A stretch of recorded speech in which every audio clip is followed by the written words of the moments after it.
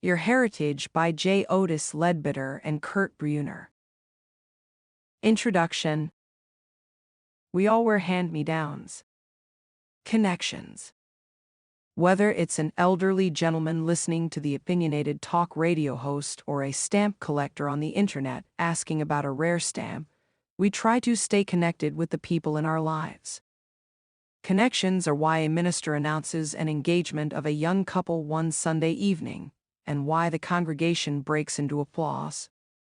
Connections are one way we keep this big world smaller, simpler, and more intimate.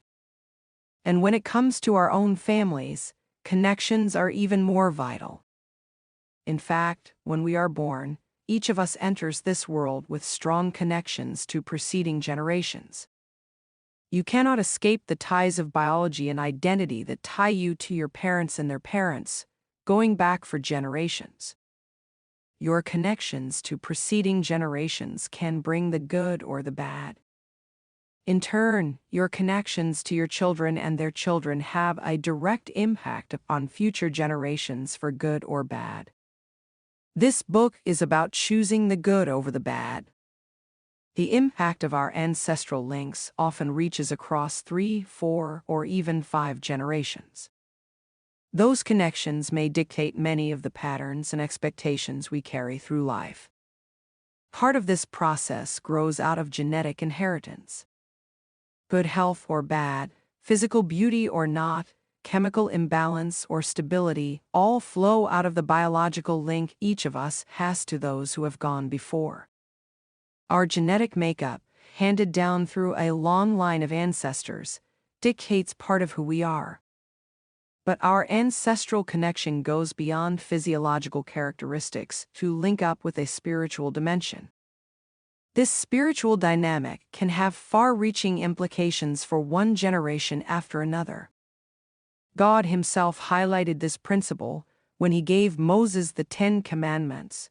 He told the nation Israel, "I, the Lord your God, am a jealous God, punishing the children for the sin of the fathers, to the 3rd and 4th generation of those who hate me, but showing love to 1,000 generations of those who love me and keep my commandments." Deuteronomy 5:9-10.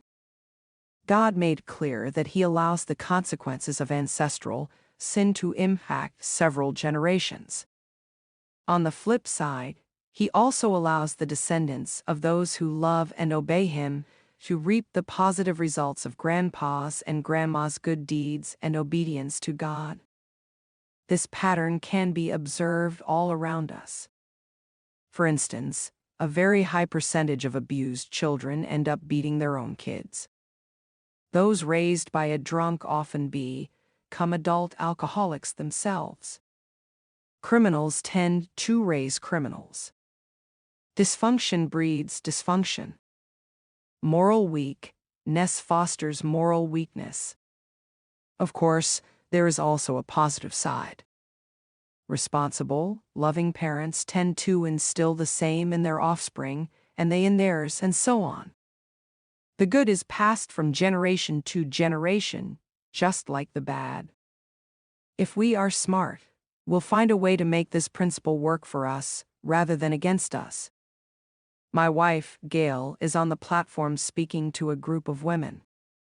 She points to the mannequin next to her, covered in a gorgeous antique wedding gown, its exquisite ecru lace shining in the light.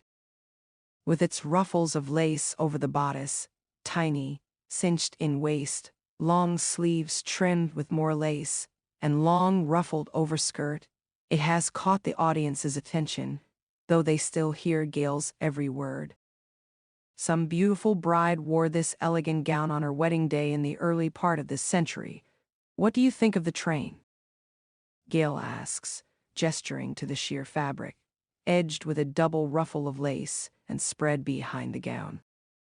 Gail displays this lovely Victorian gown as a symbol of the wonderful heritage that was handed down through her parents from past generations.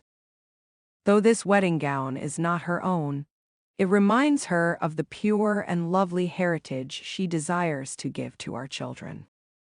In the course of her message, she speaks of a young lady she calls a trophy of God's grace. "I'll call her Mary," Gail says. Mary was a streetwise drug user. Sometimes she lived on the streets. Her body had the marks of drug abuse, the dirty hair, darkened eyes, the sometimes quick movements. She had become a prostitute, selling her body and sexuality for money. But at age 30, Mary was sick of her way of life, the occasional hunger pangs, the cold, and the dirt. Through the outreach of a local church, she came to know Jesus Christ. Her life took a 180-degree turn. Now, when Mary speaks about her turning to Christ, people are awed that she survived the drugs and admire her courage to escape a situation that had deeply entangled her. Interestingly, Mary and Gail are both trophies of grace. Mary, of course, has seen God's grace as she recovered an innocence lost. Gail continues to see God's grace as she preserves what was carefully handed to her from past generations and sends it on to our children, a heritage of love and wisdom that will strengthen the Ledbetter name and honor the God we love. On the platform, Gail reaches for some rags that have been hidden from the audience. The shredded clothes are soiled and threadbare. She begins to contrast them with the beautiful wedding gown. "What were you handed?" she asks. "Were you handed rags? If so, are you content to continue wearing them? Or were you handed a Victorian gown? If so, will you continue to wear it?" Believe it or not, some of us reject the gown for rags. Others, like Mary, reject the rags and begin to sew an exquisite gown for our children and children's children. You can choose what you will wear. You may not have any control over what you were given, but you can choose what you will wear today. It just doesn't seem fair, does it? Some were given a wonderful, healthy, positive heritage, a beautiful gown. Others were handed rags. Many of those who were given a solid heritage will find the process of passing on that tradition as natural as breathing. Others who received a very weak heritage will have no idea how to overcome the past, let alone create a positive future for the next generation. The good news is that both can create and give a wonderful heritage. Yes, the process of doing so will be much harder for some than others, but it can be done. It must be done. How? By reclaiming what you lost, or by learning to give what you didn't get. What are you wearing? How have the patterns of past generations influenced your life today? Did your heritage include more negative than positive? Or, as a woman, have you been handed a beautiful gown, only to wear rags of your own making? As a man, have you received a royal robe, but choose instead to wear a tattered coat? Even if you have received rags, you can now replace them with a lovely gown of feminine grace or royal robe of masculine dignity. As you move through the pages of this book, we will introduce several key principles and practices that can help you to give an inheritance of love. We will help you better understand your own heritage with 3 self-evaluations of your heritage in chapters 3 to 5, which will give you a clear picture of your past. We will be looking at some leading legacy indicators, which will let you measure what strong and weak legacies for your children look like. You also will evaluate where you are through several inventories and projects in Getting Personal in Part 2. And we will examine the impact of emotional, spiritual, and relational hand-me-downs. We all wear them, but we can choose what they will look like. Our goal is to make our heritage work for us, rather than against us, by discussing several steps for overcoming the bad while embracing the good. In Part 2, we will open the Heritage Tool Chest. There you will learn how to create a unique family fragrance, an atmosphere of love and safety that can permeate your home and warm the hearts of all who live there. We will discuss how to create impression points with your children, helping you move from accidental to intentional development of their character. You will learn how to give your children a sense of what is normal, healthy living by clarifying what we call the right angle. And you will better understand the role of family traditions in the process of building a strong sense of personal identity. Finally, in Part 3, you will walk through the steps in creating your own heritage plan. Most of the tips we will present are not new, but because they have been proven over time as effective methods for building a strong heritage in the home, they are well worth your time. The key to success is not deep understanding or a dramatic creativity. The key is the commitment to and the discipline of continuing the process. One of our objectives is to place the tools in your hands that will make doing so as easy and effective as possible. We have 3 specific goals in your heritage. 1. To help you strengthen your roots by understanding and passing the good aspects of the heritage you were given. 2. To let you break the cycle of hurt by leaving the bad behind. And 3. To assist you in charting a new course as you build a positive heritage for yourself and those you love. You can give and in the process receive an inheritance of love. Join us as we explore the possibilities. Copyright, Resonant Read Recording. Part 1. Understanding the heritage. The family you come from isn't as important as the family you're going to have. Ring Lardner. Chapter 1. An Inheritance of Love. The minister pauses, the lump in his throat stalling the words he attempts to speak. He has officiated scores of wedding ceremonies before with no trouble.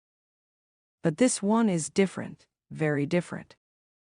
This time he is both the minister and the father of the bride, and is giving away his firstborn daughter, Rebecca. Overjoyed and overwhelmed at the same time, he swallows hard and pushes ahead, carefully following his prepared notes to avoid eye contact with his precious little girl. Justin, he says to the groom, his chin set and a determined inflection in his words, my wife and I have prayed for you for 20 years and 4 months, petitioning God to keep you pure. We didn't know who you were, but that nameless prayer was fervent, as I'm sure was the case with your parents for the girl you would someday marry. A hush seems to overwhelm the sound of birds and traffic at the outdoor ceremony, and the witnesses listen closely to the minister's words. For 3 generations, it has been the wish of the parents and grandparents on both sides for a heritage to be passed to you for safekeeping. So, his voice lowers as he calmly speaks the words, we are handing you a heritage. Now it is your responsibility. You can throw it away, many do. But our hope and prayer is that you will carry it on and give your own children what we have worked so hard to pass on to you. As he speaks of the heritage she is being handed, his daughter finds her mind racing through many strong memories of her childhood. Becky recalls the time when, as an 8-year-old, she had taken money from her mom's jewelry box and how her parents had confronted her with the theft. That one event remains a vivid reminder of the value of trust.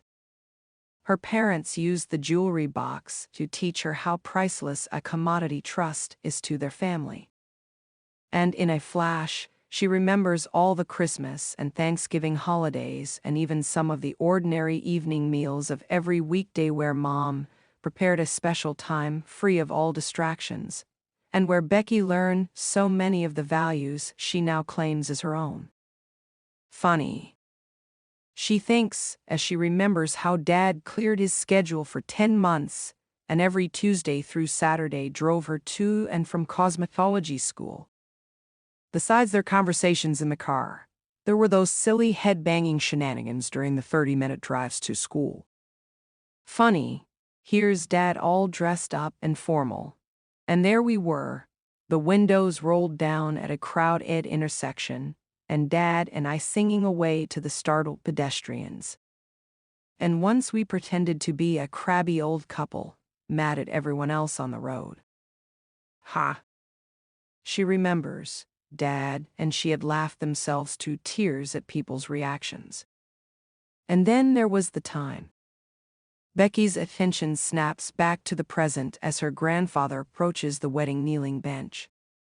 The heritage of her father is in her, though she is not fully aware of it. As Grandpa turns toward Justin and her, Becky watches as his right hand plays with something in his pocket. I wonder what he has. Or maybe he's just nervous. No, not Grandpa. Her grandfather looks at them both and speaks. Justin and Becky, your grandma and I have prayed for this moment. The heritage we handed to your mother and father, they now give to you. His hand comes out from his coat pocket. He reveals 4 dimes and places them before the couple on the altar. Here are 2 dimes for each of you. When troubles come, and they always do, use these dimes as a reminder to call, day or night. They are a part of the heritage you received from us. We will always be there for you, Becky. And we will always be there for you, Justin. Now Justin's father approaches the couple. Chuck is choked up, on the verge of tears. He has spent the last 20 years trying to show his son how much he loves him, and now it is time to say goodbye. For years he took Justin to a little hole-in-the-wall restaurant every couple of months, where the two would talk over breakfast. It was during such times that he tried to communicate what life may hold for his boy. It was there that Chuck held his own classroom on values and ethics. It was there he allowed his son the freedom to question motives and attitudes and to get what his dad called some country smarts about family living. It was just a few months before this ceremony that Chuck fronted Justin the money to strike out on his own business venture. He trusts Justin. He trusts that the heritage passed to his son from the generations before will be in hands that will keep it safe. The hope in his heart and the anticipation is just too much. Chuck opens his mouth and utters his son's name, but then the emotion overwhelms him. The crowd waits for him to finish his prepared comments. Chuck's tears speak louder than words. Justin is very loved. In the midst of this touching scene, Sarah watches from the very last row and feels the resentment building. Well, they may care for their kids, and they can thank God all they want, but I think God is unfair. He picks and chooses who will have happiness in life. And I'm not one of the chosen. A smirk appears on Sarah's face. Though she came from a solid home much like the bride and groom did, Sarah considers this heritage bunk a joke, pie in the sky. It's certainly not a blessing. Sarah has shoved the memory of her days, growing up as a teenager, into the dark crevices of her mind. She wants to forget her heritage, especially the times she scoffed at her family for being so devout. That heritage, Sarah concluded, would make her miss what this life has to offer. Hey, I'm not going to allow life to pass by without grabbing at least a couple of handfuls of happiness, she has told herself more than once. Watching the ceremony, she is unaware of the rebellion of her past, and somehow she is able to transfer blame onto the shoulders of her parents. And to the God she feels passed over her. She is single, dissatisfied with her job, and angry with her parents. And there is a skeleton in her past that she cannot tell her parents about. The smirk on her face is only a Sunday yawn compared to the hidden anger about her past. She feels abandoned, isolated. Yet the irony of it all is that in the deep part of her soul, she longs for it to work for her. But the effort to carry on the heritage is too strangling to the belief system and lifestyle she finds herself buying into. So, she paints on the small smile to hide the tears. As Sarah and the other witnesses observe the ceremony wane to a conclusion, only a few realize that the event symbolizes more than a union of two lives. A heritage is being passed to a next generation, and the wedding is a significant handoff during a generations-long marathon relay. The couple's parents have spent better than 20 years fighting for and guarding the treasure they were being handed. The days and months and years of training are being celebrated at the wedding. Yet even if no guests had shown, the handoff would still have taken place. The ceremony still would have been meaningful. The grandparents would still have given their blessing to Justin and Becky as a couple worthy to handle and keep this heritage. The minister performs his legal obligation and prays a blessing upon the couple, and then declares Justin and his daughter husband and wife. The happy couple bounces away with their entourage following arm in arm. During the next 2 hours, the moderating temperature cools the wedding crowd who gathered for this magnificent Friday evening. The cake and punch are almost gone, the sun bids farewell, and the tiki torches and twinkle lights begin to accept their role of lighting the romantic setting for the evening. The 300 chairs are empty except for one lone figure. Jim has found a seat smack in the middle of the sea of white chairs. He stares straight ahead across the small lake to the lighted empty gazebo, where the string quartet has entertained the crowd. He isn't a loner, he isn't pouting, he isn't even just resting a weary body. He is contemplating what he has just witnessed. Yet if anybody has a reason to mock what has just taken place, it is Jim. His father had chucked it all, messing up his own life and his family's as well. After he fell in love with his wife's best friend, he left the family and soon became involved in the drug culture. Though alone, Jim's mother tried to make a go of it, tried to give her kids some semblance of normal life. She wasn't successful. As a young adult, Jim was a handsome young man who got plenty of invitations to make wrong choices, to escape into the world of sensual pleasures. But he was determined not to. He didn't want to be like Dad. Though his dad had given him a poor example of manhood in action, Jim studied diligently at the local college, resisting the school's party environment. Though his background gave him every excuse to make the wrong choices in life, Jim intended to make the right ones. Now seated in that chair, Jim is determining, resolving in his own heart that he will begin. Jill and I need to create a heritage. Yeah, we're going to begin to build a heritage to pass on to the child Jill is carrying. He sits there alone for a long time, and when the resolve is registered and confirmed in his heart, he slaps his hands onto the arms of the chair and jerks to his feet as if standing at attention.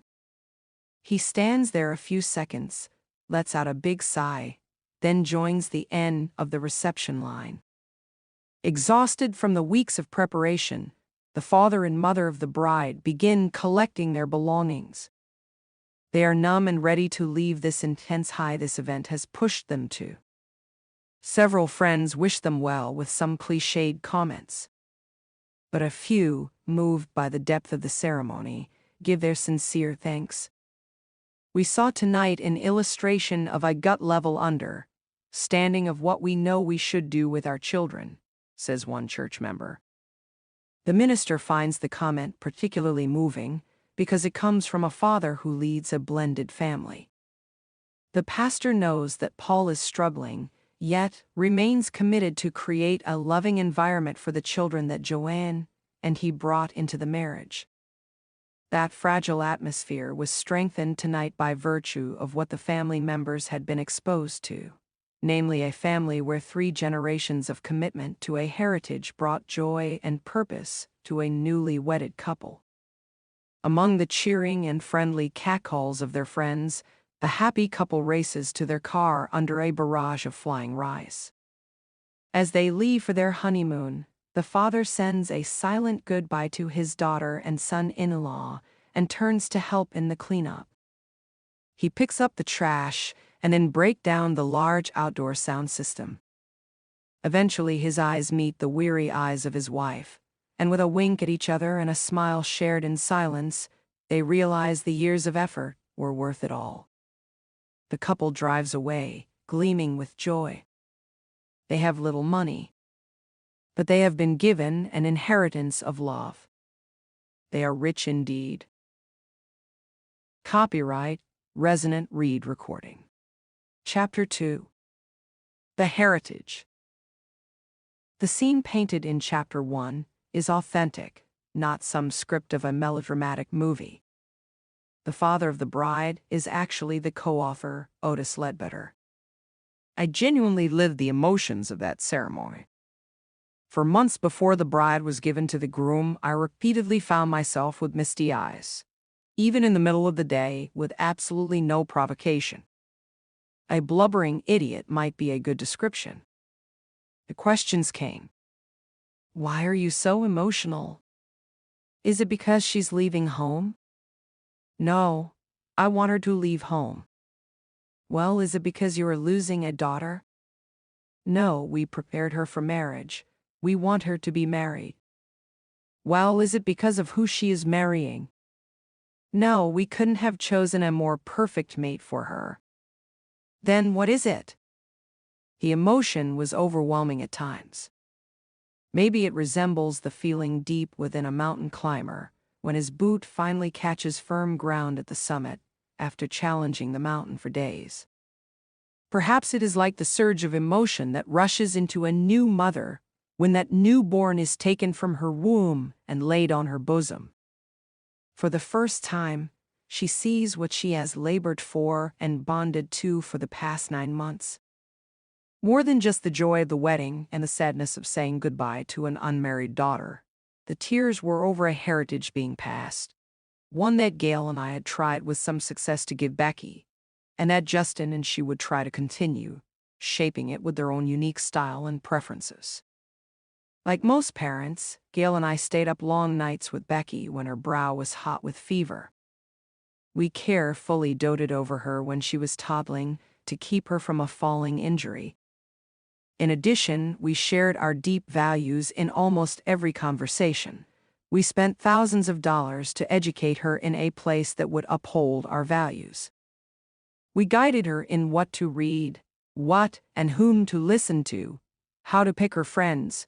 We taught her what family tradition was like and how valuable the love of a family is when the outside world abandons her. We did everything in our power to protect her developing emotions. All of this was part of giving her a heritage. At the dinner table, we offered ideas for cultivating friendships, so she might build healthy relationships. Hours were spent choosing a wardrobe and learning how to maintain it. I took her on dates before and during the time she would go out with young men. During her dates, I tried to teach her social graces and how to make a man feel special. I tried to emphasize the truth that she owes nothing to any young man. Her mother showed her the skills a homemaker should acquire. My emotions flowed freely because I realized a milestone was being passed. All that Gail and I had worked for over the years was near completion. The heritage was complete on our end. Now the job of caretaker of the heritage was changing hands, moving into another generation. The baton called heritage, so carefully preserved, was being passed. The responsibility would soon belong to Becky and Justin. Our job was soon to change. Though the early signs are very promising, only time will tell whether we did enough. Gail and I found certain comfort, though, knowing that we did our best. What is a heritage? Every family has a heritage, a legacy passed from generation to generation.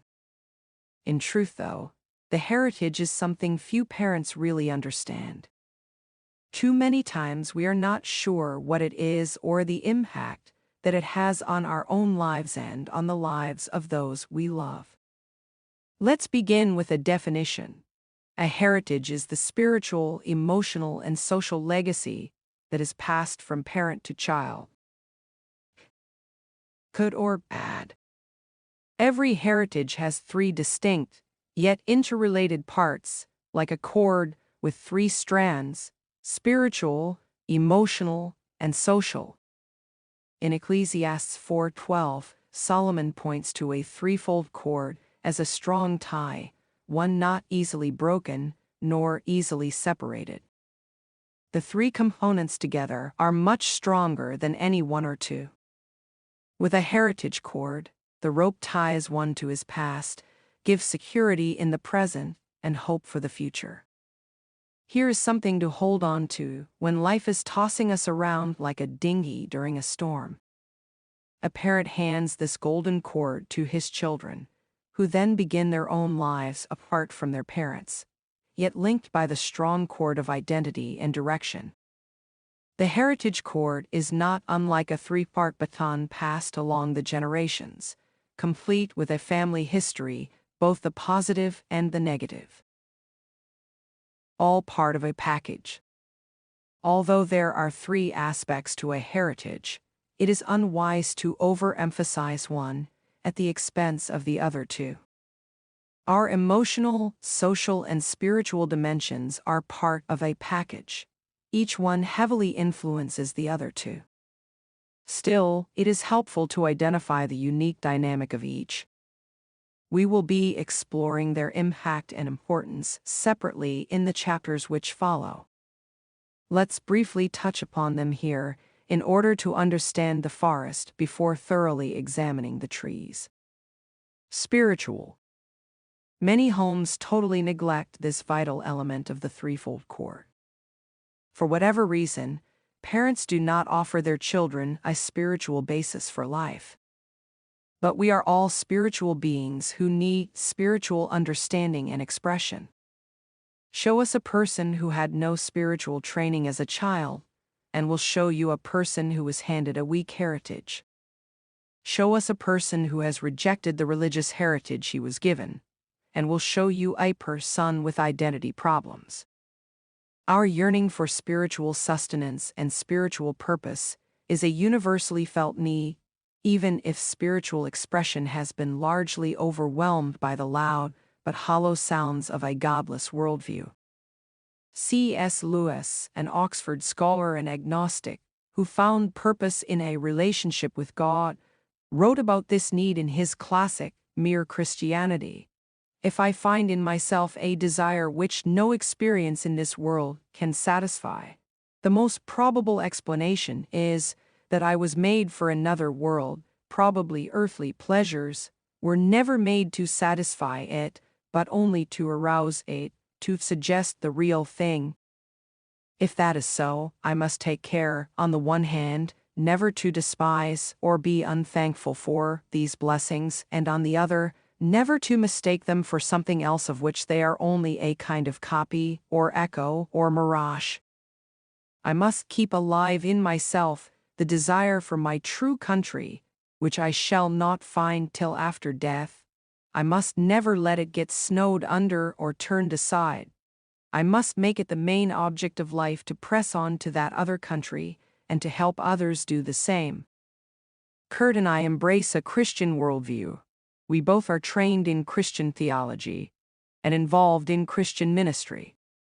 Yet, though we strongly advocate our own religious framework as the proper platform upon which to build a spiritual heritage, the principle of passing a spiritual legacy can be found in virtually all religious traditions.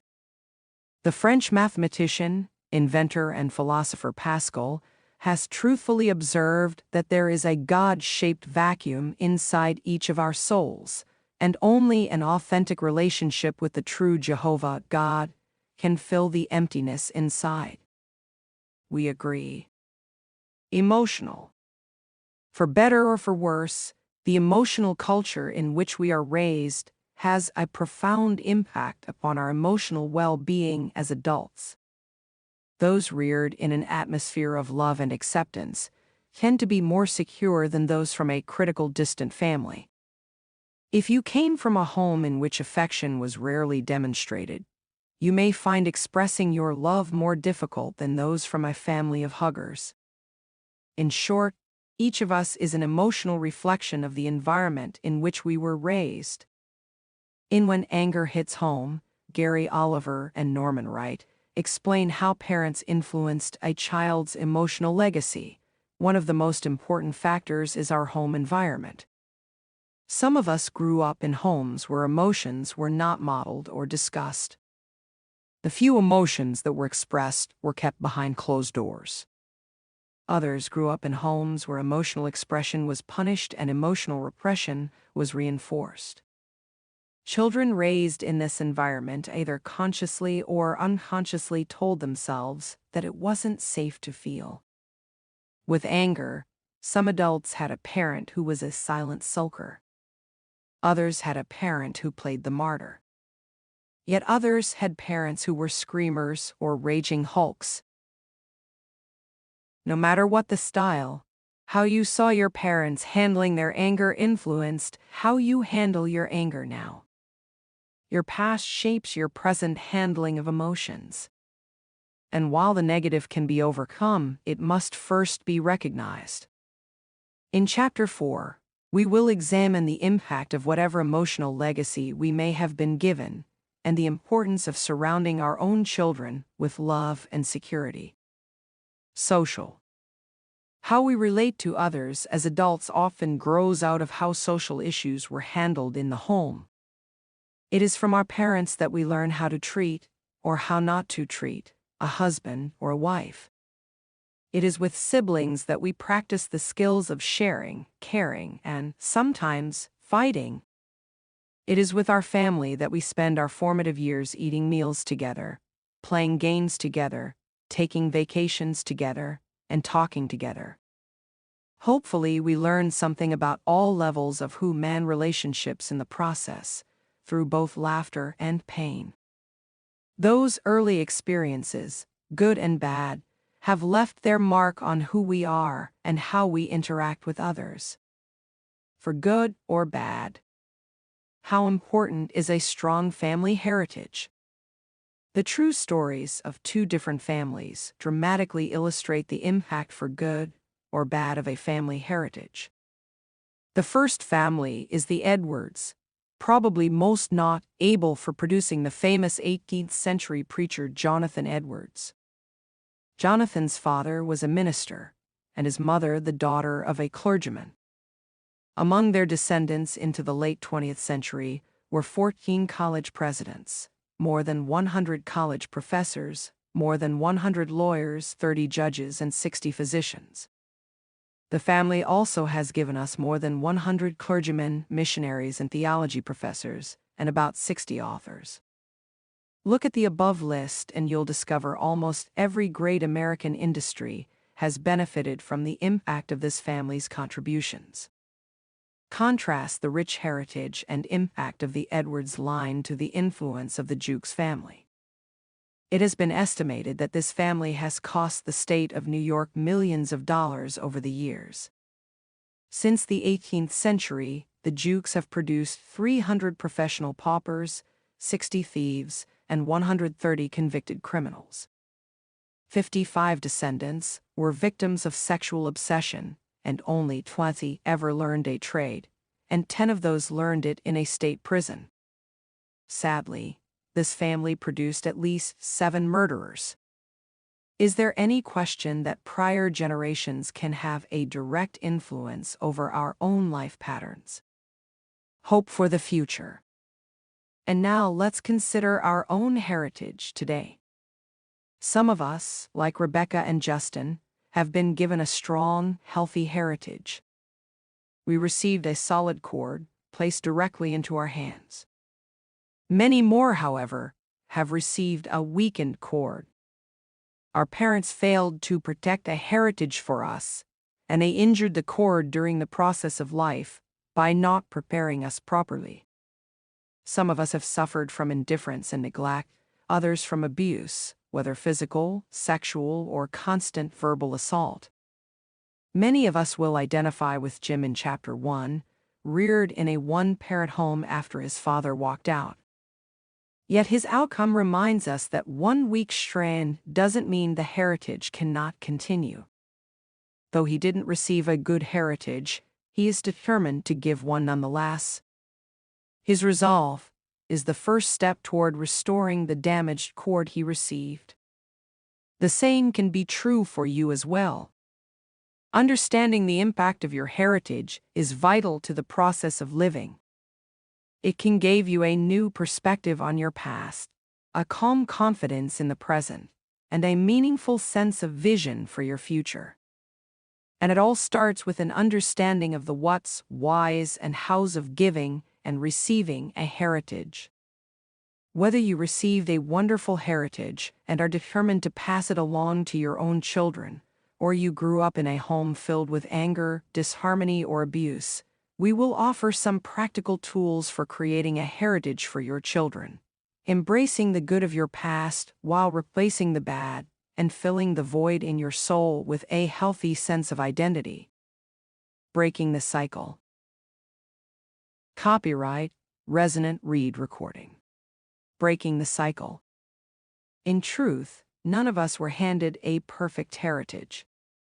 We have received a mix of good and bad because our parents, learning by doing and limited by their own weaknesses, did not always offer what was needed.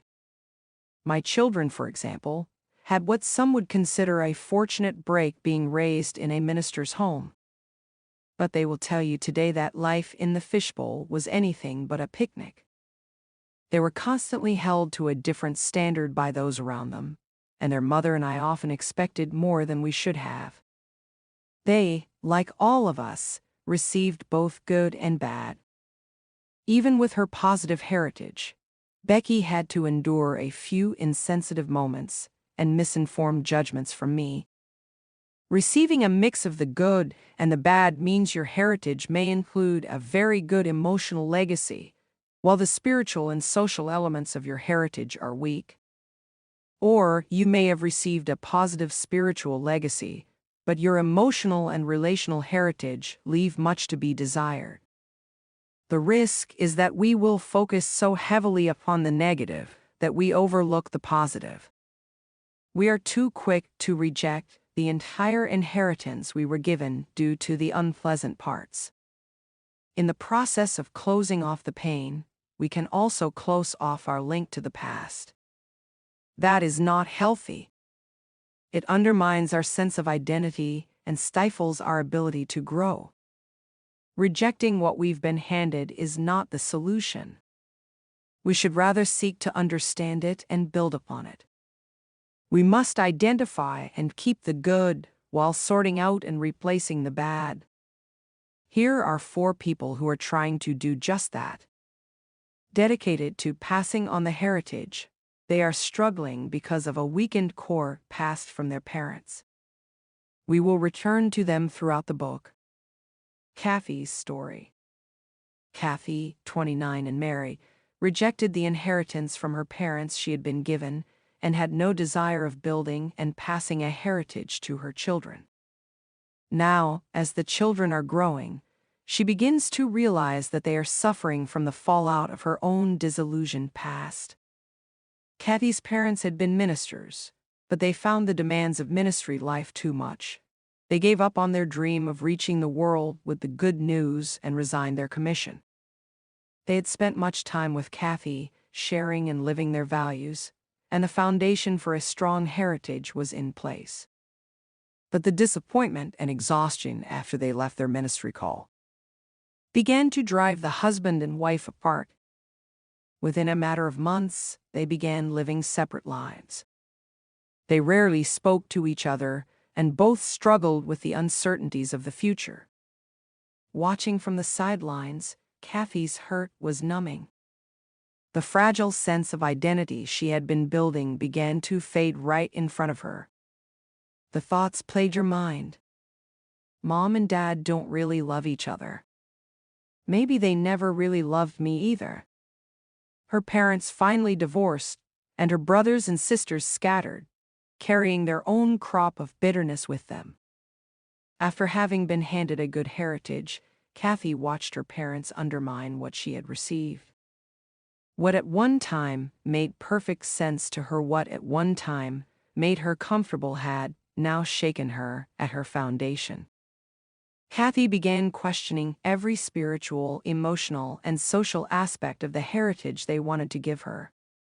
As a result, the pendulum swung from one extreme to the other in all three areas. Before the collapse of her parents' marriage, she could handle practically any emotional strain. She had been a very strong, good-humored, level-headed young lady. Afterward, she would fly off at the slightest challenge to her opinion. She seemed always on the edge of an angry outburst, or else on the verge of tears. Before the divorce, I enjoyed the warmth of a close-knit family and strong friendships, Kathy told me with regret in her voice. Afterward, I went so far as to call on any relative who dared to show that they cared, ordering them to stay out of my life. Having alienated them all, I began entering into unhealthy relationships. She dated abusive boyfriends and hung out with negative and irreverent girlfriends. She looked to them for acceptance, but they only served to undermine her identity even further. As we talked further, I discovered that her spiritual life went from a vital source of joy to a haunting source of bitterness. I began to see God as a bully, a mean-spirited ruler without a real heart, a deity, yes, but a deity who doesn't much care about me. Yet down deep, she wanted more. She scurried from church to church, trying to find the God she needed, while rejecting the God she had known. Can Kathy recapture the heritage she lost? She sincerely wants to, fearful that her children will also settle for an incomplete heritage. Her desire is the first step in repairing the cord and passing on a worthwhile heritage. Paul and Joanne, the blended family. In Chapter 1, you met Paul and Joanne, who are trying to create a heritage for a blended family created from previous marriages. Paul had thanked the pastor for giving them a gut-level understanding of what we know we should do with our children. Creating harmony in a blended family is a major feat in itself. Many times I have met with this beautiful couple to help point them in the direction of a healthy heritage for their kids. Paul is a tall, balding fellow with a broad vocabulary and a keen mind. Joanne, approaching middle age, is an attractive woman and a bottom-line person. When talking to Joanne, you sense the need to get to the point, cut to the chase, skip the gory details. Neither Paul nor Joanne blame their ex-mates for the failed marriages. They are just determined to make this marriage strong, and they are committed to creating a heritage for their children. But it isn't easy. They each have a daughter from their first marriages, and now one daughter and one son from this union. Joanne's daughter from her first marriage is now pregnant out of wedlock and has no plans to marry the father. Paul's daughter is deeply involved in the drug culture. She lives on the streets and is a constant threat to the safety of Paul's present family. Neither Paul nor Joanne was handed a decent heritage, but they want desperately to begin one for their kids. They have questions. Is it possible? Is it too late for us? Are we wasting our time to even try? How difficult will it be? Does this heritage thing really work? They will learn that it is possible, it's rarely too late, and this heritage thing has lasting rewards that bottom line do work. Meet Billy. Billy is a young man of whom most would say, he will never make it. Let me just make a list of his experiences and let them speak for themselves. He was born to a couple who did not want him. His dad was a drug user and dealer. His mother knew nothing but the streets. From childhood, he was a drug user himself. He used street language and manners. He was very angry, and it showed in his fists. He was foul-mouthed. When Billy finally married, His anger continued and was now directed toward his wife and children. He beat his wife and became a pathological liar. Though he started school intending to help the family and himself with a better job, he eventually dropped out of school. Later, he tried to drop out of life with an overdose of amphetamines. Billy has 2 children, both boys. He's sitting in my office with one desire, a good desire. I want to put this marriage back together and begin building a strong heritage for my kids. It is possible for him to do that, as it is for anyone who has suffered similar setbacks. Rose's inheritance. She came into the world because of the abuse of her father. One night, a drunken Joe walked into the house and ordered his wife to the bedroom. "Get upstairs and do your wifely duty." He proceeded to empty his passions while tears fell down her face. Rose was conceived at that moment. Rose's mother, devastated by the years of Joe's abuse and neglect, and now carrying a child conceived in pain, secretly asked her mother for help. She packed up the 5 kids and escaped from years of abuse and disrespect. The divorce was final at about the same time Rose was born. Her mom worked hard to raise 6 children alone. A full-time job in night school kept her away most of the time, so Rose more or less raised herself. She had no one to advise her on right and wrong, no one to hold her when she was hurting, no one to cheer her accomplishments, no one to teach her about boys, no one to model healthy family living. The other parents on the street didn't want their children playing with Rose or her siblings because they were ill-kept and ill-mannered. And so heartache, loneliness, and rejection became Rose's inheritance. But that was then. Rose grew up to become Olivia Rose Bruner, wife of my co-author and friend, Kurt. Today, Olivia is building a wonderful heritage of love for her own family. She has broken the cycle of pain from her past and is launching a new era in her home. How did she make such a dramatic transition in life? By learning how to give and receive an inheritance of love. We will tell you more of her story later. Hers is a story of hope. Hers is a story of how a person can give what she did not receive. Olivia's story demonstrates the powerful impact of the extended heritage, where other adults extend their heritage to children outside their own family. See Chapter 13 for specifics on how to extend your heritage. Her experience serves as a model for much of what we have learned and will share about building a heritage. Remember our definition of the heritage, the emotional, spiritual, and social legacy that is passed from parent to child, good or bad. As you evaluate your own experience and family heritage, do you like what you see? If so, have you identified a plan of action for passing that tradition to others? If not, are you ready to rise above the cycle of hurt and begin a new tradition for yourself and your family? The rest of this book will help you through that process. Let's begin by taking a closer look at what makes a heritage good or bad. Chapter 3. Your Spiritual Legacy. Little fingers suddenly knocked my glasses sideways on my face, and the baby in my arms let out a shriek of delight. A snicker went across the audience, and I continued to pray as best I could. But I admit my focus was interrupted, and I moved the infant farther from the microphone. I was just glad the kid didn't relieve himself into the microphone like another infant had done a few months earlier.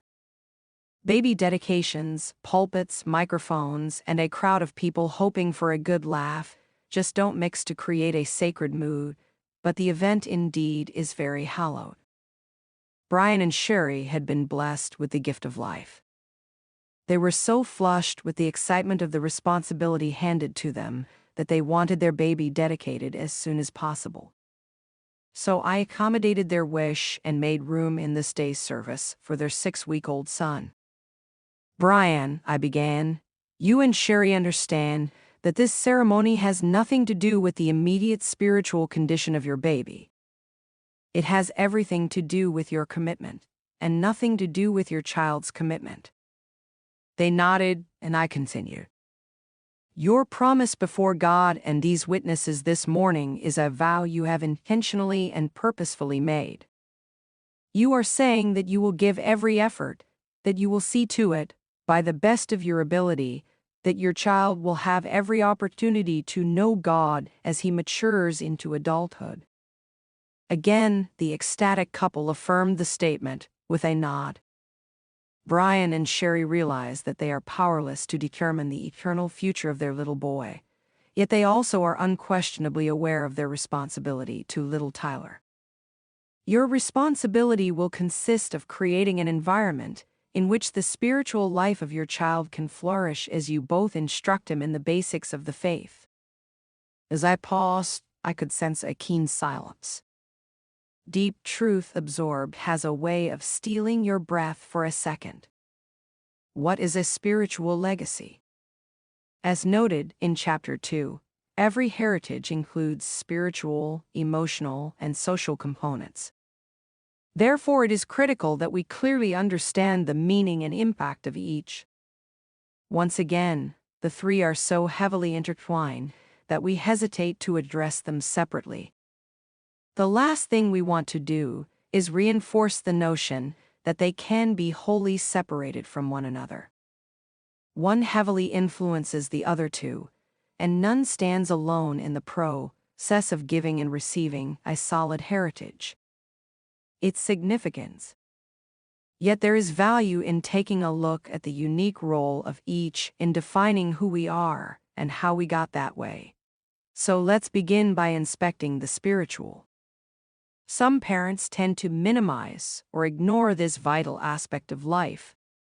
After all, the spiritual seems the least tangible of the three. You can feel emotions and see their results. You can act certain ways and observe the outcomes in your child's social behavior. But spiritual progress is often more difficult to observe and measure, and its impact less obvious. Yet it is first and foremost of the three.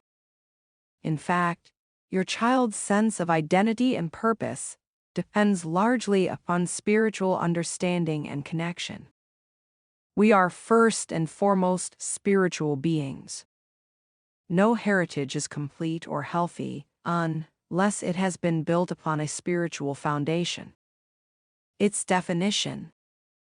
The goal of a strong spiritual legacy is to give the child a solid foundation for living with confidence in the unseen realities of the spiritual life. In terms of how we create such a legacy, here is a practical working definition of the spiritual legacy. A spiritual legacy is the process whereby parents model and reinforce the unseen realities of the spiritual life. In shaping the heritage for our children, this second definition is vital. It reveals several truths about what a spiritual legacy is. Before we explore what a spiritual legacy is, notice what it is not. A spiritual legacy is not church attendance, though involvement in a local body can strengthen the core. A spiritual legacy is not Bible reading, though scriptural principles are a vital part of spiritual perspective. A spiritual legacy is not necessarily dependent upon formal religious instruction, though the absence of such will cause a major void in one's worldview. All of these things contribute to a spiritual legacy, yet none of them defines it. A spiritual legacy, like our emotional and social legacies, is influenced far more by the parent's actions and attitudes than by the roles and rules of institutions, or by repetitious religious practices. We can see this clearly in three elements of our second definition of a spiritual legacy. First, the word legacy means something resulting from, and left behind by, an action, event, or person, according to Noah Webster's and American Dictionary of the English Language, 1828. In other words, a legacy is more what we do than what we say. By our actions, we model the spiritual elements in our lives for our world and our children to see. Second, a spiritual legacy is a process, not an event. The dedication ceremony was only a starting point in the life of that little baby. Brian and Sherry did not give him a legacy that day. They will do so through years of consistent, sacrificial, and committed effort. We do not earn the right to celebrate a legacy until we have paid the price to build one. Third, parents model and reinforce a spiritual legacy.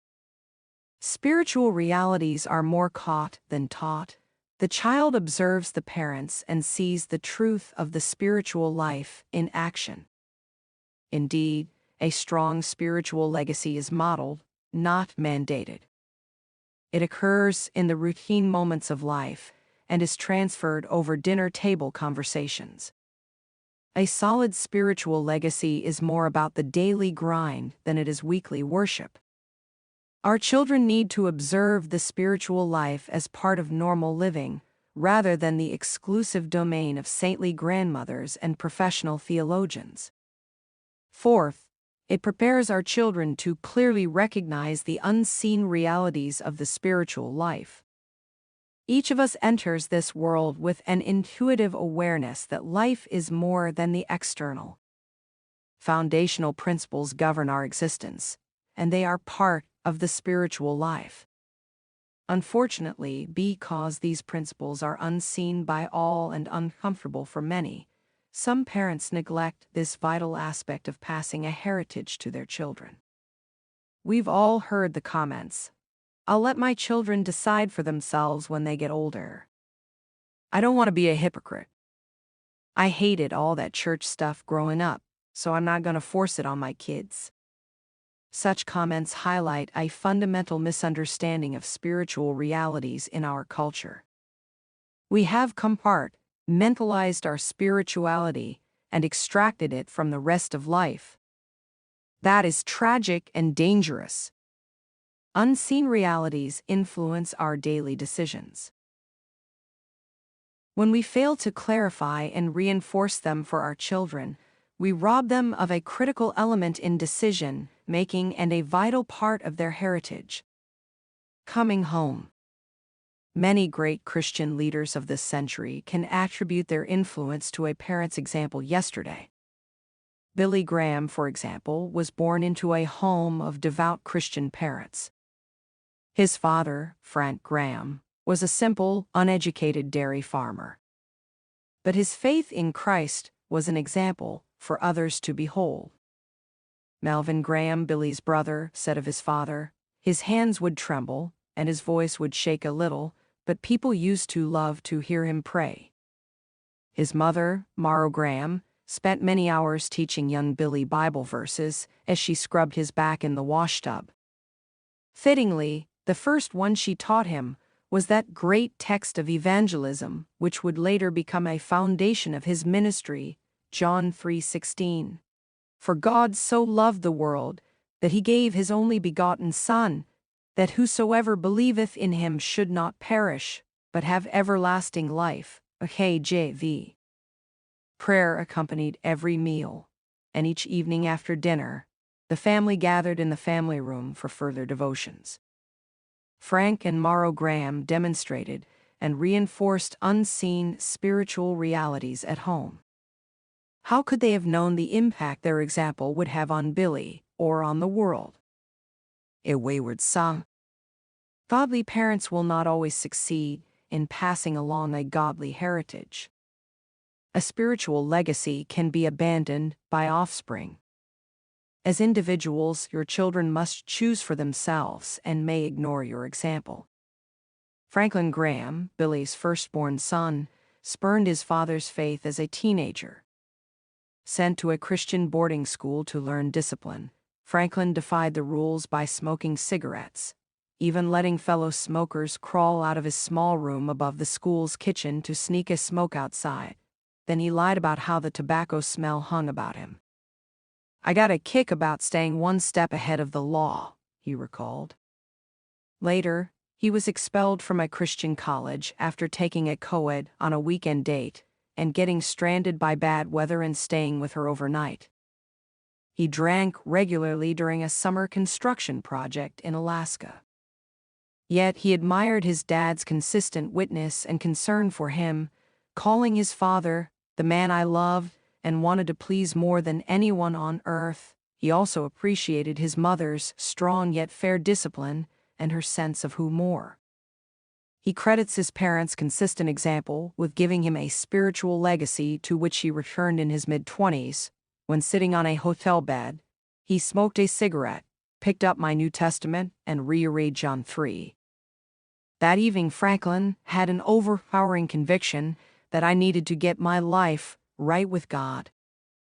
Since then, he has directed a relief agency and now is the lead evangelist for his father's ministry.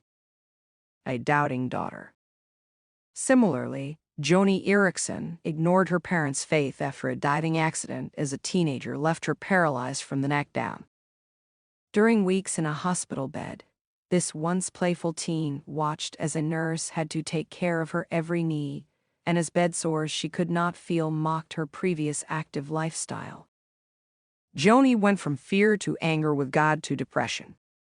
She asked the question why, and at one point wanted nothing to do with God.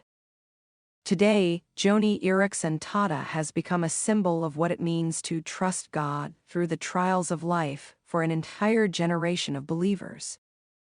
What happened? She credits a spiritual legacy from her parents. Though she did ask why God let this happen to me, the sturdy foundation of her parents' lives caused her to seek to know God, and she was open to the message of God's love brought to her during her depression by a young minister, Steve Estes. Joni's parents prepared her for physical tragedy by introducing her to spiritual realities. In Joni's words, "If I were to pick out a verse that best describes the way my parents raised us, it would be Deuteronomy 11:18-19. Fix these words of mine in your hearts and minds. Teach them to your children, talking about them when you sit at home and when you walk along the road, when you lie down and when you get up." That passage underscores the fact that every family function can and should be sacred. John and Lindy Eareckson made an early impression on Joni, providing her with a much-needed foundation for what would become a serious crisis of faith. One never knows the impact a solid spiritual legacy may have in the lives of our children or beyond. Your children may reject the legacy either temporarily, as Franklin and Joni did, or completely. Your duty is only to present them with the truth and leave the results with God. You may think, I don't consider myself a spiritual giant of the faith. I'm not sure I'm the best example. That's okay. A strong spiritual legacy does not require uncommon piety. The key, once again, is the degree to which unseen spiritual realities are recognized and reinforced at home. You can have an impact for good on your children. The power of the unseen. The spiritual component of your child's life is always there, but it can be diminished. When I first met Billy, the second-generation drug user and wife abuser described in the previous chapter, the spiritual part of his heritage seemed non-existent. Intensely angry and given to cursing whatever upset him, Billy's greatest handicap actually was his inability to see anything from a spiritual standpoint. During our first meeting, I found myself really hurting for him. I could not imagine anyone so spiritually void. His parents had made no effort to suggest there was a loving God. As a result, his image of God was disfigured and his view of Scripture deformed. He regarded all religious people as weak-kneed crutch-leaners. For Billy, the spiritual world was indeed alien territory. No wonder his life was in tremendous need of major repair. Billy could not see the foundational unseen realities of life, which can be observed only by having a solid spiritual legacy. Able to see only the seen realities of life, he limped his way through life, without even realizing he was seriously handicapped. The power of the unseen to affect our daily lives should not be underestimated. Recently, I drove my Oldsmobile at Chieva into a garage as the mechanic on the other side of the garage guided me onto a rack. After I vacated the vehicle, he walked over to several chrome levers in a corner and pushed down on one. At once my 3,000-pound car rose effortlessly from the concrete. Once it was suspended on a rack 6 feet overhead, the mechanic walked under it to inspect. What raised the car and what held it there? It was something we feel, but cannot see. Air. Compressed air had the power to lift the car. The foundational unseen reality was air. Similarly, the spiritual legacy passed on in the heritage is the foundational unseen reality of the spirit. Deep within our children is the authority and power of either a quickened spirit that will fill the sails of their lives, moving them in a Godward direction, or a deadened spirit that will leave their sails drooping lifelessly around the main mast. We parents cannot be the spirit for them, but we can create that spiritual environment where they are free to question and accept spiritual truths. Such an environment will free a child's spirit to grow and mature. The unseen reality of the conscience. The human conscience is one unseen reality most people will acknowledge, but few understand. The conscience is not the utterance of God in our hearts. Rather, it's the mechanism enabling us to tune His voice in or tune it out. If I held up a portable radio when our president was giving a national speech and exclaimed that what I was holding in my hand was the president, I would be entirely wrong. What I hold in my hand only gives me the power to hear His voice. In other words, the conscience gives us an inward sensitivity to spiritual realities. Parents wanting to pass along a solid heritage recognize and shape that sensitive mechanism called conscience. J. Oswald Sanders compares the conscience to a thermometer. The thermometer has no inherent ability to produce needed heat or cold in the room.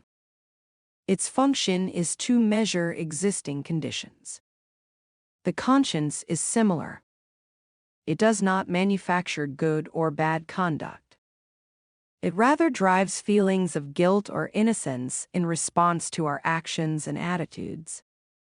It measures existing conditions so that we can respond appropriately.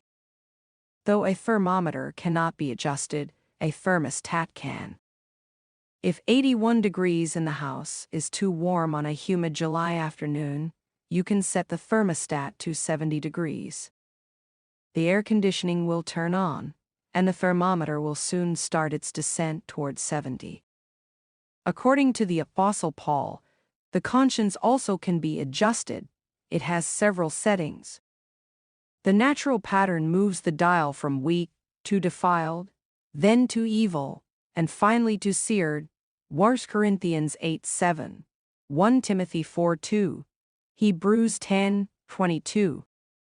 But on the upside, it is possible to influence the thermometer toward a good level and a pure setting. But it requires intentional diligence and an intuitive understanding of how this unseen reality works.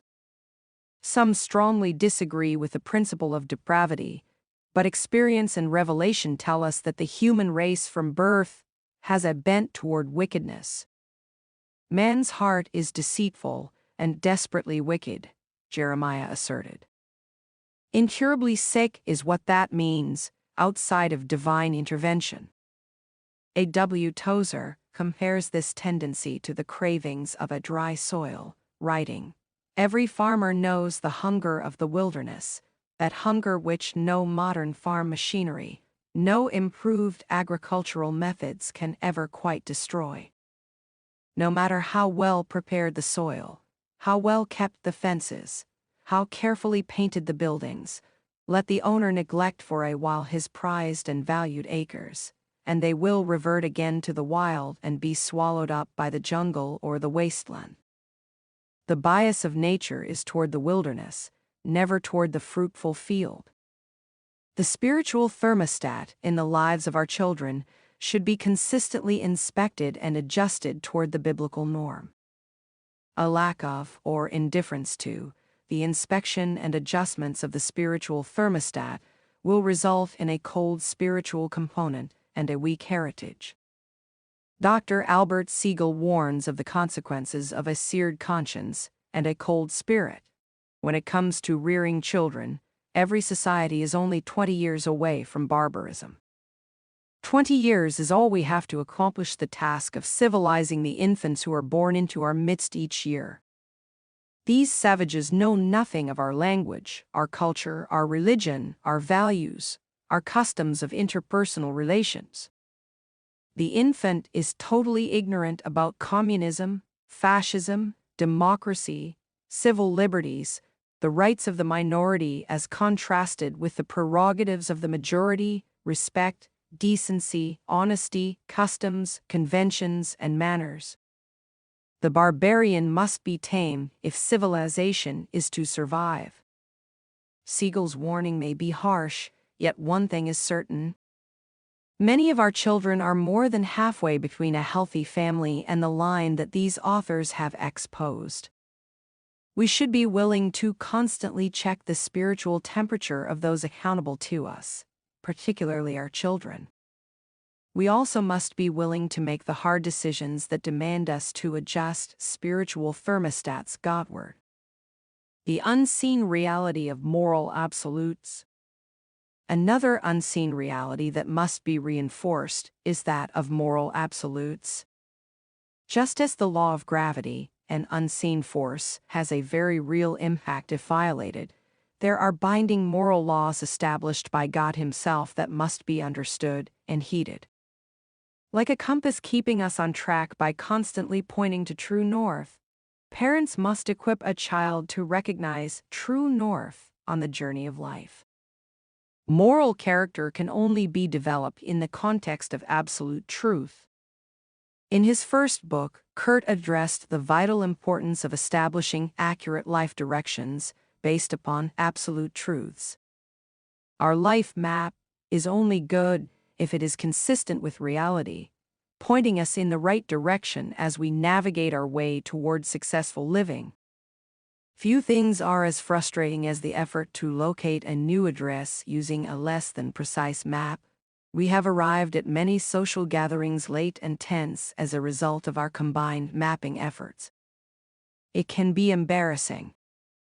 Just as a reliable map is essential for getting to an unfamiliar location, our understanding of the world must be accurate if we hope to attain our objectives in life. Imagine the frustration and futility of trying to find an address in Denver using a map of Dallas. Yet, we often make important life decisions based upon a faulty worldview, and the consequences can be far worse than simple embarrassment. Each of us develops his or her life map according to various factors. Kurt mentioned the instruction and example of our parents as providing the earliest way children begin to understand their world. Later, teachers and peer relationships influence the developing map. Finally, exposure to the universe of ideas and belief patterns solidifies our worldview. Clearly, an early, strong spiritual heritage will shape our children's view of moral right and wrong. For an accurate view of the world, our children need us to offer them clear directions based upon timeless truths. The unseen reality of God's communication. The third unseen reality of the spiritual component is God's ability to communicate with our children. Parents typically are able to communicate with their children on the physical and emotional levels, but what about the spiritual? As parents, we have little difficulty understanding the physical and emotional needs of our children. From birth, the little tykes let us know in various ways what they want. From letting out an infant cry, to throwing a childish tantrum, to barking a thoughtless order, to making a polite request. We respond to their need even while molding their ability to communicate it. When they are hungry, we feed them. When they scratch a knee, we mend the wound. When they are smarting emotionally, we sense it and respond with loving support. Their habits might change, their appetite might be lost or become voracious. They may isolate themselves, all of which are unspoken messages that they need us. The physical and emotional needs of a child are readily apparent, evidenced through their outward behavior. Parents can respond to these needs in tangible ways, touching the child through the five senses, which serve as our gateway to the human soul. When it comes to making the spiritual connection, however, only God has a direct gateway into the human heart. He has created us with the capacity and desire to relate to Him. He doesn't need the five senses to speak to us. He is able to bypass our senses and go directly to the Spirit. But He is the only one who can. Making the spiritual connection. The job of a parent is to understand this dynamic, recognize it when it occurs, and reinforce the unseen connection of the spiritual life. We can encourage our children to pray, listen to their questions about God, and recognize that they may be ready to hear about and understand spiritual matters sooner than we think. The priest Eli understood this truth when Samuel, a young boy sent to Eli's home to learn to follow God, heard the voice of God one night, 1 Samuel 3. Twice while asleep young Samuel heard his name called. Twice he went to Eli's room, thinking the priest had called him. Both times the priest explained he had not called, and the sleepy boy returned to bed. When Samuel returned a third time to Eli's bedside, saying the priest this time must have called, the priest understood. He did not rebuke the boy, but realized God was speaking, and the boy must listen. "Go and lie down," he instructed the boy, "and if he calls you, say, 'Speak, Lord, for your servant is listening.'" So Samuel did. And as a result of being tuned into His voice, Samuel met God and became the avenue through which the Lord spoke to His people. Eli understood the unseen reality of the spiritual world and knew how to help Samuel connect with God's voice. Parents have the same responsibility when it comes to their children. We must first be sensitive to God's voice ourselves. Know how to recognize it. And then create an environment which allows our children to do the same. The end result? They will know the Lord. As Pascal has said, a God-shaped vacuum exists in each of us, even as children.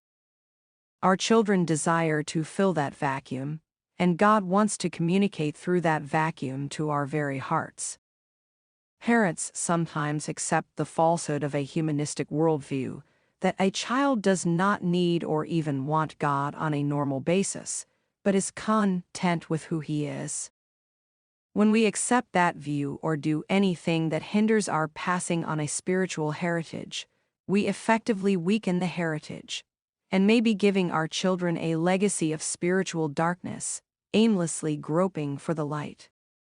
The brilliant world leader Winston Churchill had great insight when he observed, "The destiny of man is not measured by material computation."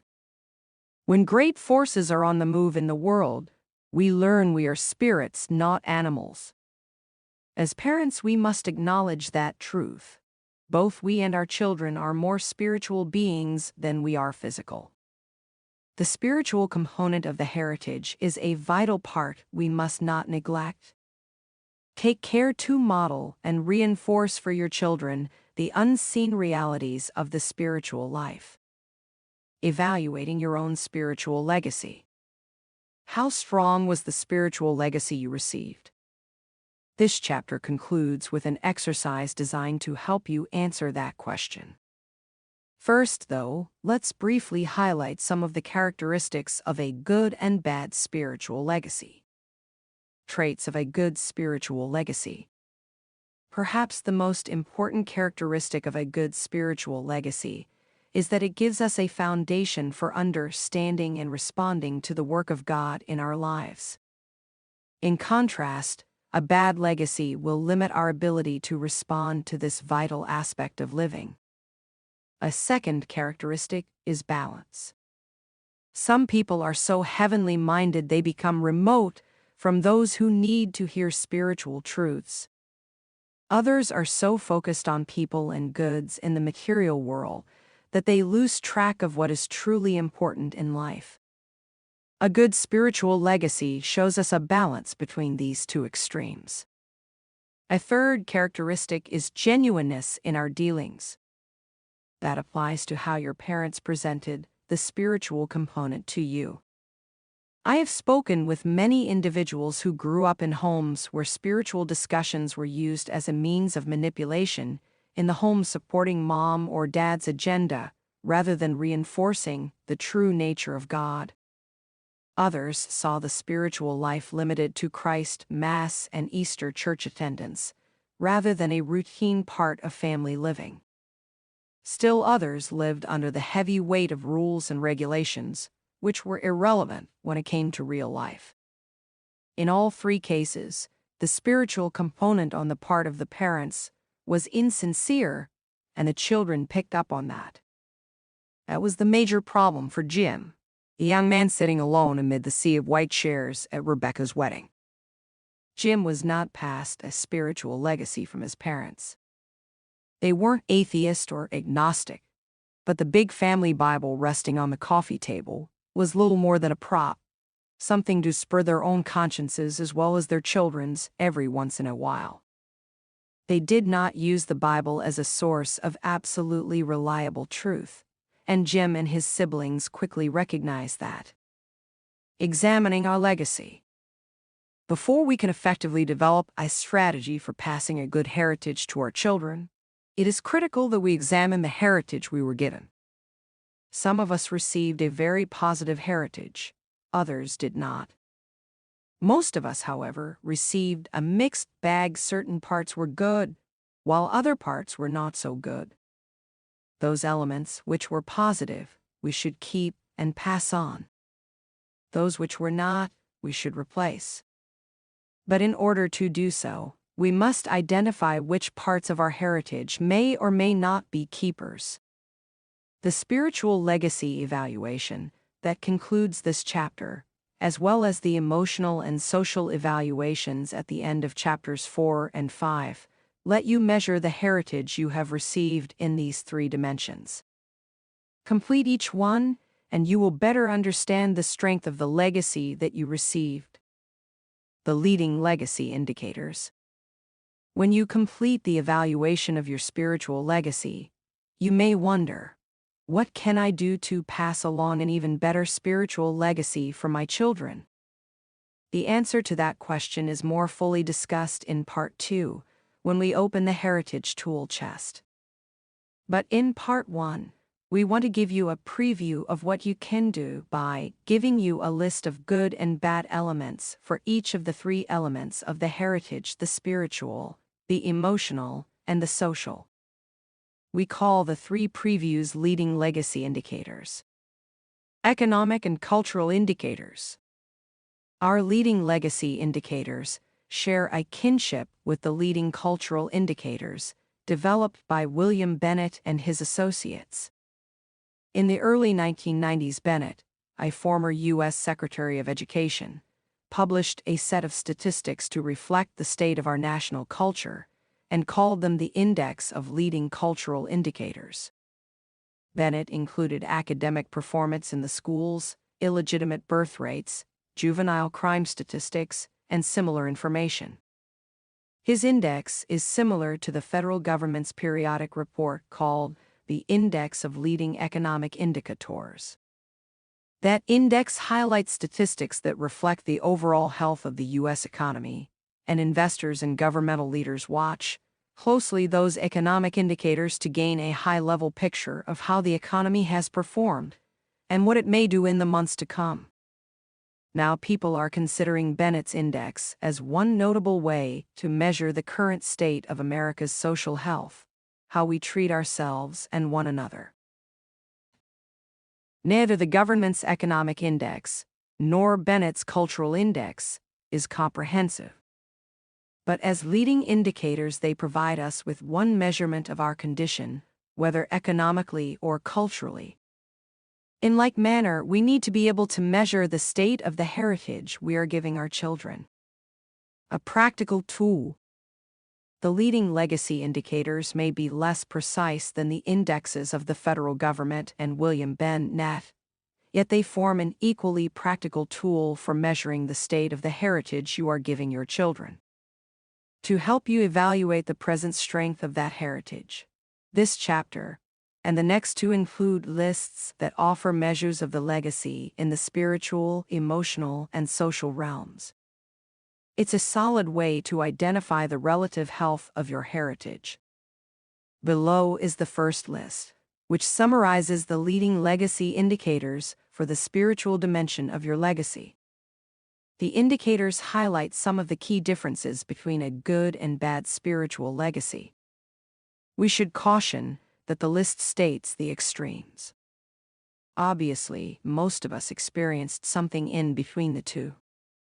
But it is helpful, nonetheless, as a tool for comparative evaluation. A strong spiritual legacy acknowledges and reinforces spiritual realities. Views God as a personal, caring being who is to be both loved and respected. Makes spiritual activities a routine aspect of life, a church attendance, prayer, scripture reading, etc. Talks about spiritual issues as a means of reinforcing spiritual commitments. Clarifies timeless truth, right from wrong.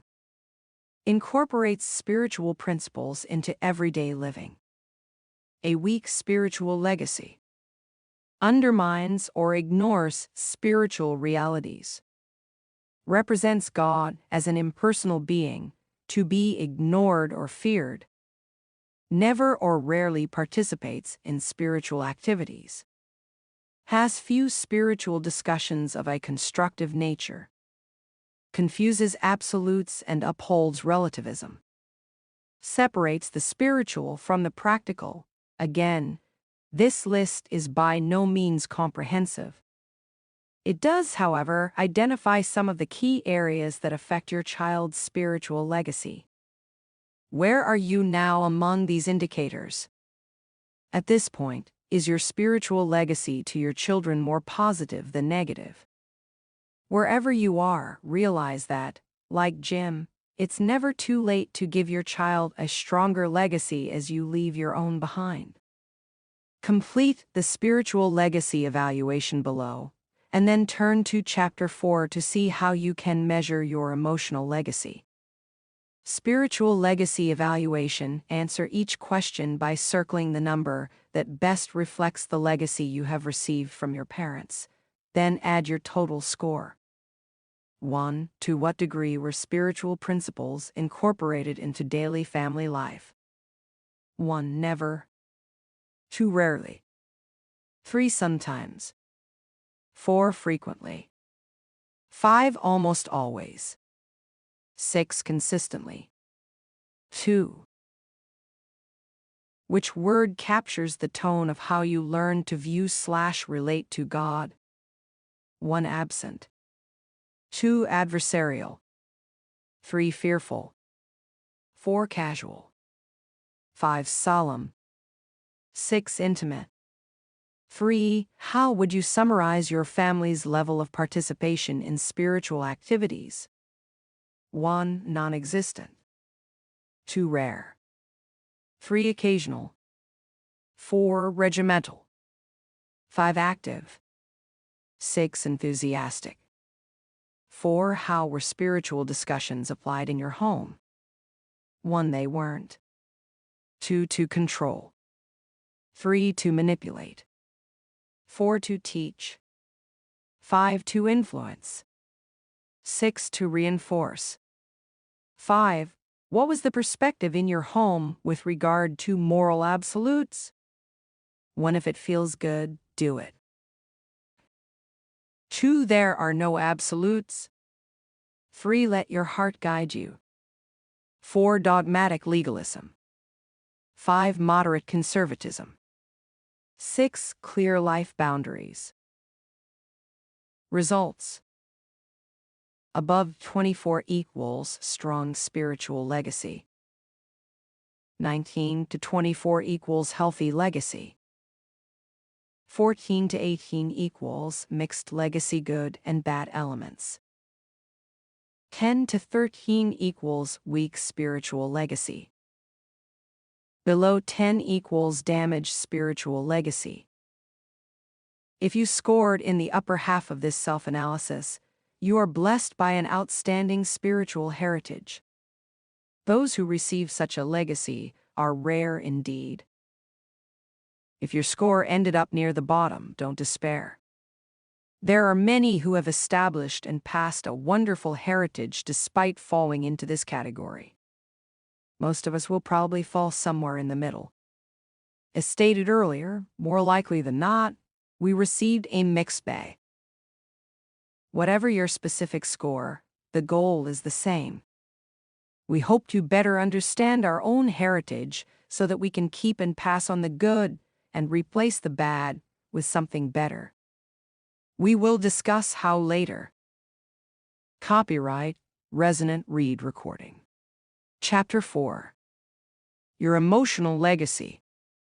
The radio tower at Detroit's Metropolitan Airport cleared Flight 255 for departure, and Captain John R. Mouse, 57, taxied the jetliner onto runway 3 Center North.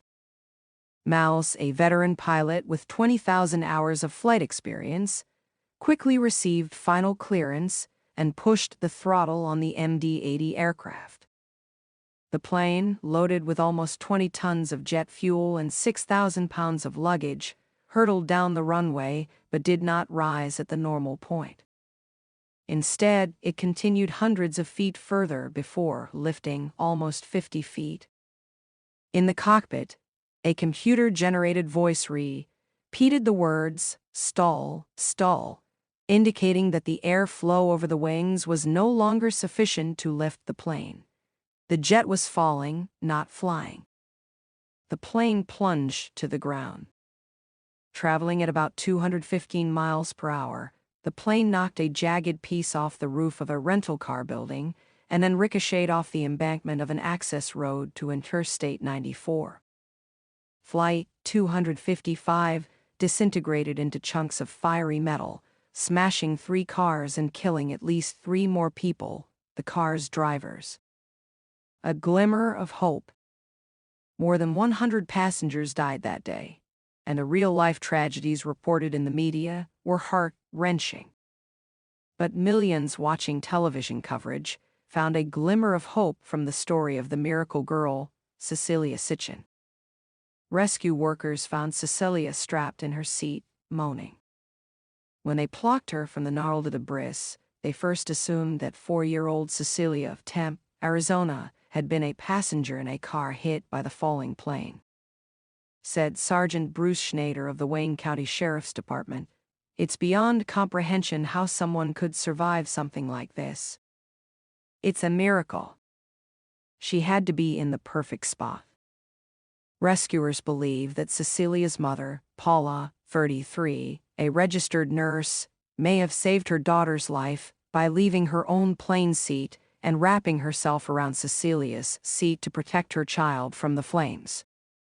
The mother died in the crash along with Cecilia's father, Michael, and 6-year-old brother David.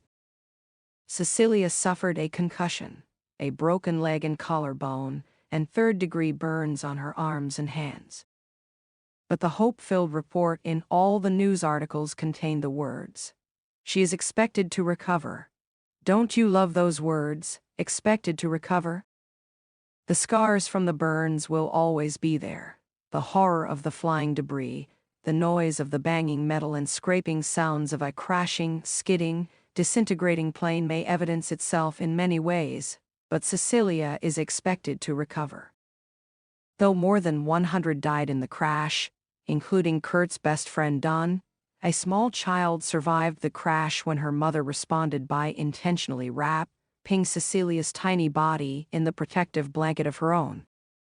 Recognizing that she couldn't stop the tragedy from occurring, she did her best to engulf her daughter in an environment that would increase her chances for survival.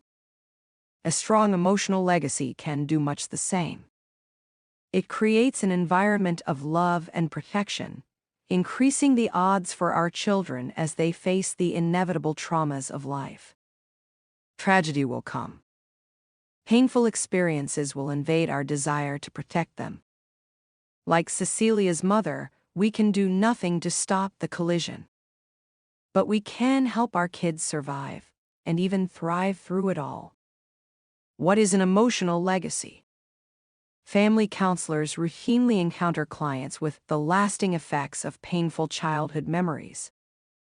People from all walks of life struggle to overcome a negative emotional legacy, which hinders their ability to cope with the inevitable struggles of life.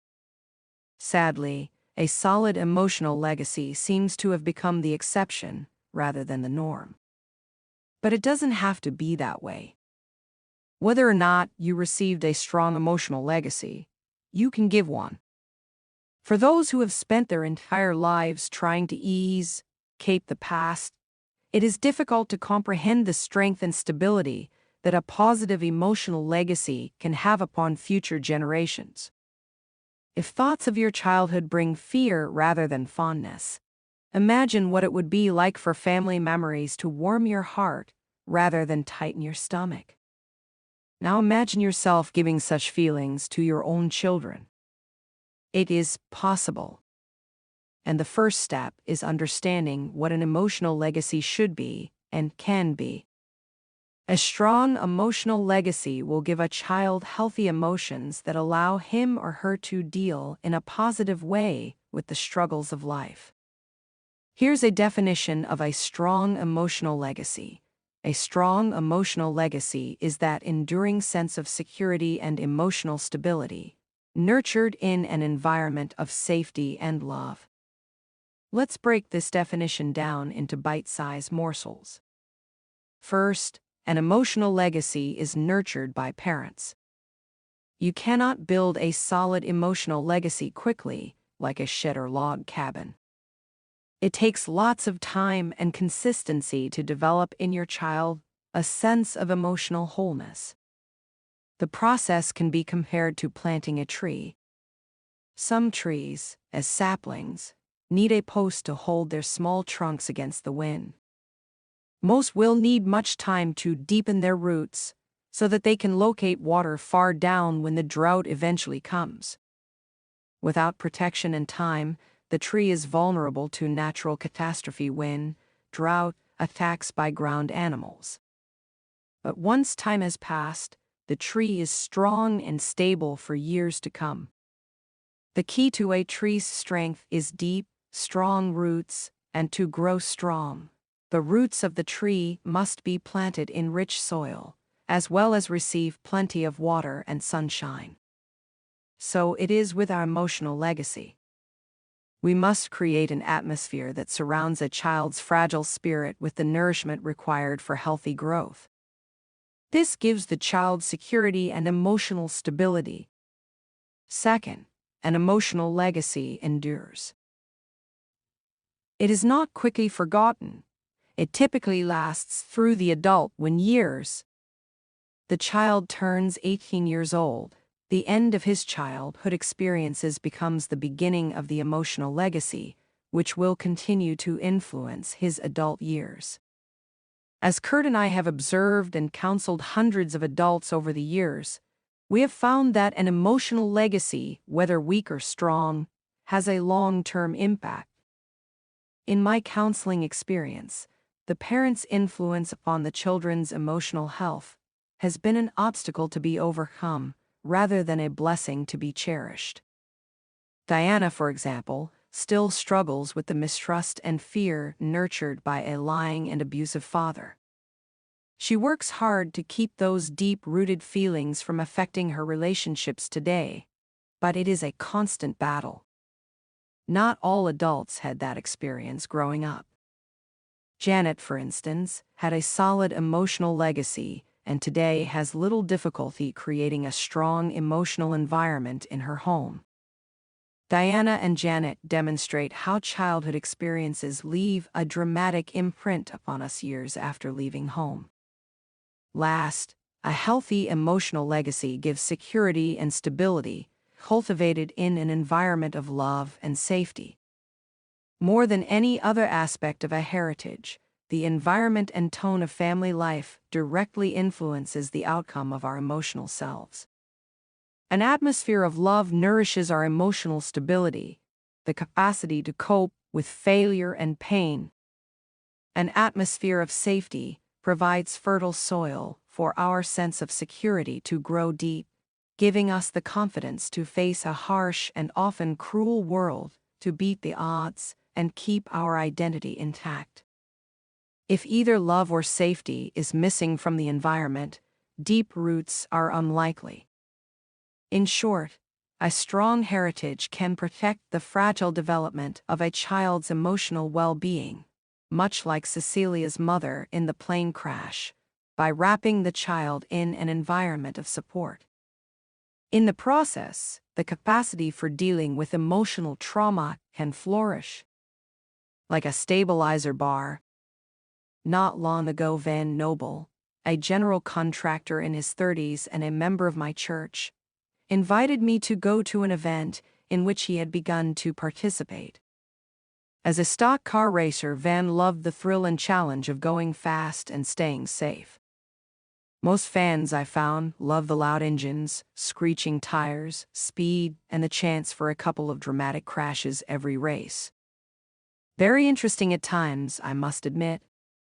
How in the world can a driver throw his car into a dangerous curve on the track, with the back end fishtailing and other cars hurling toward him at more than 100 miles per hour? I wondered. It doesn't seem very rational. If I wanted that kind of stress, why not just adopt a junior hire and raise him? So I asked Van, what keeps the car from crashing and burning at times like that? My stabilizer bar, he answered. Affixed somewhere on the sophisticated suspension of his car is a vital part called the stabilizer bar. Of course, it's not the only thing that creates stability, but it is important. It keeps the car from swaying excessively while leaning into a horseshoe turn. It keeps the vehicle manageable as the car roars around dangerous curves with both sets of wheels firmly on the asphalt. The emotional element of the heritage core is like an auto stabilizer bar. The emotions are to act as a stabilizer to the spiritual and social components. Many a relationship has been lost because of unstable emotions, which produced irrational thinking and actions. Spiritual lives crash and burn each day while trying to navigate harsh circumstances thrown at them. Why? Because as children growing up, their emotions at some point were impaired. Now, as adults, without the emotional health to give stability, the other two elements are pushed to the breaking point. As a result, either their relationships or spiritual lives, often both, are abandoned. In Chapter 1, we met Sarah, who as a teenager had rejected the heritage of her home.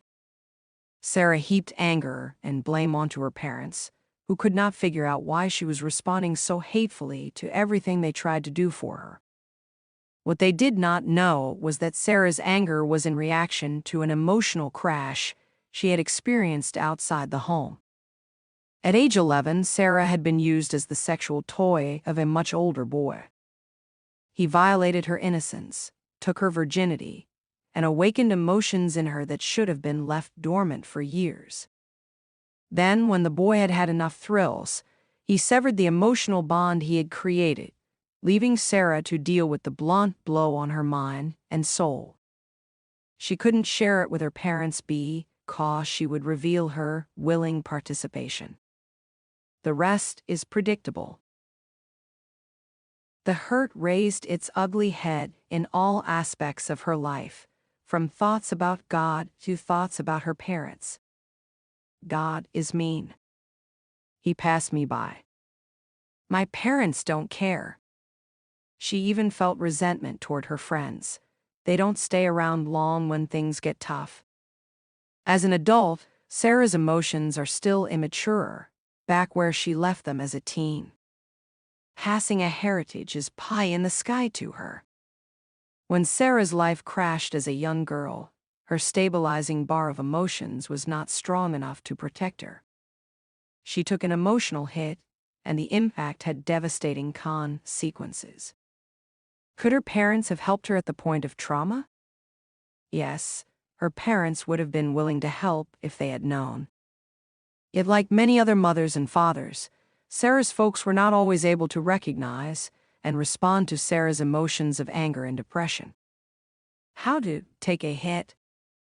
Some of us seem to absorb an emotional hit better than others.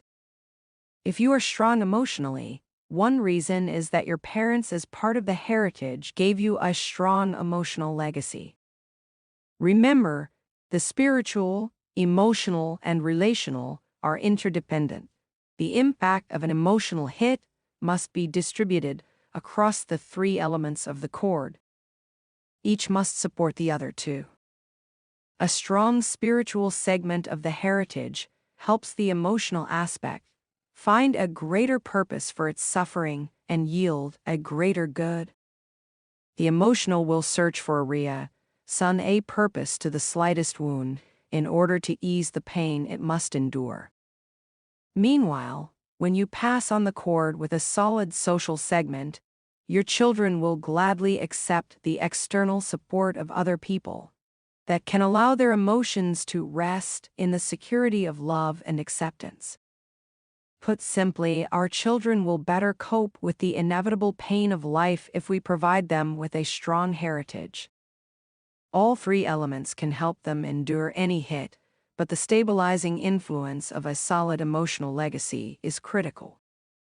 Our emotions and our children's can be damaged growing up by many things, including abuse, mistreatment, or unfairness at school, even the taunting of classmates. Often the response is to give up, to trust others no more, to withdraw. As one lady, whom I'll call Sally, told me, I have been wounded so many times that I learned to shut my emotions down.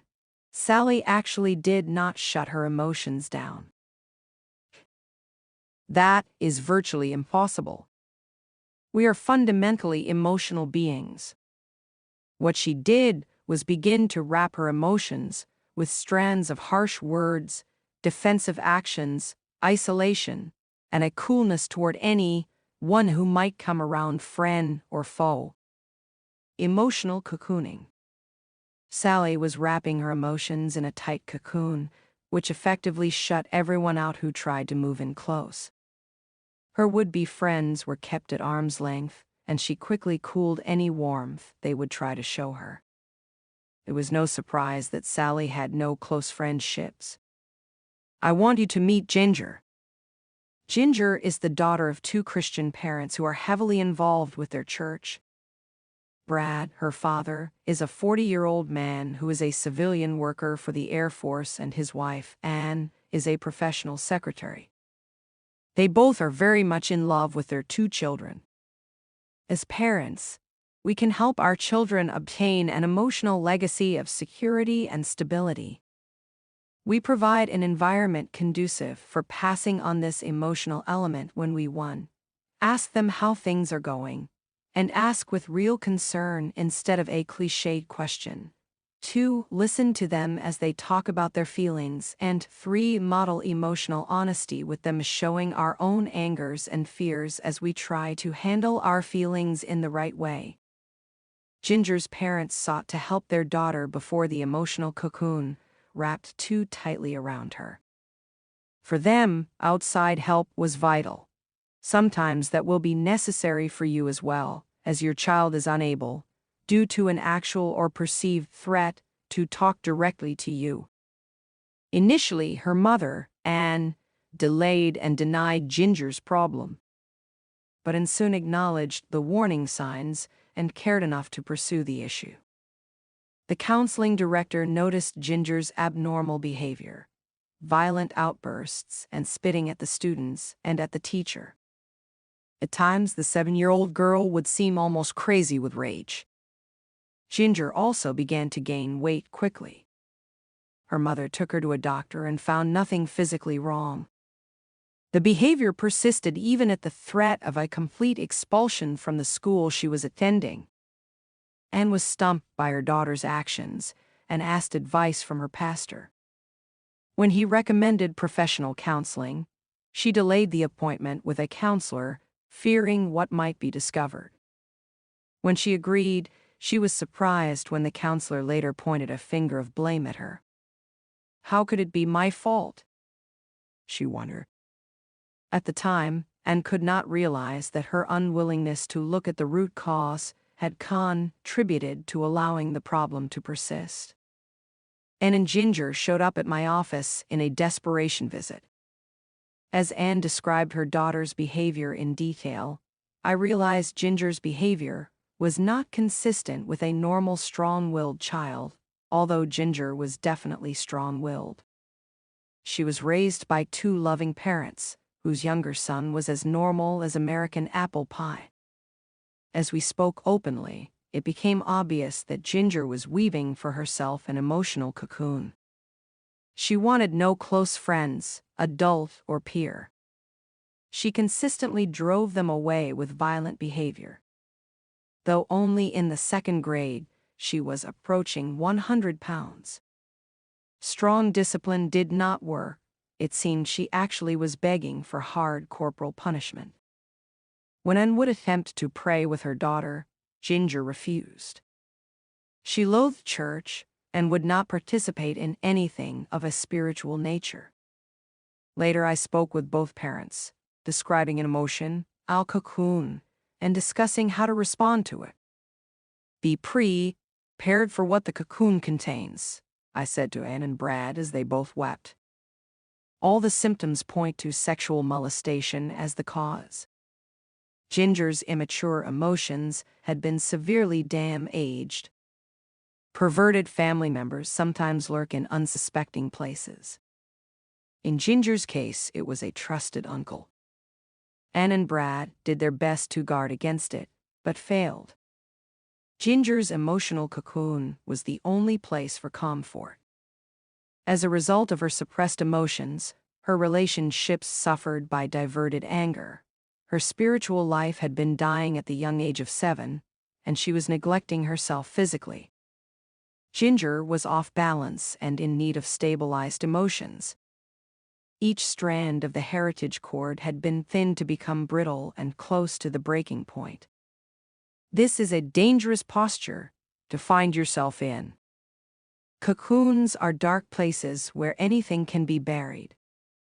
The trauma of emotional injury seeks out dark, damp spots within the cocoon in which to hide. In case you think Ginger's response is unusual, realize that emotional cocooning is a normal human experience. Ginger's was extreme, of course, but we all like to hide in cocoons to a certain extent. Protective cocoons are particularly tempting when our emotions become fragile. Spend time with any group of children and you can pick out most immediately the ones who are wearing a protection for their emotions. They only reveal a portion of how they feel in a crowd until they can survey the intent and direction of that group of people.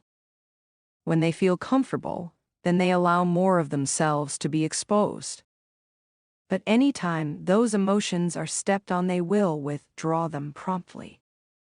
Inside that cocoon we will put things that we feel we must hide. For Ginger, she had within her cocoon the hurt of molestation. She feared men. She dwelt on the harm, she dreamed of the harm, but she would not share it with anyone.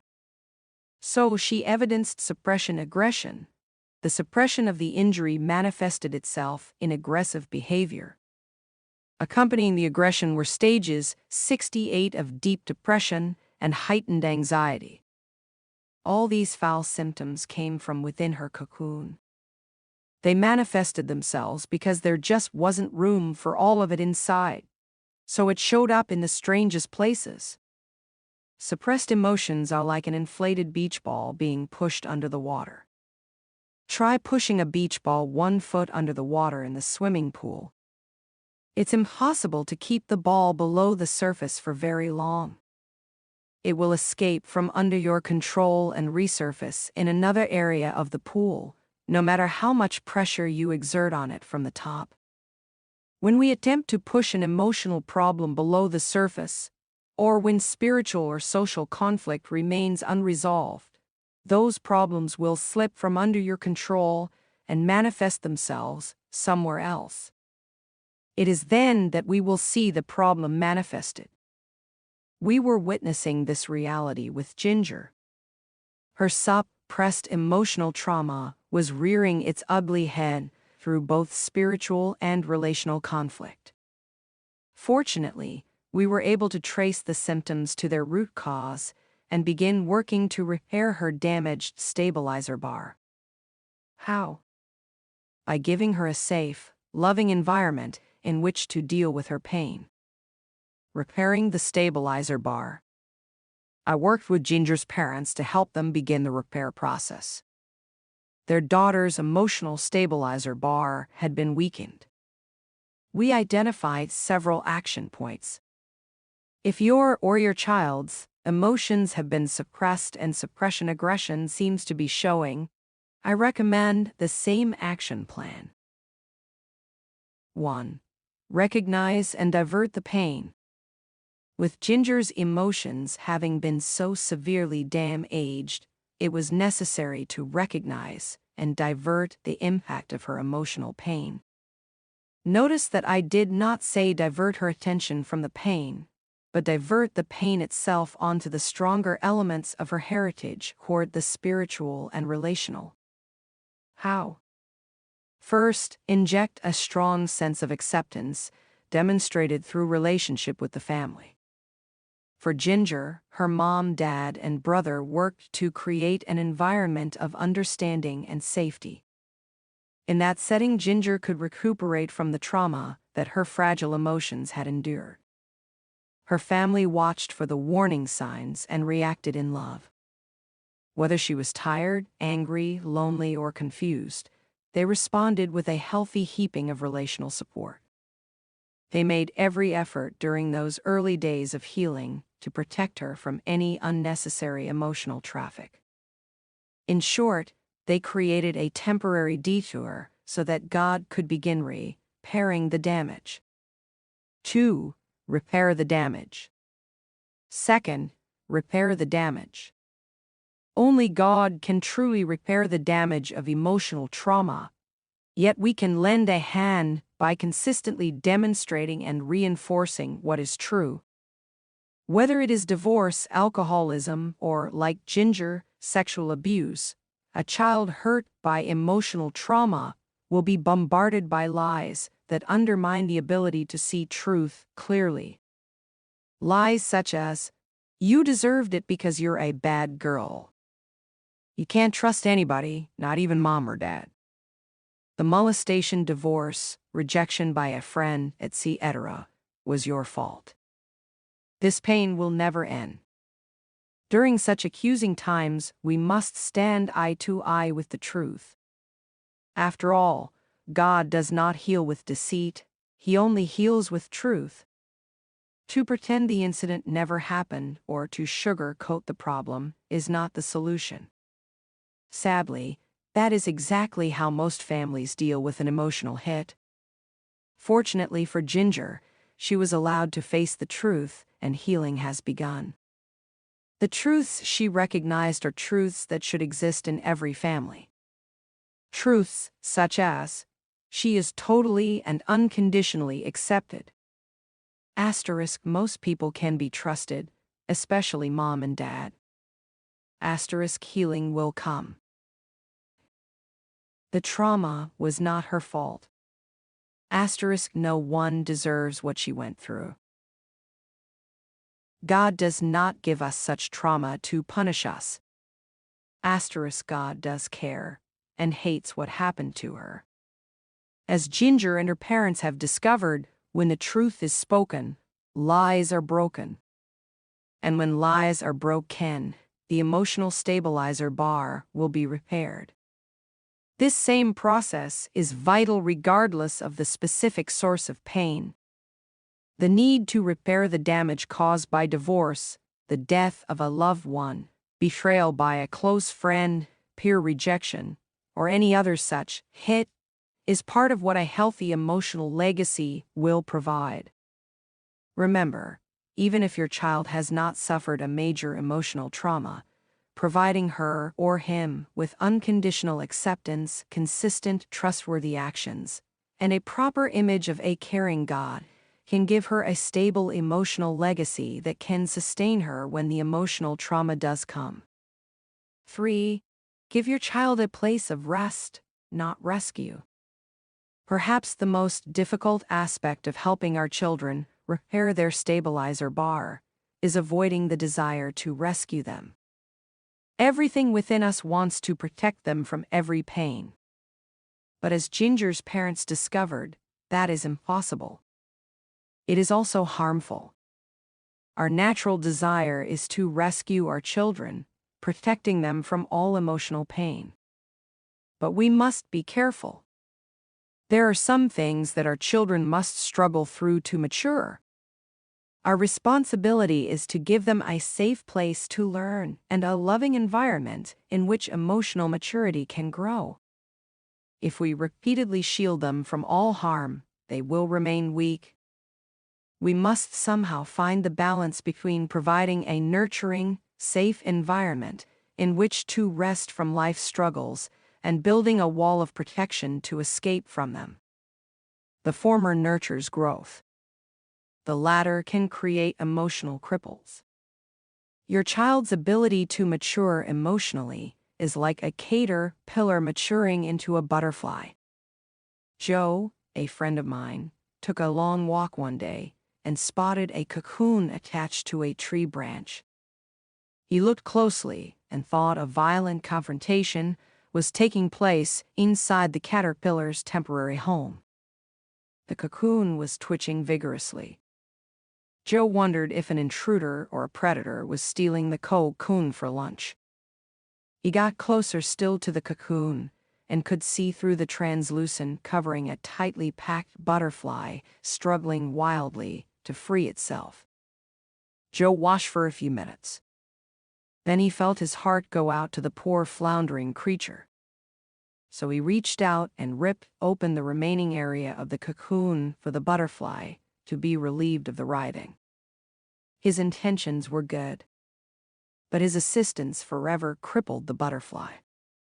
Joe did not know that through the struggle the butterfly was strengthening its wings. As the fragile creature struggled in the difficult process of breaking free, it exercised its furled wings, pumping blood into the two appendages. The butterfly prepares for flight by his furious and wearying process of pumping its wings. Sadly, Joe's efforts had served to doom the very life he intended to save. We must not rescue our children from their every crisis. Part of growing up demands that they learn to deal with crises themselves. But we can and should help them by providing a refuge when they come to us and help if they ask. This is how our children mature into independent, strong adults.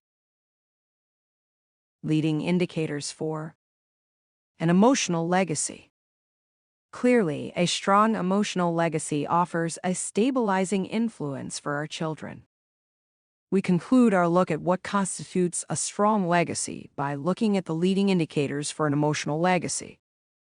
What should we strive for, and what should we avoid in the process of creating an environment of love and security? A strong emotional legacy provides a safe environment in which deep emotional roots can grow. fosters confidence through stability, conveys a tone of trusting support, nurtures a strong sense of positive identity, creates a resting place for the soul, demonstrates unconditional love. A weak emotional legacy breeds insecurity and shallow emotional development, fosters fearfulness through instability, conveys a tone of mistrust, criticism, or apathy, undermines a healthy sense of personal worth, causes inward turmoil, communicates that a person doesn't measure up. Such a comparison is not designed to discourage those who had more weak than strong in their legacy. Nor is the intent to drive us to point an accusing finger at our parents. The past is the past, and it cannot be changed. It can, however, show us how to create a strong emotional legacy for our children, and show us where we are now in passing a healthy emotional legacy on to our children. Evaluating your legacy. Were you given a strong or a weak emotional legacy? As with the spiritual legacy evaluation in the previous chapter, take a few minutes to complete the emotional legacy evaluation. As you answer the following questions, note that a strong emotional legacy is even more rare than a solid spiritual legacy for several reasons. First, there is no user's manual for parents on how to create an environment which fosters the positive characteristics we've identified. Second, even if there were, emotions are tricky things, and we vary from person to person in how we experience the circumstances of life.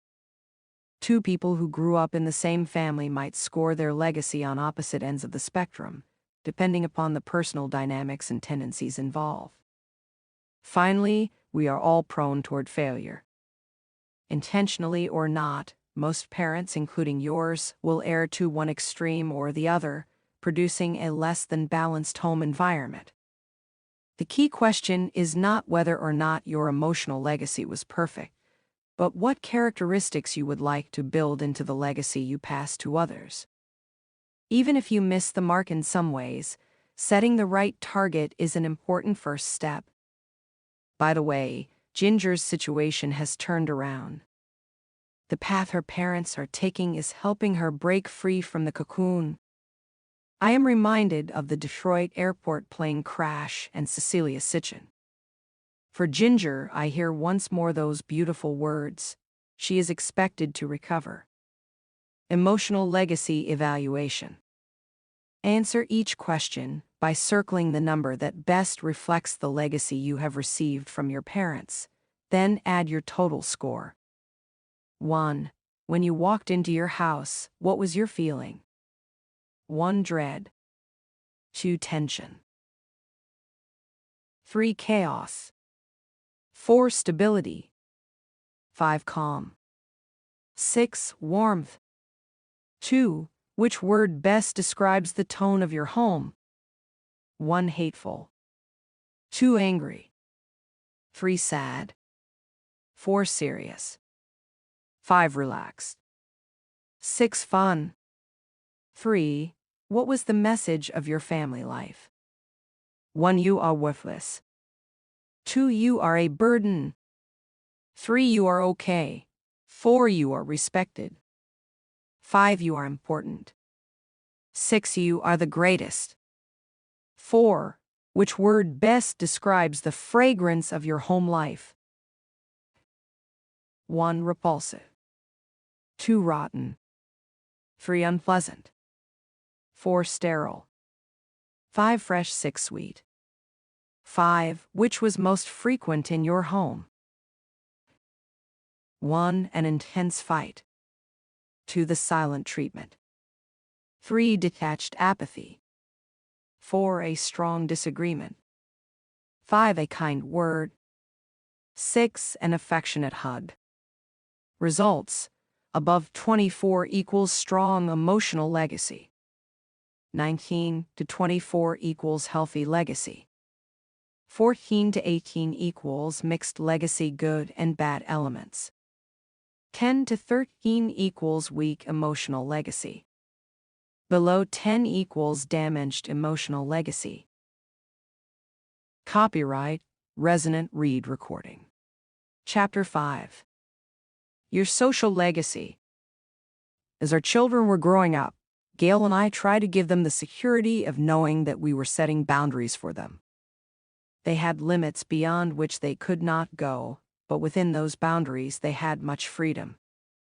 We set perimeters for almost every area of their lives. That was our responsibility. One of the most difficult challenges in that process was setting clearly defined borders on relationships. Proper relationships are important, both within the family and with friends outside the home. Your relationships during the childhood years contribute to your social legacy, and nowhere are proper social interaction and relationship demonstrated better than in the home. Here you learned, and your own children will learn lessons about respect, love, courtesy, and involvement.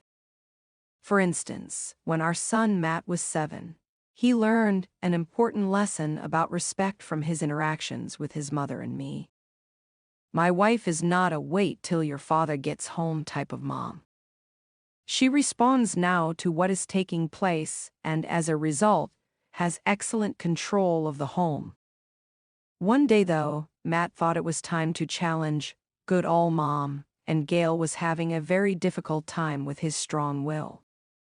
I heard him say something to his mother, and more than Matt's words, I heard his sharp tone of disrespect. I decided to put myself in the middle of the confrontation. Son, she may be your mom, but she is my wife. I don't allow anyone to talk to my wife like that, and I won't allow you to either. Immediately, his attitude changed. When he realized his mother and I were in this episode together, that we were on the same side against his rotten attitude, his posture changed. As a matter of fact, he never gave his mother that kind of trouble again. He saw us unify. He realized that to defy one of us was to defy us both, an important point for kids to understand. A few weeks later, my wife and I were in our bedroom, having an intense disagreement over some unimportant issue. Each of us felt strongly about our own particular position. I explained to her in a no uncertain tone of voice my position. Just then, Matt stuck his head in the doorway, focused his eyes on me, and said playfully, "She may be your wife, but she is my mom," and I think he got the point, and so did I. What is a social legacy?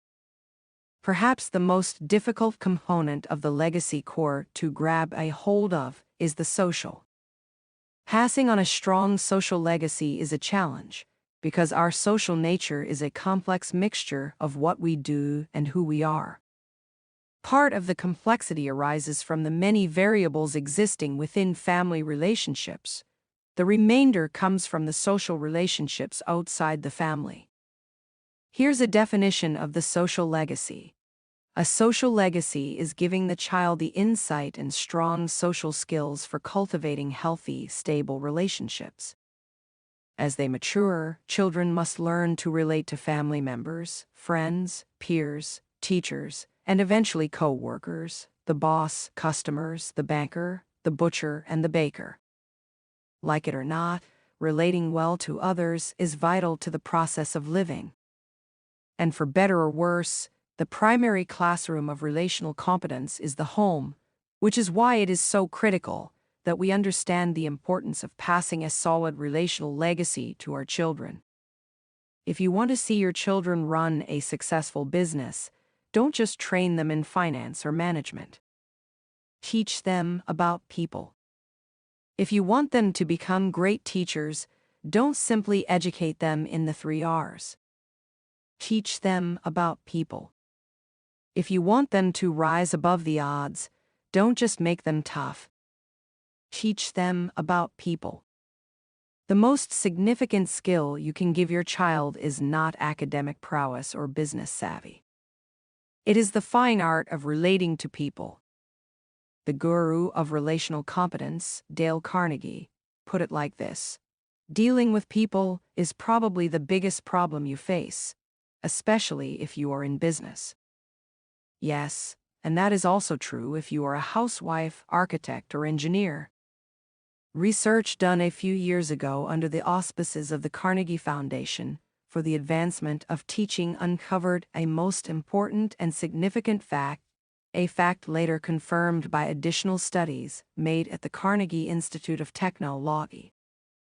These investigations revealed that even in such technical lines as engineering, about 15% of one's financial success is due to one's technical knowledge, and about 85% is due to skill in human engineering to personality and the ability to lead people.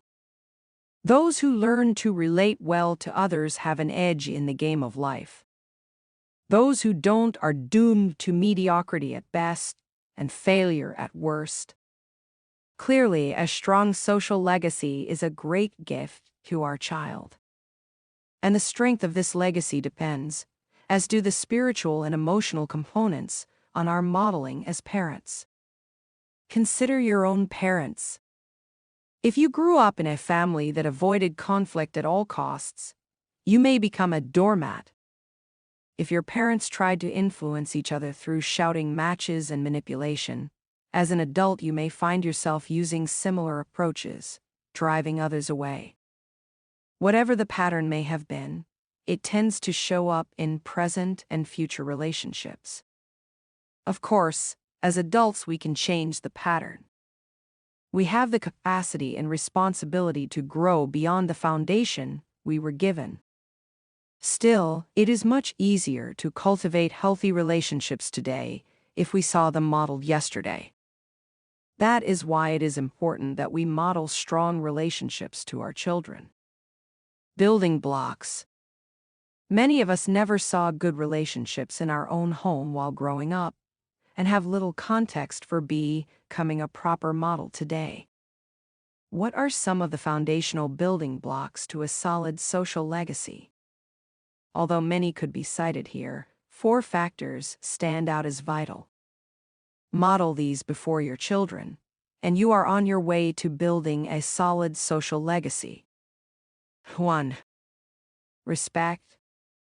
As we saw in Chapter 3, Billy had a weak spiritual legacy, which contributed to his anger and foul speech. But his appetite for stealing, brawling, and abusing his wife came directly from his lack of a solid social legacy. Neither his father nor his mother had any desire to build a relationship with their son. They did not respect him. They did not respect each other. They really did not even respect themselves. As a result, Billy inherited disrespect for others, including his own wife, whom he said he loved. Respect begins within each individual and works its way out to others. If I do not respect myself, I certainly have no reason to respect anyone else. If I do not respect my possessions, I will not respect the possessions of others. Billy respected nothing and nobody, so his lack of respect led him to take anything belonging to anybody. There is a reason that God told Adam to keep and dress the garden. We develop a healthy respect for that which we put effort into. Adam could sit back after a hard day of work in the garden and appreciate his efforts. That time of reflection created within him a deepening desire to build and not tear down. Adam established a relationship to his property that taught him to appreciate the effort someone else may put into his property. Billy never learned that principle. He told me, "What I possessed I got without ever trying." I never needed to sit at the end of a day and reflect on what I had accomplished. In fact, I mocked and laughed at those I had duped and ripped off. At an early age, this element in the social should be taught. A healthy respect for self will help our children to develop their own talents. Respect for property will ward off vandalism and stealing. Respect for their own bodies will help them respect the person of others. Morality moves to the forefront when our children learn their bodies are not to be instruments of pleasure and self-gratification. 1 Corinthians 6:18-20. We will discuss how to foster an environment of respect among our children in Chapter 7, where we examine the family fragrance. 2. Responsibility. Respect leads to responsibility, the second factor in creating a social legacy. Respect fosters responsibility. If I respect my right to ownership, then I take on the responsibility of caring for what I own, and I realize and respect the responsibility for what others possess. Conversely, remove respect and the resulting desire to be responsible for what we have, and a different R enters the equation. We begin to scream about rights. When we do not treat our surroundings with a healthy respect, when we do not want to take on responsibility, then the easiest word to grab for is our rights. The breakdown of respect and responsibility has led our nation into a wasteland where everyone is yelling for his rights. We hold marches, we attend rallies, we scan the legal system for loopholes. We all want our rights. If anyone had a reason to claim his rights, it was Jim, a young man at Becky's wedding. His father left the family to follow after sensual pleasures, while Jim was still very young. His mother reacted by turning inward, becoming consumed with her own loneliness and suffering, leaving Jim to practically raise himself. Nobody in his family would take on the responsibility of passing a heritage down to him. Jim had the right to continue a negative, self-centered pattern.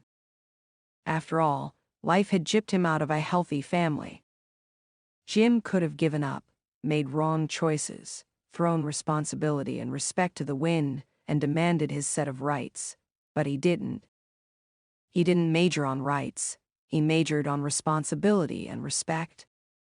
Today, Jim is a model of responsible manhood for his wife, young son, and others. The cycle has been broken, all because Jim refused to claim his rights and accepted his responsibility. Someone accurately observed that if we have the Statue of Liberty on the East Coast, maybe we should erect a statue of responsibility on the West Coast.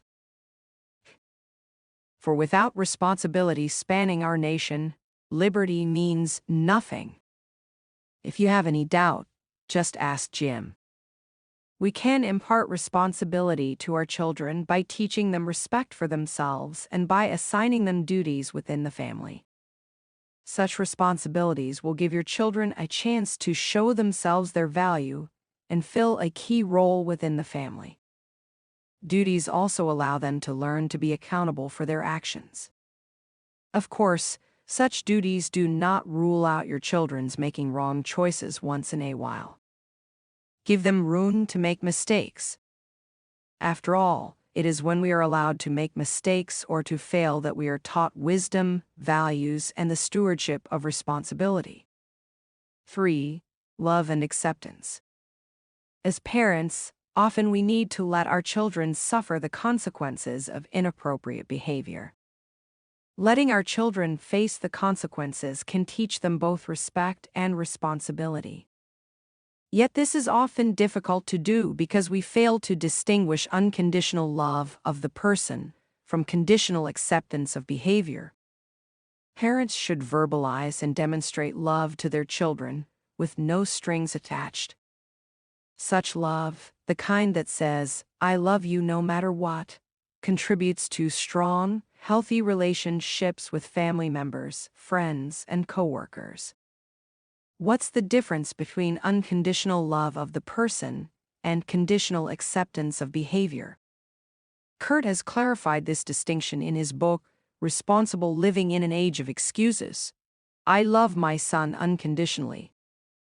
No matter what he does throughout his lifetime, I will love him. However, there will be times when I will be unable to accept his behavior. Because I love him, I will discipline wrong actions and attitudes. Yet, My conditional acceptance of his choices will not detract from my unconditional love of his person.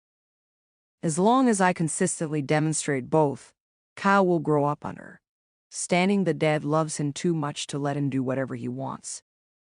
Kurt noted that God deals with his own children in the same manner. He demonstrates unconditional love by providing salvation for all, Romans 5:8. Yet he demonstrates conditional acceptance by disciplining sinful behavior, Hebrews 12:6. Similarly, in our relationships with our children and in every healthy relationship, we must balance unconditional love with conditional acceptance of behavior. We should expect our children to obey because it is what's right. And because we love them so fully, we want what is right for them. When they disobey, we should not hold them back from the natural consequence of their wrongful behavior. As Kurt wrote, although it is impossible to prevent those we love from making foolish or sinful choices, we can allow them to suffer the consequences of their behavior. When we protect others from the consequences of foolish living, we prevent their maturation and ensure continued folly. If they burn themselves, however, they may realize the danger of playing with matches, and we may prevent a forest fire. Part of giving a solid relational legacy includes making sure our kids know they are totally, unconditionally loved. But at the same time, we must be certain they realize that some behaviors will not be accepted. One way to do this is to establish and enforce rules in the context of a loving, supportive relationship. 4. Borders. Setting borders is not just helpful for a strong relationship. It is essential for the social welfare of our children. A Minnesota Crime Commission report offered this assessment of children and delinquency. Every baby starts life as a little savage. He is completely selfish and self-centered.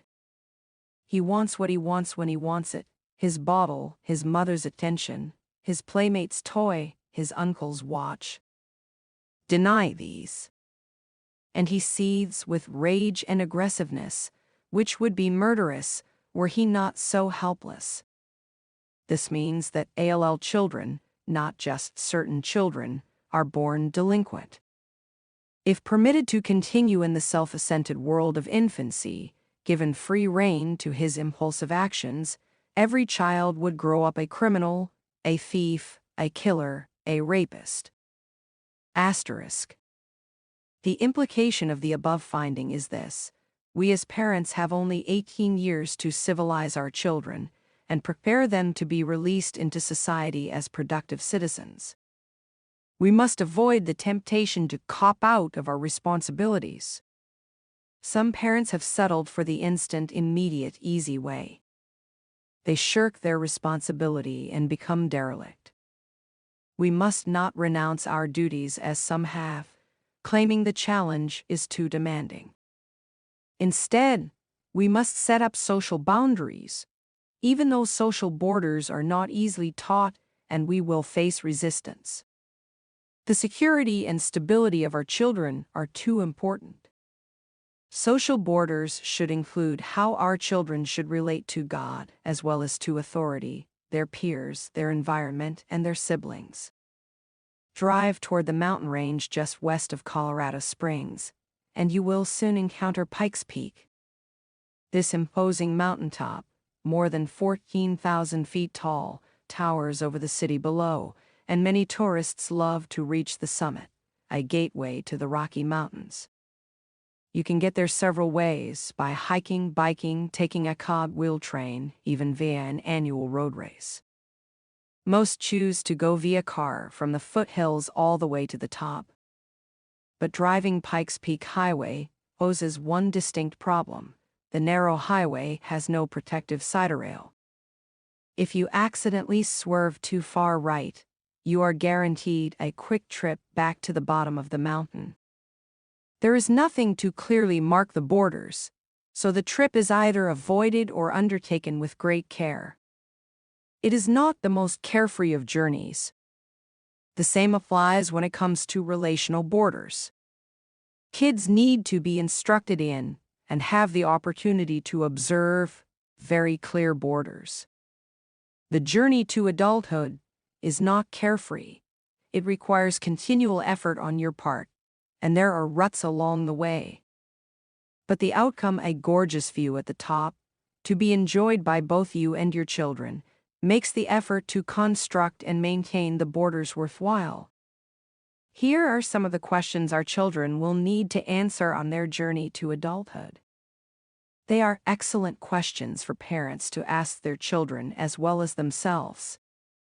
They will help you to establish proper boundaries in your home that every member can learn to respect.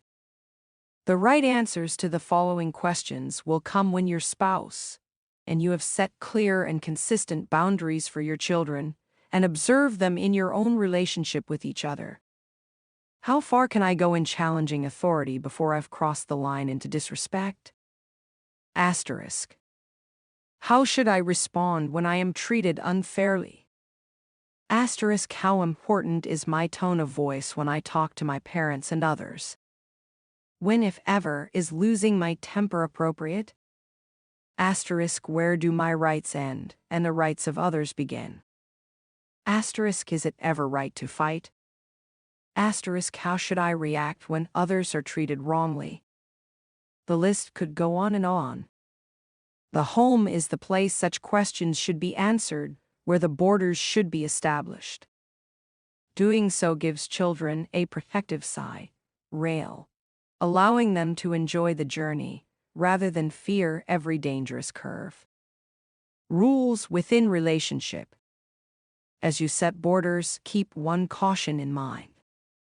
Because they are typically expressed as rules, borders are respected best when they are given with love. Jason, for example, learned right from wrong while growing up.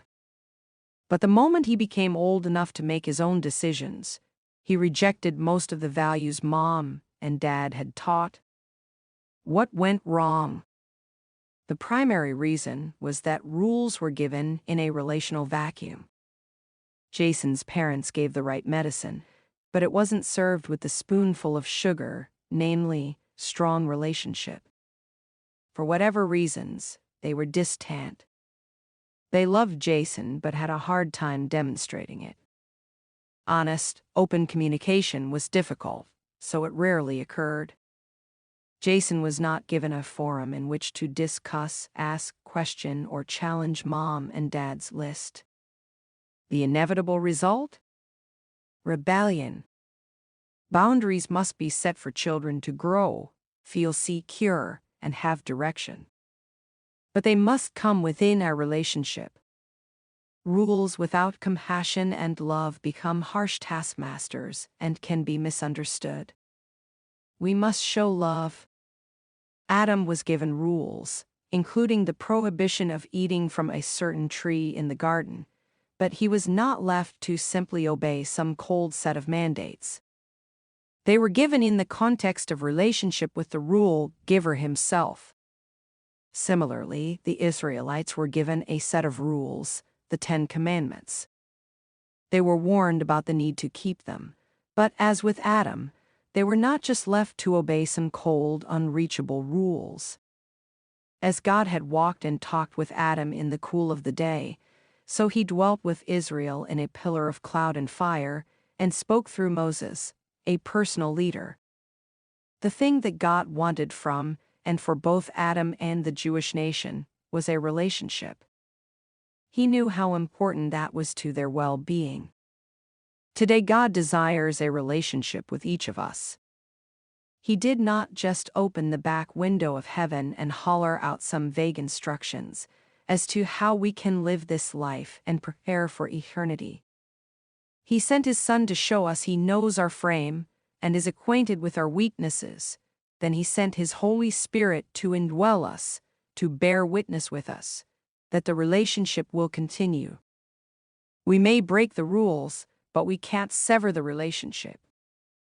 It is that relationship with the Creator that makes us, out of love, heed the rules. You see, Rules without a relationship usually lead to rebellion.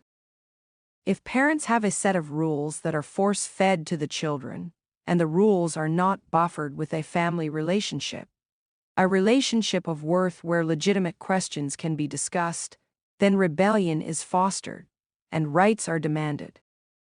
On the other hand, if the same family has the same set of rules that are polished by a warm, unconditional, accepting relationship, respect is fostered and responsibility is accepted. The leading indicators for a social legacy. Once again, a strong social legacy provides the foundation for cultivating healthy, stable relationships. We've touched upon several aspects of this process already. Let's briefly list some of the leading indicators we should be instilling in our own children before evaluating the social legacy we've inherited. A strong social legacy. Asterisk sets clear borders on how to appropriately treat others. Asterisk teaches respect for all people. Instills a sense of responsibility for the feelings and property of others. Balances unconditional love for the person with conditional acceptance of behavior. Asterisk enforces rules in the context of a loving relationship. Models clear and sensitive communication skills. A weak social legacy. Asterisk causes confusion regarding what is appropriate treatment and what is not. Asterisk treats others with disrespect. Asterisk follows a survival of the fittest perspective. Accepts wrong behavior in the name of love. Asterisk is dictatorial, enforcing rules for their own sake. Asterisk models poor interpersonal communication. Which of the two extremes is closer to reality for you at this time? More important, which represents what you want to give from this day forward? Evaluating your legacy. Let's take a look at the social legacy you were given in order to evaluate the relative strength of this element of your cord. Complete the social legacy evaluation on the next page, remembering that, like the evaluations in the 2 previous chapters, this exercise is designed to help focus your attention on both the good and bad elements of your heritage. No one received a perfect heritage. In fact, if you score well on even 1 or 2 of the 3, you beat the odds. Sadly, a strong heritage is the exception, not the norm. Here's a final reminder as you consider your legacy evaluation scores in chapters 3 to 5. If 1 or 2 of the scores are very weak, don't give up on your ability to pass along a new, stronger heritage in place of the one you received. Some feel if part of their heritage is weak, they must reject the whole thing. Remember Sarah? She was given a wonderful spiritual heritage, yet she rejected it. Why? Because her relational legacy was weak, driving her to rebellion. Unable to distinguish one strand of the cord from another, she rejected it all. Bad move on her part. Frank, on the other hand, was given a terrific relational and emotional legacy, but left them behind. Why? Because his parents failed to give him a spiritual foundation. So, when he became a Christian as a young adult, he began viewing everything his parents did as substandard. That is unfortunate. His parents did a great job on 2 aspects of the heritage. Frank should have kept the good and built upon it, rather than reject it all. The point is this: while it is dangerous to overly divide the spiritual, emotional, and relational aspects of our heritage, it can also be helpful. It allows us to identify and replace the bad, while keeping and building upon the good. And remember, many of us received some of both. And even if we didn't, all of us can start afresh today. Social legacy evaluation. Answer each question by circling the number that best reflects the legacy you have received from your parents. Then add your total score. 1. Which words most closely resemble the social tone of your family? 1. Cruel and abusive. 2. Cutting sarcasm. 3. Chaotic and distant. 4. Non-communicative but stable. 5. Secure with open communication. 6. Loving and fun. 2. What was the message of your home life with regard to relationships? 1. Step on others to get your way. 2. Hurt them if they hurt you. 3. Demand your rights. 4. Mind your own business. 5. Treat others with respect. 6. Put others before yourself. 3. How were rules set and enforced in your home? 1. Independent of relationship. 2. In reaction to parental stress. 3. Dictatorially. 4. Inconsistently. 5. Out of concern for my well-being. 6. In the context of a loving relationship. 4. Which word best characterizes the tone of communication in your home? 1. Shouting. 2. Manipulation. 3. Confusing. 4. Clear. 5. Constructive. 6. Courteous. 5. How did your family deal with wrong behavior? 1. Subtle reinforcement. 2. Accepted in the name of love. 3. Guilt trip. 4. Severe punishment. 5. Discussion. 6. Loving, firm discipline. Results. Above 24 equals strong social legacy. 19 to 24 equals healthy legacy.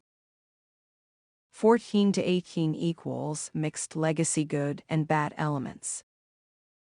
10 to 13 equals weak social legacy. Below 10 equals damaged social legacy. Copyright, Resonant Read Recording. Chapter 6. Choosing what you will wear. Shari, a beautiful young lady in her 20s, did not like the spotlight too much. Yet she could perform on stage with the most talented and contribute tons of support. I will never forget her big, beautiful dark eyes and her toothy white smile that could win any heart. Shari let me in on a secret one day as we worked together toward the completion of a project for a Christmas drama. "I'm going to begin searching for my dad," she said. "What?" I asked in disbelief. "I know your dad. I see him at church once in a while. He is my stepdad," Shari said, setting things straight.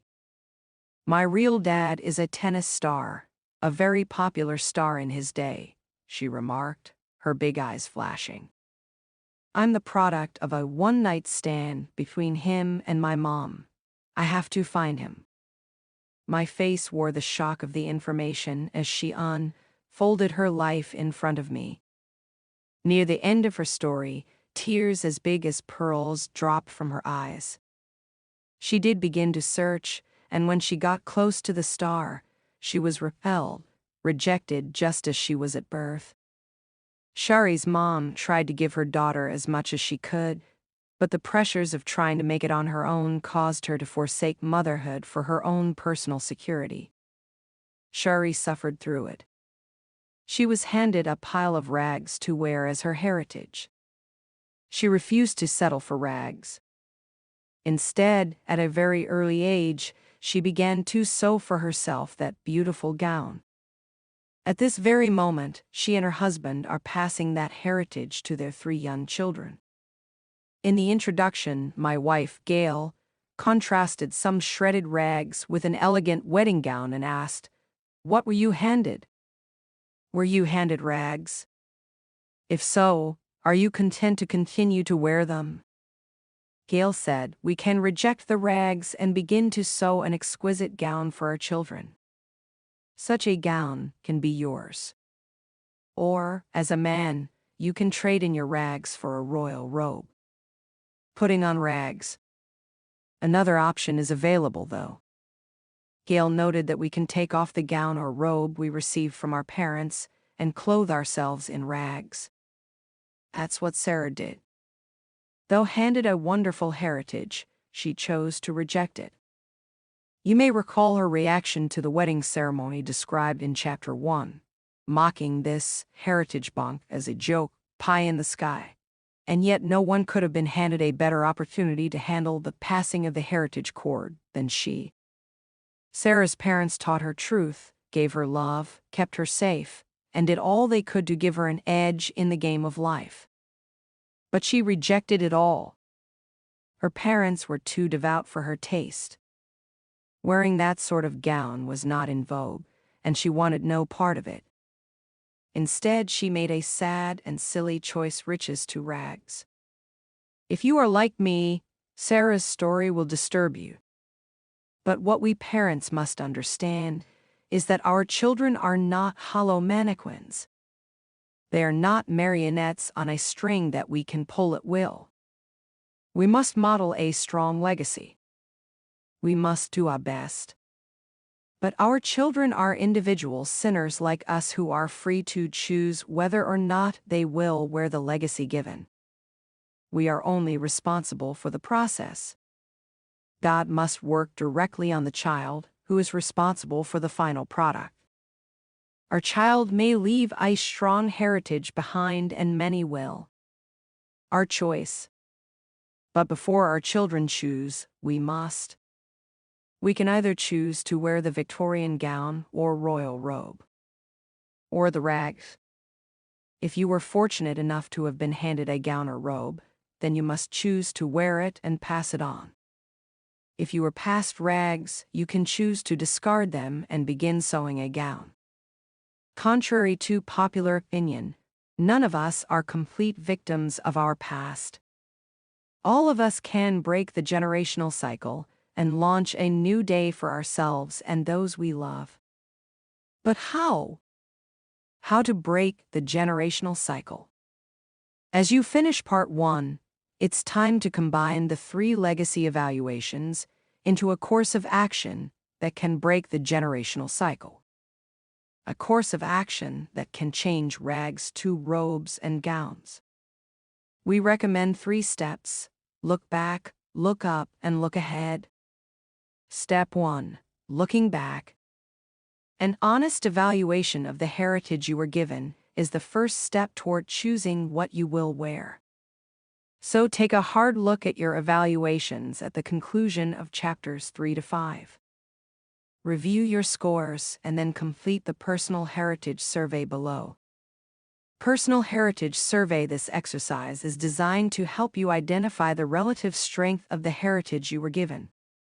As you answer the following questions, try to identify the good to keep, the bad to discard, and the weak to strengthen. 1. Drawing from the earlier evaluations, rate the general strength of each component of your heritage. Spiritual legacy: strong, healthy, mixed, weak, damaged. Emotional legacy: strong, healthy, mixed, weak, damaged. Social legacy: strong, healthy, mixed, weak, damaged. 2. Starting with the strongest of the 3 components, list several characteristics that best summarize your leading legacy indicators. You may want to review the lists in Chapter 3, 4, and 5. Although your descriptions may be different, they may give you some general direction. My spiritual legacy. Good or bad? 3. Finally, record any additional thoughts which could describe the heritage you were given. What things do you appreciate about your home life? What things cause the most pain? What things have you taken for granted over the years? What negative issues may be impacting your attitudes and behaviors today? Take a few moments to contemplate these questions. Now that you have spent some time looking back, you are ready to move on to step 2 in our process of choosing what you will wear. Looking up. Step 2. Looking up. The process of honest evaluation will lead many to the realization, some for the first time, that they have unresolved issues to confront. Someone to forgive. Something to release. Fears to overcome. Bitterness to confess. You may recognize painful truths you should acknowledge or personal weaknesses to admit. Whatever the issues, deal with them once and for all. Don't allow their cruel grip to keep you in bondage to your past. You can be free. Look up. Seek the Lord for what you need. From God you car. Find the grace to forgive and be forgiven. The strength to admit your weakness and accept help where needed. Asterisk the faith to accept what is true, even when your emotions betray reality. The confidence to give the Lord the reins of your life, especially during those times when you feel out of control. Talk to the Lord about whatever is on your heritage list. Ask Him to help you deal with whatever you find there. Believe me, He is more than willing to lend a hand. Step 3. Looking ahead. Once you have identified the reality of your past and invited the Lord to help you confront any unresolved issues, the changes can begin. It is time to create the pattern for the gown you hope to sew and the robe you plan to wear. The exercise, Designing Your Heritage, will help you to envision the heritage that you are seeking. As you complete the exercise, remember the purpose is to identify a specific goal. The old expression is true: those who aim for nothing are sure to hit it. But with the findings of this exercise, you have a target you can really shoot for. Completing this exercise is an important step on the road to giving a positive heritage. First, you establish the target, then you envision a new future. And before long, you will be actively engaged in sewing that new garment. Designing your heritage. This exercise is designed to help you identify the heritage you want to give. Drawing upon your responses in the Personal Heritage Survey, list those qualities you seek to give and receive. First, identify the characteristics of the heritage you would like to give. Don't allow doubt or insecurity to hold you back. In the blanks below, list what you want it to be, not what you think is realistic. Again, you may find it helpful to reference the leading indicators listed in chapters 3, 4, and 5, but don't let our suggestions limit your design. Then, next to the characteristics that you intend to give, circle the letter K for keep, because they were solid aspects of the heritage you were given. Next to those that you consider weak in your own heritage, circle the letters for strengthen. Finally, next to those items in your heritage that you want to change in some way to improve, circle the letter C. This step will become important later as you build your heritage plan, helping you zero in on those areas requiring the most intentional effort. The spiritual legacy I want to give, the emotional legacy I want to give, the social legacy I want to give, a wayward woman. The Jewish woman brushes the sand from her face and tries to lift herself from the ground where the men had dumped her like household garbage. She remembers being with a man who had made an offer for her services. She was suspicious, but because the amount was so substantial, that's the way she made her living, she could survive for another couple of weeks without having to sell herself again. The man is not with her now, and she slowly rubs her hands together, knocking off the final residue of sand. As she does, Another wave of nausea settles in the pit of her stomach. No longer dazed, the wayward woman recognizes that the voices of a shouting mob that had once sounded at a distance actually are close and recognizable. The men standing over her are the same men who burst through the door of her apartment while she was with the suspicious man who had offered that stash of cash. They're the leaders from the local synagogue. By the questions being volleyed back and forth over her, she realizes she is being set up. Her eyes hurriedly analyze the crowd. That suspicious man, he isn't anywhere to be found. I'm here alone. Condemnation. This woman was caught in the very act, someone informs the crowd. Yeah, what should happen to her? Moses' law says she should be stoned. That statement sent chills down her back, and it hushes the crowd. This is it, she says to herself. Death would be a welcome friend compared to the miserable life she had been living. A shadow falls over her from a man kneeling in the dirt. He's drawing figures in the sand. What is it he's making with his finger? The silence is torture. Then, with a voice as soft as she has ever heard, he orders, "Whoever is without sin, cast the first stone." She winces, waiting for the pain of the first rock to hit. The tension is breached by the crunching of sand underneath hurried sandals. She looks around in surprise. The crowd, everyone is leaving. Compassion. Your accusers, lady, where are they? For the first time she gathers enough courage to shake off the humiliation, and after a hasty glance around, she answers. There are none, neither do I condemn you, affirms Jesus. Go away now, sin no more. Remembering yet changing. Powerful words, but is it realistic to think she will sin no more? What about all the awful experiences she has that will remind her constantly about her past? When she sets foot outside her hut, the eyes of those who know who she is will be scowling, reminding her of a sordid past. The thing we must remember is that Jesus' words to her, "Go away, don't sin anymore," did not mention forgetting. Go away and forget were not his words because he knows forgetting is impossible. We will remember the losses and hurts of our past. For this woman, it may have been rape or abuse. It certainly included the shame and guilt of a one-night stand, and perhaps years of unfaithfulness or even life as a prostitute. Such memories do not quickly disappear. Starting over. Though we know little about this woman, she is not unlike many of us who have stumbled. Part of our stumbling comes from a poor spiritual, emotional, or social inheritance, part from our own sinful choices. Remember, this woman was someone's precious child. All her desires began as normal, but somewhere in the wreckage of the dailiness of living, they got twisted.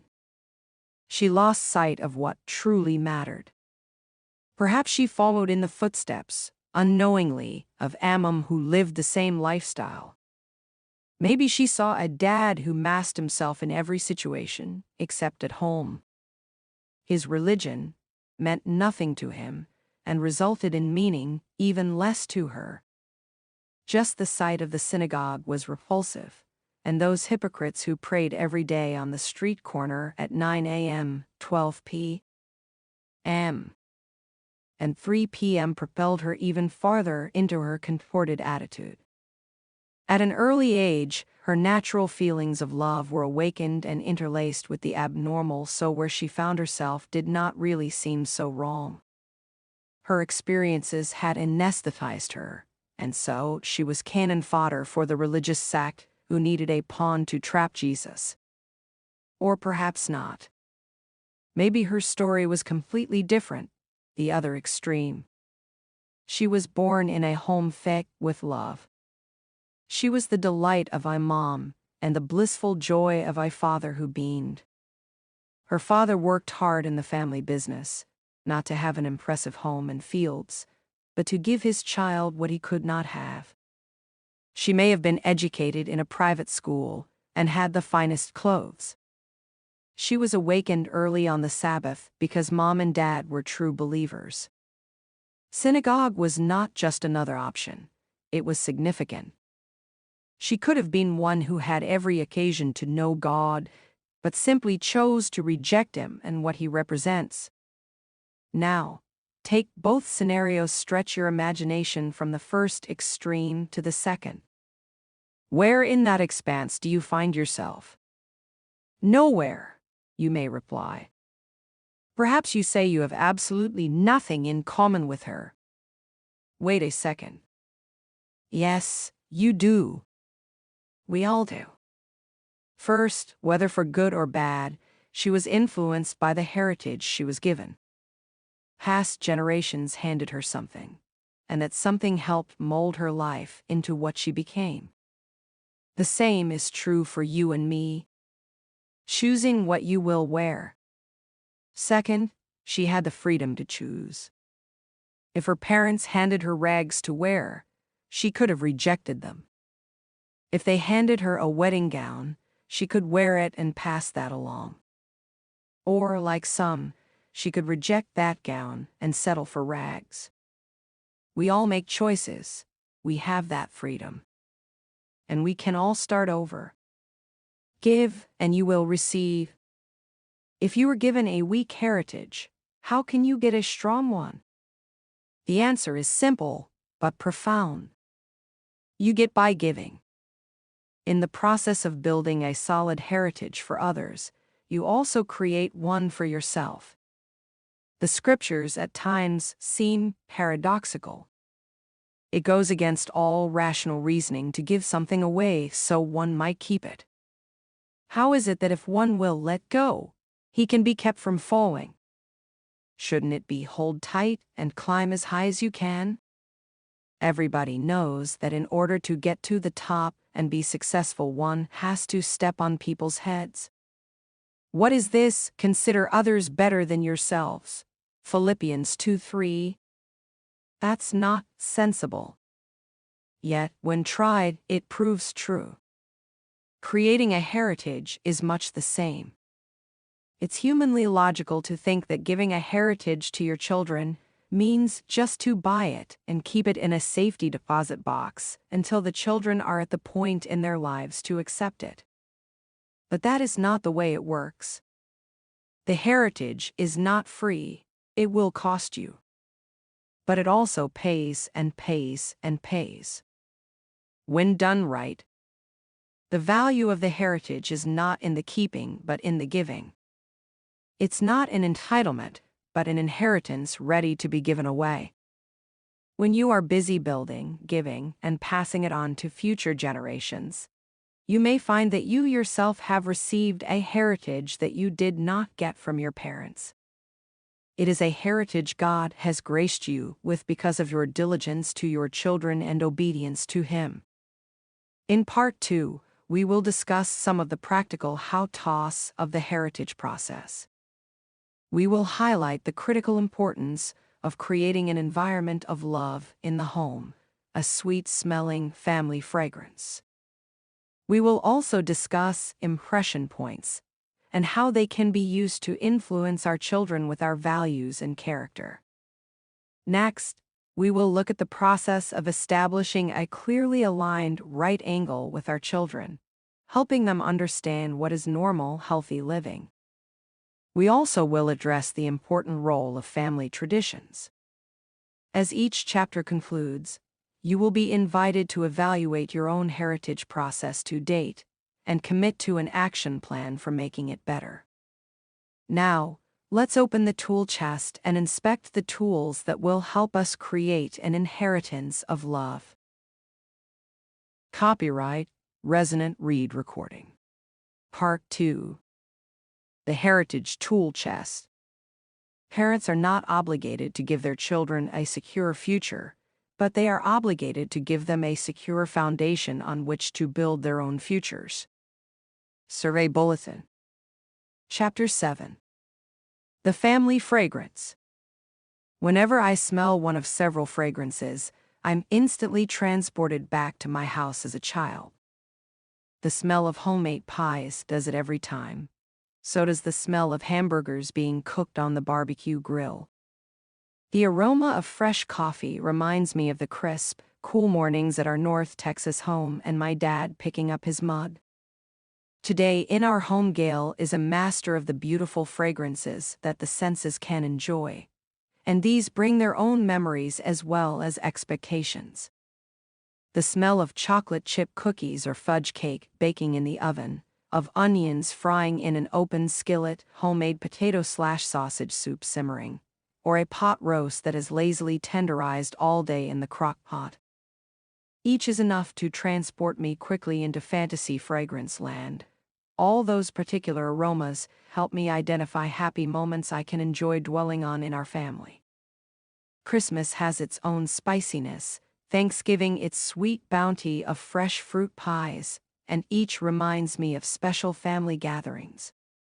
Family fragrances go deeper than the senses, however. They can have a lot to do with all three legacies: the emotional, spiritual, and social. If you were asked to explain the aromatic definition of your family legacies if you had to describe them as memories, what words would you select? Would it be the spicy scent from a healthy exchange of differing opinions, coupled with mutual respect? Or would it be a pungent odor from a home's chaotic, criticizing, and uncaring atmosphere? A sweet aroma.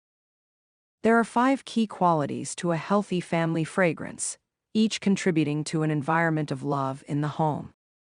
In fact, I call them the Fragrance 5. The first fragrance is demonstrative love hugs, kisses, and all that wonderful mushy stuff. The second fragrance is giving each individual the respect he or she deserves. The third may be less obvious, but equally important, creating a clear structure that keeps things organized. The fourth fragrance is the ability to laugh and have fun together. And the fifth sweet-smelling family fragrance relates to praising others, building them up rather than tearing them down. It's easy to remember the Fragrance 5. We can fit them into an acrostic using the word aroma. A. Affection. R. Respect. O. Order. M. Merriment. A. Affirmation. Thus, the first item from our tool chest is actually a spice called aroma, a spice featuring 5 distinct fragrances that scent the home with love, creating an environment conducive to a positive heritage. Let's briefly examine the contribution of each fragrance to a loving home. Fragrance 1. Affection. 4-year-old Kyle pauses to contemplate how he will respond to his father's rather deep question. What is love? He knows Mommy and Daddy say it a lot, but what does it really mean? Finally, the answer comes. It's when people hug and kiss each other all the time. Not a bad summary. The power of touch. Affection certainly includes touching our children. In their excellent book, The Blessing, Gary Smalley and John Trent offer a biblical model of parents blessing their children by giving them a strong sense of acceptance and identity. The first element Smalley and Trent identify is meaningful touch. They describe the power of affection 8 touching in our lives, including 2 clinical studies that demonstrate the importance of touch. In a study at UCLA, it was found that just to maintain emotional and physical health, men and women need 8 to 10 meaningful touches each day. These researchers defined meaningful touch as a gentle touch, stroke, kiss, or hug given by significant people in our lives, a husband or wife, parent, close friend, and so on. This study estimated that if some type A-driven men would hug their wives several times each day, it would increase their lifespan by almost 2 years. Not to mention the way it would improve their marriages. Obviously, we can physically bless those around us, and even ourselves, with meaningful touch. Researchers at the University of Miami Medical School's Touch Research Institute began giving premature babies 45 minutes of massage each day. Within 10 days, the massaged babies showed 47% greater weight gain than those children who were not regularly touched. In a second study, actual bone growth of young children who had been deprived of parental touching was half that of the bone growth of children who received adequate physical attention. Is there any doubt that displaying affection for those we love is a vital part of a strong heritage? Sure, we must say that we love them, but it is even better to show it. Touch is a tangible reminder of love.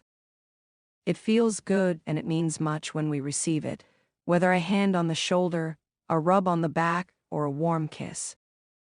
Giving nurture. Demonstrative love was a theme of the Apostle Paul in his teachings to the believers at Ephesus. After giving some strong instructions to husbands and wives, he turned his finger toward the fathers and made a pointed command. "Fathers," he said, "provoke not your children to wrath, but bring them up in the nurture and admonition of the Lord." Ephesians 6:4 KJV. Two qualities are contained in that sentence: nurture and admonition. Admonishing our children is simply to counsel them against a fault, gently pointing to a blind spot in their character. It's an instruction to the children of their responsibilities. They will be held accountable for the consequences of not following them. Nurturing, on the other hand, is the positive approach to leading our children to growth and features the love only we as parents can give them. Such love assures children that they are accepted by virtue of who they are, not what they do. And, being demonstrative, such love is shown them regularly. Our children need to know they are accepted and loved. Through touch and words, we can dispense love like a treasure. You may not be able to give them every material thing they want, but you will grow them strong with the nurturing component of their family fragrance called affection. And love can be expressed in so many simple ways. Holding hands while walking through the mall. A goodbye kiss in the morning before heading out the door. A big bear hug when you get home. Mom and dad smooching in broad daylight. Saying, "I love you, little buddy," just because you feel like it. Calling your little daughter baby doll and watching her grin in shy reaction. These are the things that comprise demonstrative love. You know, all that wonderful mushy stuff. There's no need to make it more complicated than it is. Just show and tell others that you love and accept them. Fragrance too, respect. Billy Graham was right. A child who is allowed to be disrespectful to his parents will not have true respect for anyone. If there is anything that should be built into the fabric of every family, it is respect for the individual, starting with mom and dad. Not awe, reverence, or veneration, but an estimation in which we honor the worth of others. It is that respect due each family member simply because of who they are. There are two types of respect we should reinforce at home. The first is entitled respect, and the second is earned respect. Entitled respect is that which is commanded due to a person's position. Honor your father and mother. There are no contingencies, no exceptions to this command. Just honor. The position entitles the holder. Ephesians 6. Respect those in government positions, because they are put there as ministers of God. Romans 13. Respect those who have the rule over you spiritually, and honor them. 1 Timothy 5:17, Hebrews 13:7. Children should understand this as well as see it modeled by their parents. If as an adult you denigrate entitled respect, how can you expect your children not to follow suit? How can a husband disrespect his wife, then as a father demand that the children respect his parental status? How can a wife disrespect her husband, then expect the kids to treat her right? How can parents, provoke children to wrath, and expect the kids to honor them in return. Earned respect. This leads to our second category of respect, earned respect. Though entitled respect is drawn from who we are, earned respect comes from what we do. Earn is drawn from the concepts of earnest and yearn. The primary purpose is to strive, implying an effort to advance or stretch forward. Earning respect is exactly that, a yearning to advance in all endeavors of the mind, body, social graces, and spirituality. We gain it through our labor, our service to others, and our performance within the family unit. When we give due respect to those who are entitled to it, or have earned it, we, in the process, are preparing the way for respect to come back around our way. It is indeed a two-way avenue. Respect fostered in the home will have a dramatic effect on all three areas of the heritage. Spiritually, it will give your child true value. Emotionally, it will give a sense of security.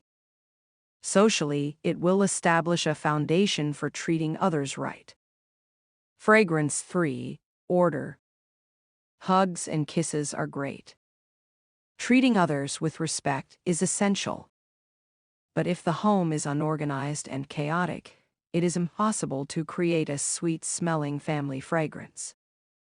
Like any other institution or organization, the home requires a setting of order and peace to be effective in the task of passing a solid heritage.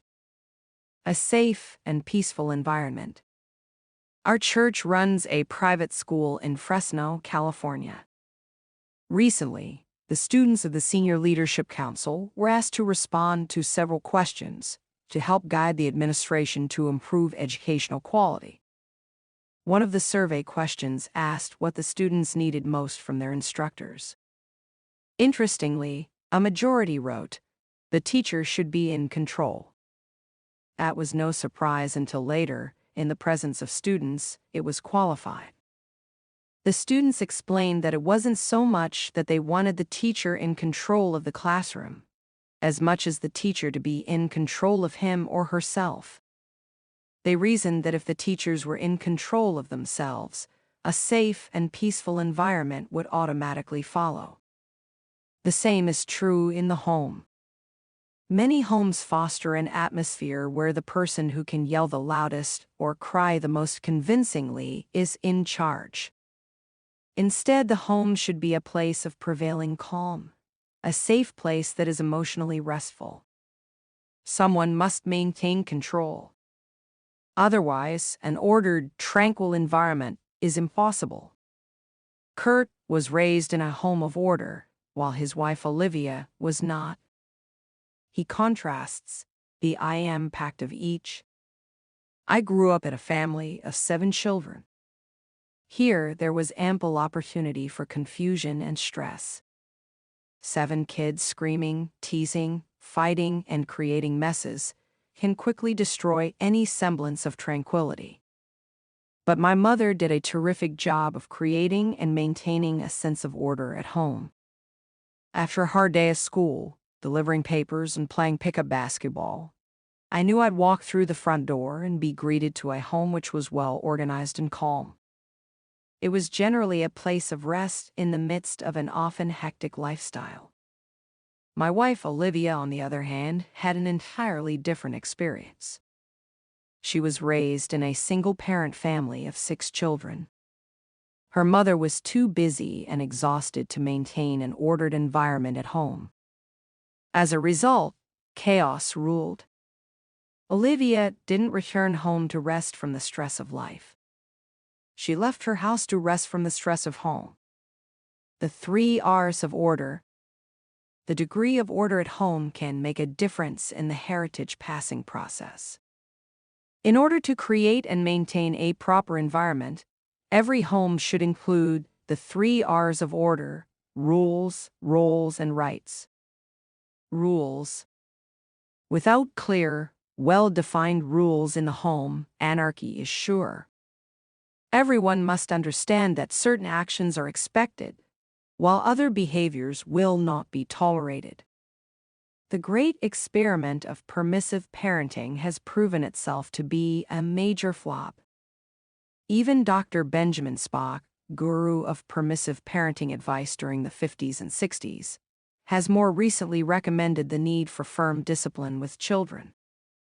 In his words, parental firmness makes for a happier child.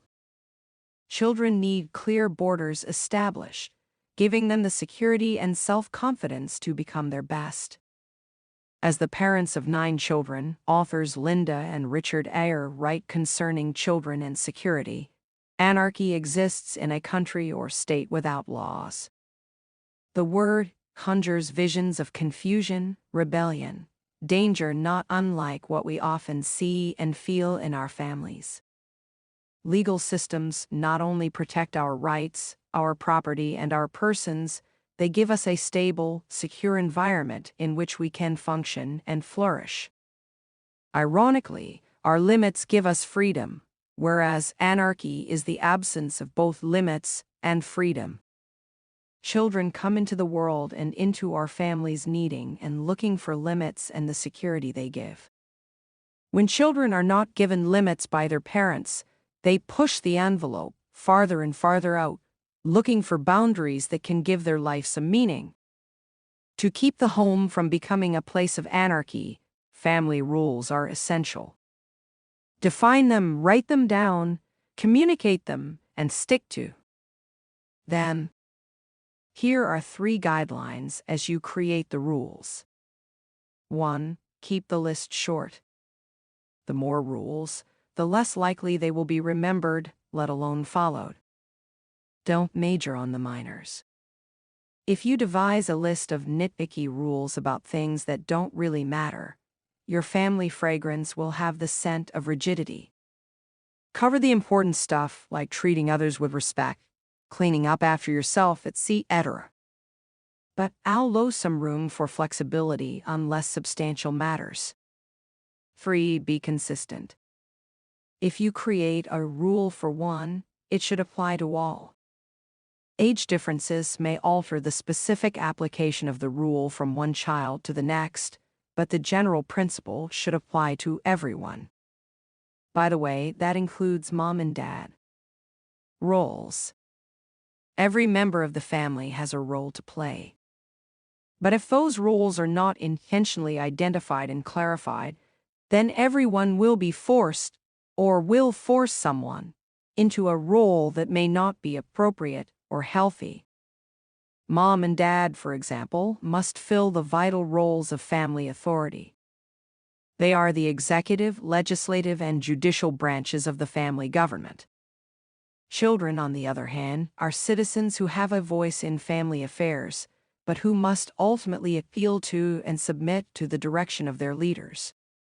Just as social anarchy occurs whenever there is a void in leadership, family anarchy will occur when mom and dad neglect to fill their role, or when little Johnny is allowed to resist their authority without consequence. Many families have the form of such roles but fail to effectively carry out the associated responsibilities. Dad is absent in the name of earning a living. Mom passively allows the kids to take control in the name of unconditional love. The result? Chaos. The vacuum of authority drives the family into a survival of the fittest culture. The strongest personality takes over, whether the individual be a toddler with an attitude or a teenager with a mouth. Don't let that happen in your home. Establish clear roles for every family member, and then reinforce them in everyday life. Rights. Once you've established clear rules and roles, be certain to guarantee every family member certain minimum rights. Everyone, for example, should have the right to be listened to. Your son and daughter should be able to voice their opinion as it relates to family affairs. Every family member should have a right to express concern over how they are treated, so long as it is done in a respectful tone. After years of serving as a pastor in a church in Garland, Texas, Bill Sears was asked to accept a position, coordinating the missions outreach of his denomination. The change represented a wonderful opportunity, but it also meant uprooting his family and moving them to another town. Respecting the rights of his teenage son to have a say in the matter, Pastor Sears told his son, Ron, about the offer. Your mother and I think it would be a good thing, but we realize that the move would have a serious impact upon you two. I want you to pray about the decision and let me know what you think we should do. He then said something that had a dramatic impact upon his boy. Ronnie, if you don't agree that we should go, we won't. You have the right to make this decision with us. Had Ronnie's father forced the issue and ignored his son's right to participate in such a serious decision, Ronnie may have rebelled and certainly would have resisted. But thanks to a dad who understood and respected family rights, the move was made without a hitch, and Ronnie learned a very important life lesson. You see, where rights are not given, they will be demanded. And when rights are demanded, anarchy ensues. Give and guarantee your children family rights in order to foster a spirit of trust and mutual respect in the home. One way to give your children a platform to properly and respectfully present their feelings about rights is by holding weekly or monthly family meetings. Here their options can be exposed and carefully weighed. One family I know lives in a home where all the upstairs bedrooms converge on a small balcony overlooking the family room. Here Dad often calls a quick stand-up meeting to listen to all opinions before making a final decision. Once again, order is a critical element to a positive family fragrance. Creating that sense of order requires establishing family rules, clarifying family roles, and guaranteeing family rights. Fragrance 4. Merriment. A healthy dose of merriment in the home is good medicine. More than any other place, the home should be a place of fun and laughter. There is nothing quite as sad as a home hungry for humor, a family failing at fun, or a marriage minus mirth. And yet, many families are in just such a depressing state. They take themselves too seriously. They view relationships as a burden to endure, rather than a blessing to enjoy. Into the ears of such I have to scream, lighten up. A child should see his family unit as being a place where sincere, authentic fun is generated. Family time too often teeters on the edge of boring. I want my kids to see me as godly. I want them to see me as an intelligent thinker and problem solver. I want them to see me as a lover of their mother and a good provider. But I also want them to see me as a suitor and wooer of fun. What fun is? When I say fun, I don't mean frivolous or foolish, what my grandmother would call tomfoolery. I mean using the light touch in what we say and how we act, and including fun activities at home, even games like hide and seek. We can't take something so infinitely important as family life and wrap it in boredom. I've learned that no matter what a family does together, it can be peppered with pleasure. Mowing and edging a lawn is not what I call having fun. I don't look forward to it. I don't get that feeling of excitement in the pit of my stomach when I drive by the house and see the grass too high. I don't get that can't wait attitude, and neither did my son. When I would tell him on Friday afternoon that the yard needed some attention from us on Saturday, he would always conjure up that excited facial look and say, "Oh, please, Dad, can I do it?" Our little joker made his point cleverly. Yet, after a couple hours of sweat and drudgery, by the way, we always did a bang-up job. We would sort of hang out together, surveying our handiwork with a cold drink in our hand, and truthfully enjoy even our toil together. The way we kept our family unit on the edge of enjoyment was that we never took ourselves too seriously.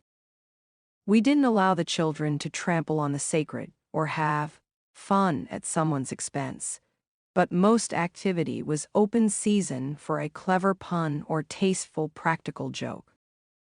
One form of harmless fun, providing everyone is comfortable with such teasing, is the practical joke. Members of many families like surprising one another with such jokes. In the Ledbetter household, parents and children have developed the fine art of the practical joke. For instance, both my son and I play the trumpet.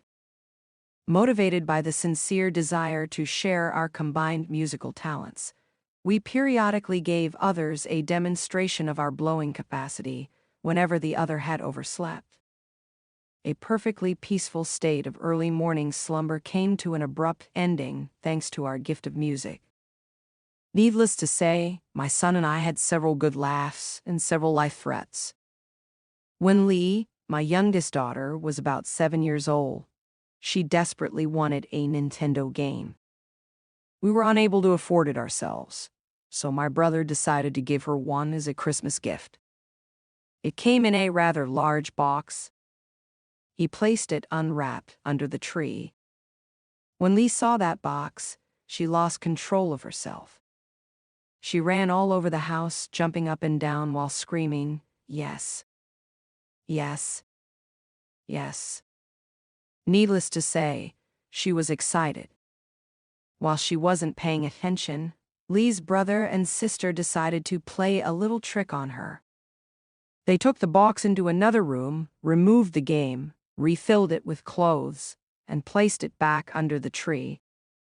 When the time came to open presents, everyone encouraged Lee to open the Nintendo box.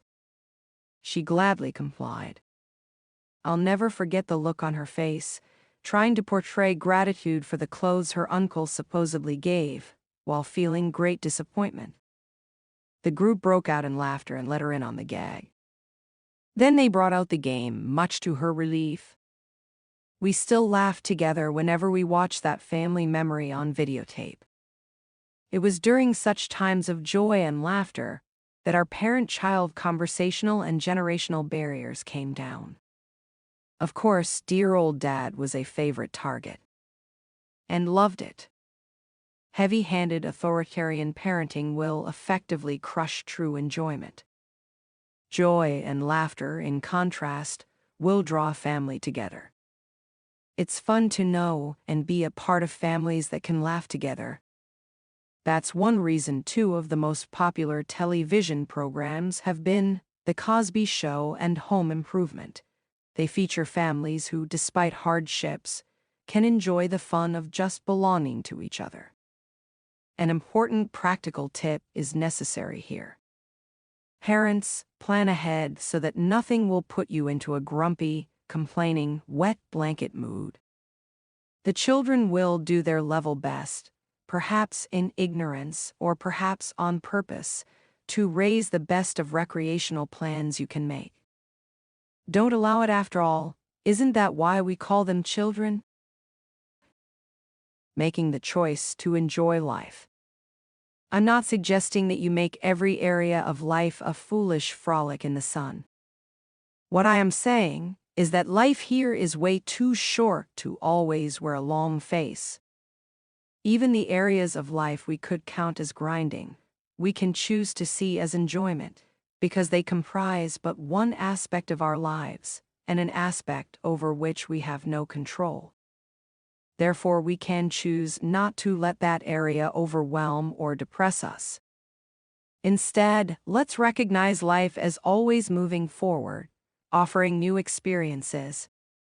Otherwise, by concentrating on the ills of the moment, we just might miss the promise of the future. Paint on the canvas of your mind a family where joy and laughter are as common as eating and sleeping, a place where recreation creates that pocket of freedom for children to flourish, where parents can model in deed what cannot be taught in word. Fragrance 5. Affirmation. How can parents help build an identity for their child? How can a support system be put into place? It begins with affirmation and praise, both forms of encouragement. Mom and dad must fill the dual role of head cheerleaders when it comes to their kids. Constantly affirm the fact that the circumstances are only temporary hoops through which the child must jump. Encourage him or her to keep moving forward in all areas of life and not give up.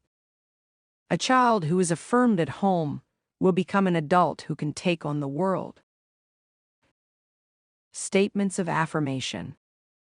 Here are just a few statements that can affirm your children. You can be anything you want to be. I know you'll give it your best. Chin up. You gave it a great effort. I'm proud of you. You're still first string on my team. Trust you. These are statements our kids need to hear from us.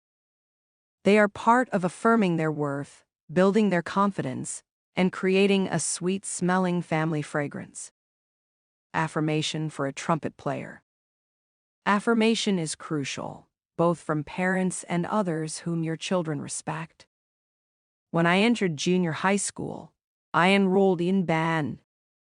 I was confident I could make it as a trumpeter, for I had played piano from age 6. Indeed, I became proficient, soon winning the first league chair and holding that position through most of my secondary school life. My friend Johnny seemed to constantly challenge my position. He was a good trumpet player too, and he wanted first chair. A rule had been set by our band director that every 2 months the first chair could be challenged. So I was forever defending my status.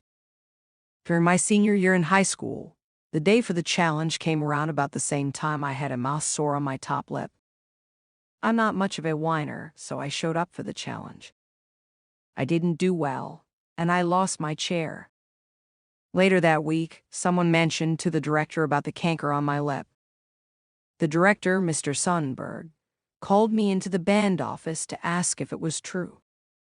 Yes, I answered, pulling my lip up to reveal the sore.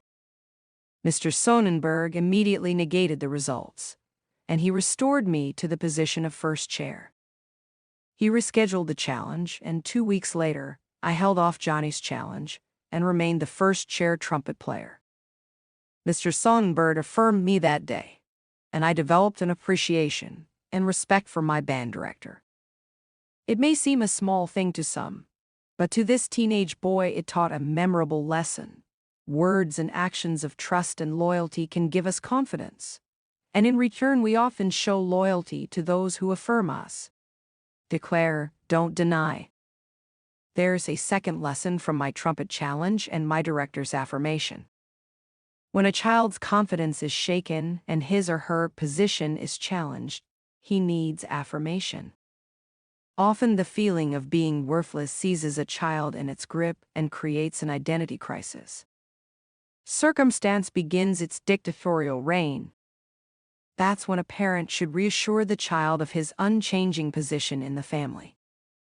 This is not the time to equivocate or make a degrading remark about the performance. Instead, declare with enthusiasm his identity and position in your heart. Deny a child affirmation, and he will grow up incessantly seeking it.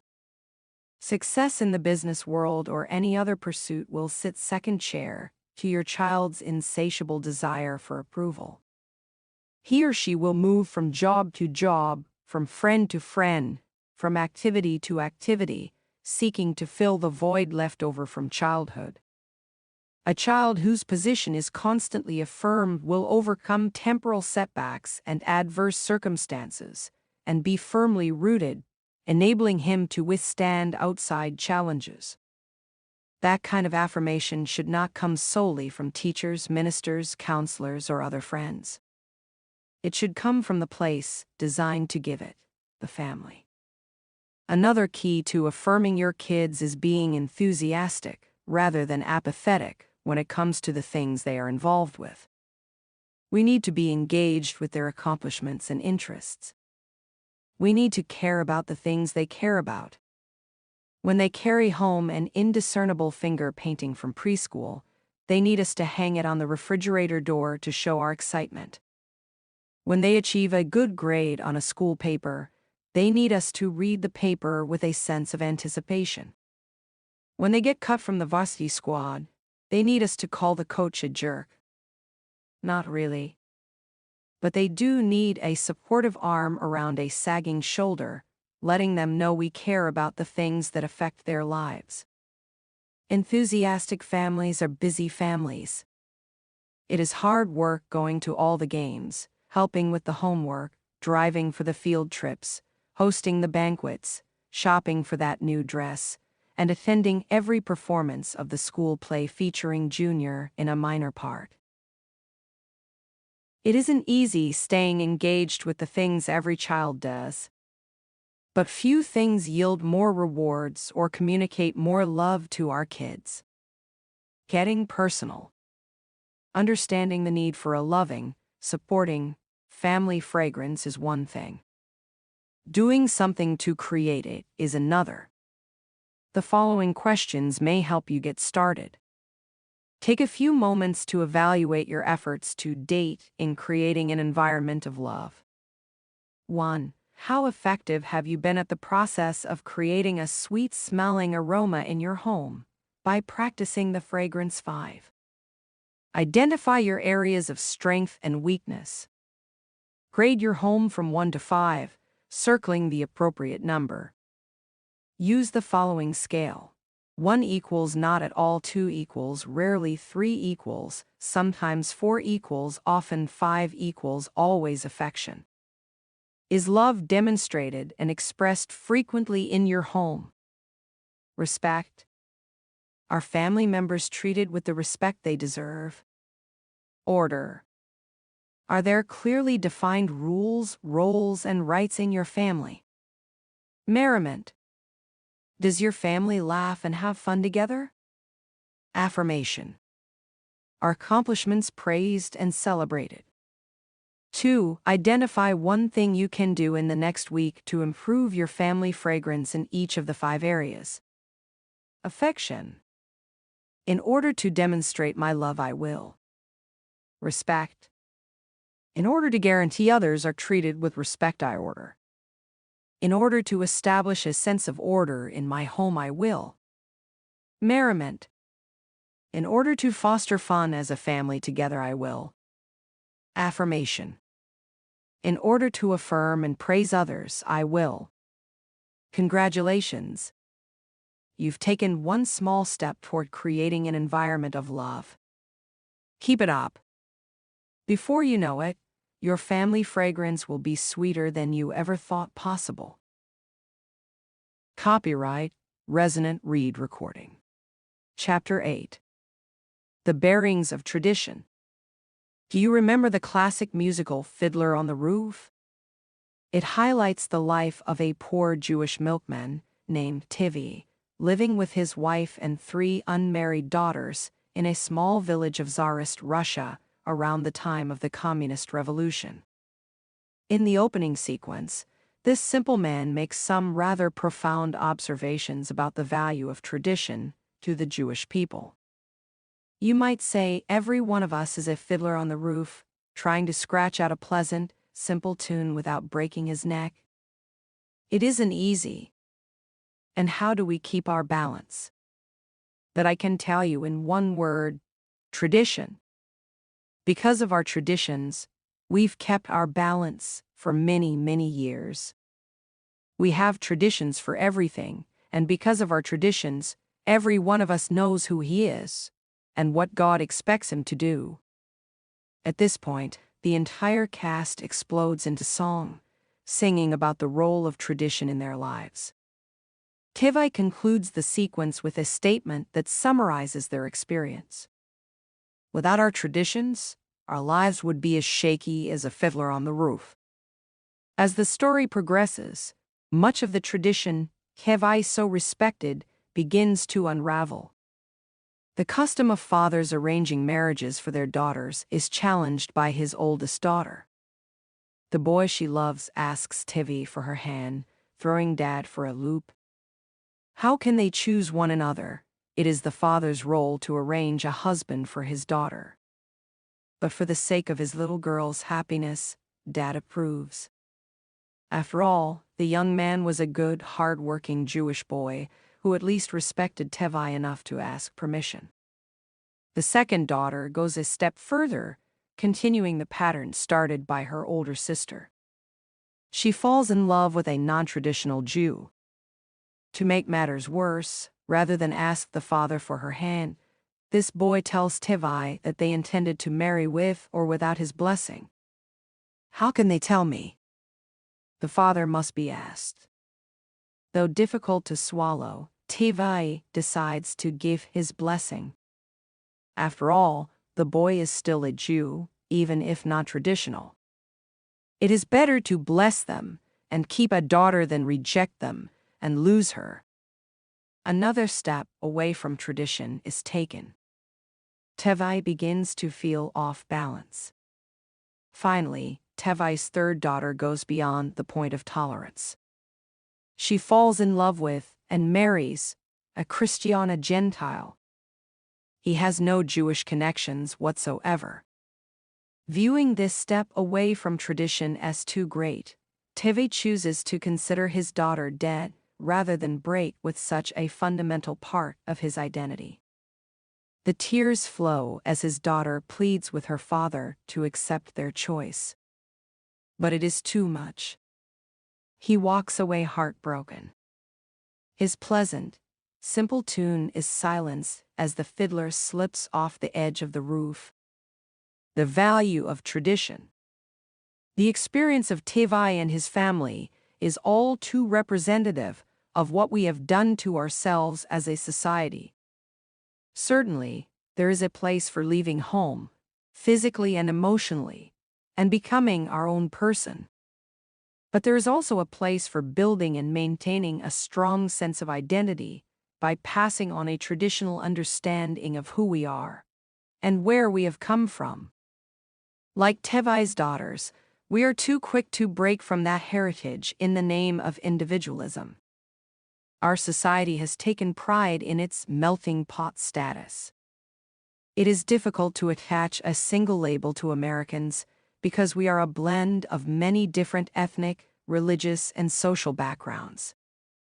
I suppose that is good. But our diversity comes with a price. That price is a gradual loss of identity, of that sense of connection, which only comes from being part of something that is handed down from generation to generation. We have replaced the deep roots of legacy with a shallow individualism. In the name of personal freedom, we have enslaved ourselves to an endless pursuit of identity. The problem is that we have rejected the very thing that can tie us to the past and connect us to the future, namely, tradition. We are not suggesting that all tradition is good.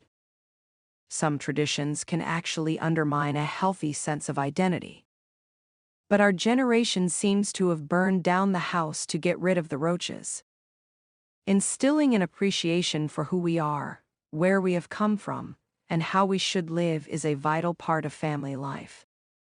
Unfortunately, all too often, it is the part of family life we neglect. We've cut ourselves off from our roots, leaving nothing to nourish our wavering sense of identity. Our goal is to renew your sense of appreciation for the role of tradition in family life. Not a dry, empty ritual, but fresh, meaningful activities which undergird the process of passing an emotional, spiritual, and relational inheritance between generations. A strong heritage can only be transferred if there is an intentional effort and plan for doing so. It does not just happen. It must be created. As we will see, family tradition can play a vital role in that process. Inherent worth. The voices of society suggest that man has no innate value. Materialism tells us we are only worth what we possess. Secularism attaches value to what we achieve, not what we are. Humanism says we evolved from an electrically charged pool of slime, making us nothing more than sophisticated beasts. Socialism gives us value only if we contribute to the collective good. Their message is that human life really has no intrinsic value. No wonder we are suffering from an identity crisis. If life has no meaning, and we have no destiny, then it is easy to buy into the chaos that depresses our society. Do whatever you want. Nothing has value, and nothing matters. But God sees us differently. He made us in His image. He made us to love and to enjoy Him forever. So we have eternal value. There is no unimportant individual. We are all of precious value, and God established the traditional family to reinforce that message to His children. But how do we counter the influence of society and instill that sense of value in our homes? How do we give them a strong sense of identity against the odds? In a word, tradition. Passing an identity at the turn of the century, American psychoanalyst Erik Erikson coined the term identity crisis. He describes the term as the condition of being uncertain of one's feelings about oneself. This is true, he says, especially with regard to character, goals, and origin. It occurs especially in adolescence. It comes as a result of growing up under disruptive, fast-changing conditions. Asterisk. In Deuteronomy 6, Moses is instructed to write and deliver the message from God that certain values were to be delivered and surrendered to generation after generation. Hand them down, he orders, as an established custom or practice that has the effect of an unwritten law. That is exactly what traditions are. Traditions are the bearings on which a heritage glides from generation to generation. With many changes in a mobile and developing society, the practice of traditions gives our children stability, dependability, and many great memories. Those three elements can smooth the way as our children move toward adulthood. Such traditions also can make our children want the legacy that we offer. God knew that Israel's future was indeed going to be fast-changing. He did not want them to lose their identity as His beloved people. So He wanted His instructions passed by established, orderly traditions. If anyone serves as a model of maintaining a strong sense of identity against the odds, the Jewish people do. Think about it. They were scattered for thousands of years, possessing no homeland over which to raise a flag. They endured the hatred and pain of anti-Semitism, including several attempts at racial genocide. Even in this century, European Jews survived near extinction at the hands of a madman named Hitler. Still, despite every reason to abandon or lose their identity as God's chosen people, they have maintained a strong connection with their heritage and with each other. How? One major reason is that the typical Jewish home is rich with tradition. Every Sabbath, for example, religious Jews set aside an entire day to refrain from work, to take a day off from the grind. They spend time together at home, enjoying one another's company as they observe God's command to work 6, rest 1. This custom is deeply embedded in the Jewish soul and reinforces their sense of identity. The Jewish calendar is filled with festivals, holidays, celebrations, and memorials in connection with key events in the lives of their people. Special activities are planned and carried out in observance of special days. Most of these traditions take place in the home, the setting of choice for passing a heritage. Those reared in an observant Jewish home cannot help but understand their roots as a race, the meaning of their religion, and their identity as God's chosen people. We Christians can learn much from the Jewish community, in particular, their commitment to passing a heritage from one generation to the next. They have consistently valued and practiced the art of tradition. I believe this is a primary reason that the Jewish people have been able to endure tremendous hardship over the years and still accomplish more than their share of great things. Identity lost. There was a time, however, when the Jewish people lost track of their identity. Tradition did not serve them, and they in turn served others.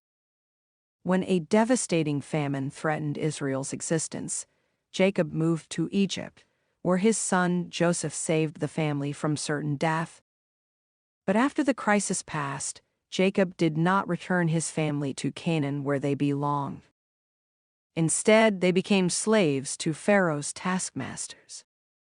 Rather than build an eternal nation of spiritual influence, they built temporal cities of brick for the pagan Egyptians.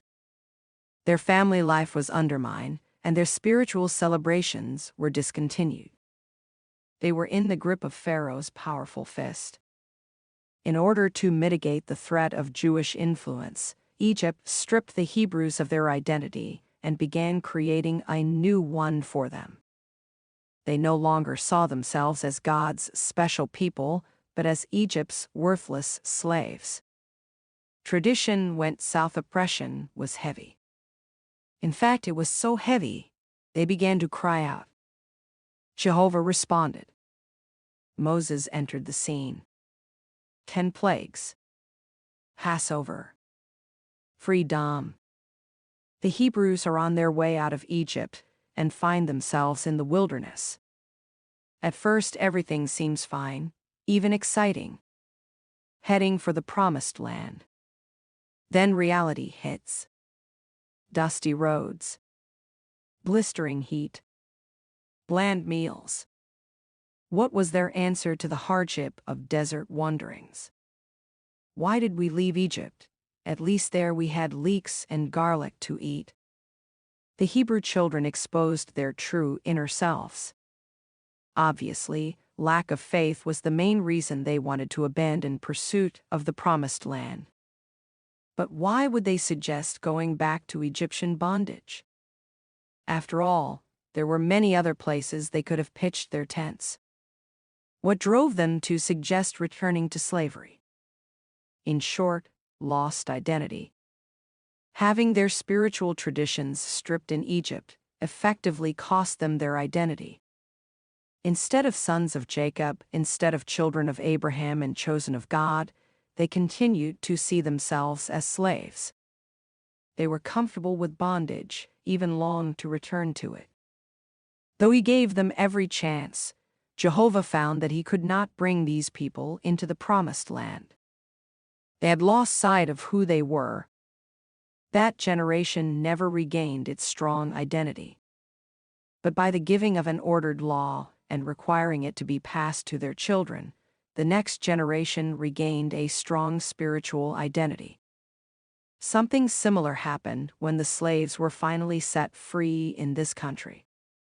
Although the Confederate surrender legally ended slavery, many former slaves went right on living as if nothing much had changed.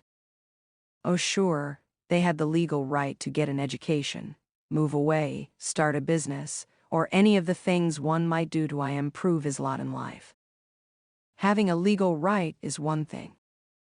Launching out and doing something with that right is another. The former requires a change in legislation. The latter requires a change in identity. You see, many from the first generation of freed slaves had no idea what to do with their newly given rights.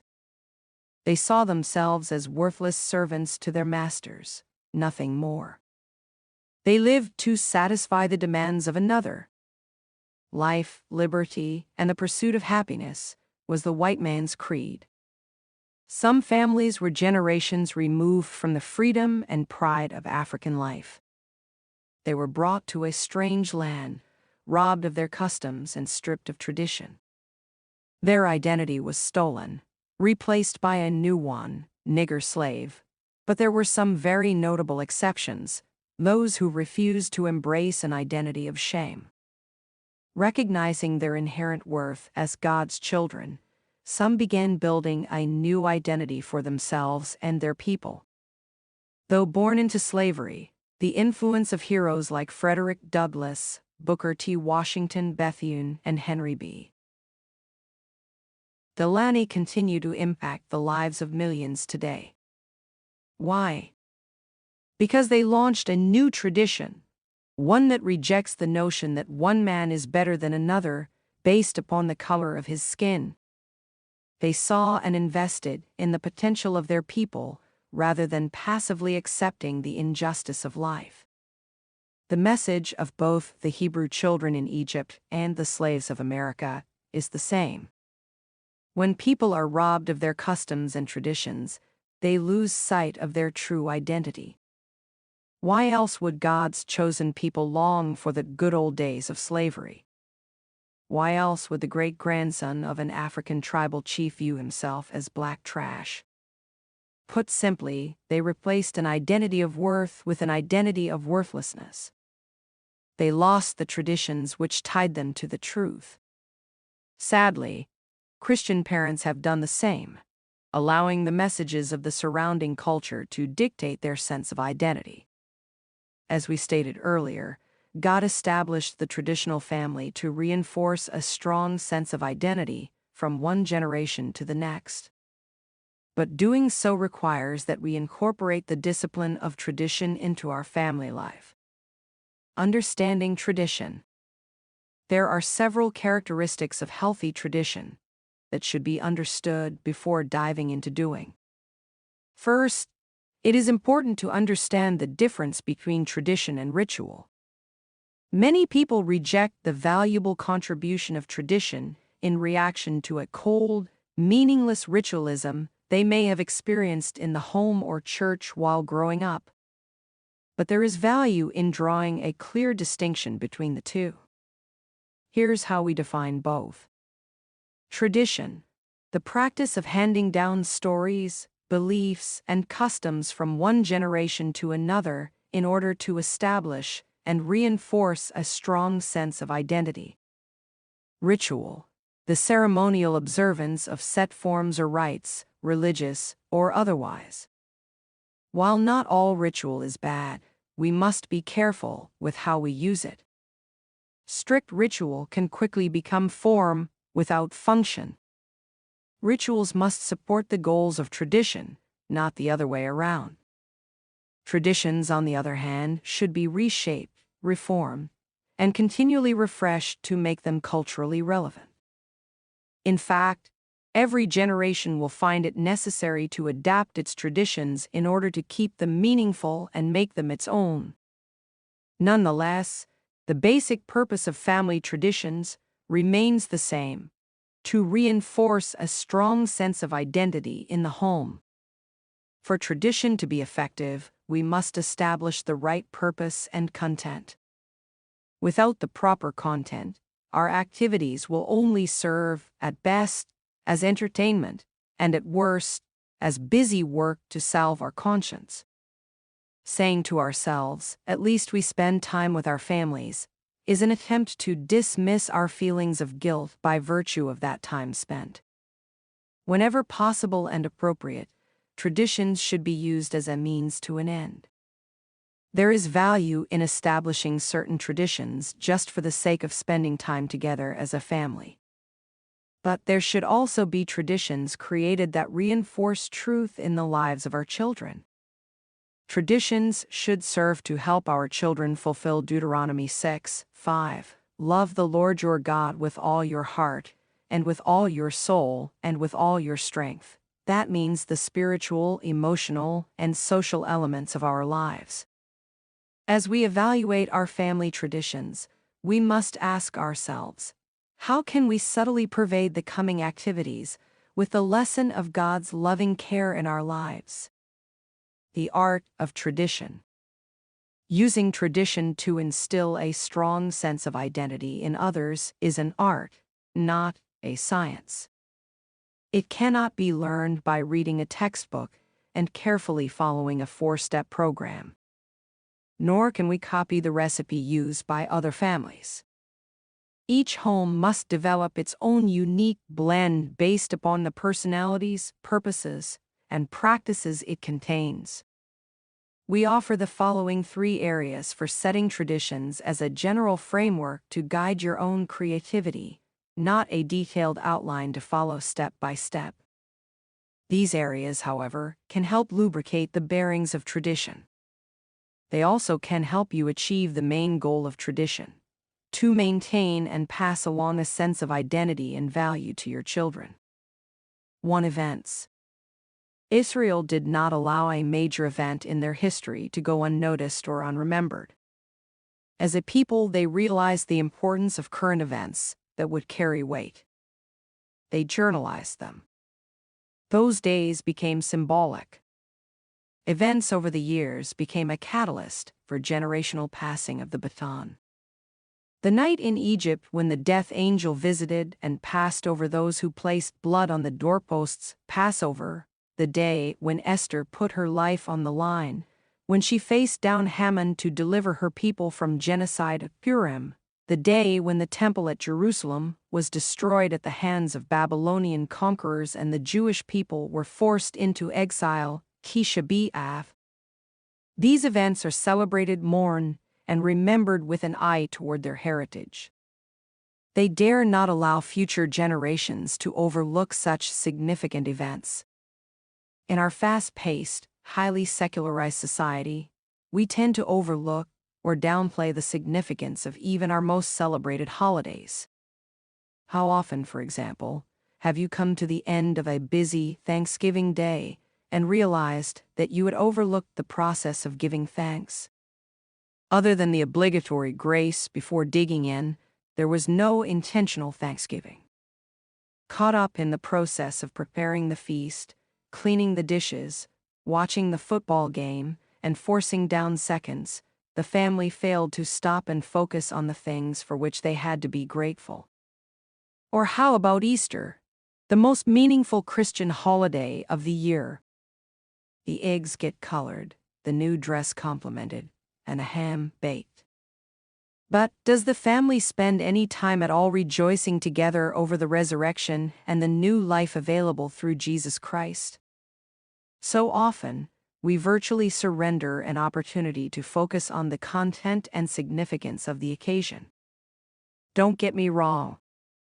I see nothing wrong with fun and festivity. In fact, they are part of what make holidays special. But we must not allow ourselves to miss the meaning or to carry out tradition for its own sake. Again, tradition is the means, not the end. There are several obvious events that come upon us every year, at which traditions can, and should, play a major part in family life. Some of the most cherished memories we create in the home include a Christmas tree, a carved turkey, an egg hunt, a birthday cake, or a July 4th backyard barbecue. But there are other less obvious events that provide wonderful opportunities to create family traditions. Here are several. Many others are listed in the appendix. Priming the pump. Celebrate spiritual birthdays to reinforce a child's spiritual legacy. Enjoy a special dinner on the anniversary of moving into that new neighborhood. During the dinner, reflect upon God's direction in your family's life. Host a report card pizza party. Every time grades come to celebrate the value of wisdom and learning, the actual grades are less important than recognizing the effort. Invite everyone to a periodic family date night, complete with dinner and a show, as a way to rekindle the flame of household harmony and mutual respect. Get creative. Big events. Small events. Made-up silly events. Regardless of the specifics you may invent, be sure to include events as a major part of your family life. They are a great way to create memories and essential to the art of tradition. 2. Stories. In our home, a family gathering is incomplete without the telling and retelling of stories from our past. My children love to hear of the occasions when, as small kids, they pulled off a silly shenanigan, or when they put beads of sweat on our brow. I tell them over and over. I also love hearing stories of the lives of our parents, grandparents, and great-grandparents. It makes them live in my memory. It connects me to my family's past. It is both fascinating and intriguing. I could bore you with a book full of them, as I'm sure you could with me. But they are from my family. And when we tell them, they are anything but boring to us. They are part of the fabric of our identity. Perhaps that explains the popularity of the television miniseries Roots, one of the most watched television programs of all time. Based on the popular book by author Alex Haley, the drama followed the lives of one family across several centuries, an up-then-down legacy, the pride of 18th century African tribal life, the shame of 19th century American slavery, the struggle against 20th century racism, and the triumph of success against the odds. Haley was able to tell the story of his own family line, thanks in large part to the storytelling tradition of those who went before. As a child, he sat and listened to aging aunts and grandparents rehearse details of their family tree, telling the story of their roots. Because of that tradition, Haley was able to gain a sense of connection to and pride in his African American identity. The Bible is filled to the brim in stories, some probably up to 6,000 years old. Somebody remembered to pass them down. Somebody knew we needed them. Many times, a particular story from its pages has been the source of strength and encouragement for me. Housed in the words and actions of those episodes are the very reasons we should love the Lord our God with all our heart, soul, and strength. There are several simple activities you can do to launch a storytelling spree. Flip through an old picture album with your kids. You'll be amazed at how quickly the stories from your collective past will flow. Or how about taking a drive past some of the places where you played as a child, met while dating, or visited with your own parents? What about digging through all the junk in the attic and telling the stories behind different items? Turn meaningless pictures, places, and items into an opportunity for show and tell or go and tell. Another form of storytelling comes through music. Music is an expression and manifestation of the soul. Want to know the moods and values of a particular generation? Study their music. Meshed into the melody lines and harmonic progressions is the message. What is important to them cannot be disguised. What is eating at them cannot be hidden. What is moving them cannot be camouflaged. You can know them if you listen. For instance, the Psalms, originally set to music, let you know David personally. Listen to Miriam singing a text written by Moses after crossing the Red Sea, and you will be reminded of the miracle-working God. Sneak into the room and you will overhear Hannah's prayer song after Samuel's birth. Go to Nazareth and you will marvel at Mary's rendition of Hannah's song. Go to the prison with Paul and Silas and be encouraged by their jailhouse concert in Acts 16. Songs have, from the beginning, been a source of passing and identifying a heritage. Our generation logs our own set of values on the grand staff. Anywhere from Stamps Baxter to the contemporary singers of today, music has made a meaningful contribution in my life. Values are memorized and sung over and over. Psalms make it possible. Sing with your family.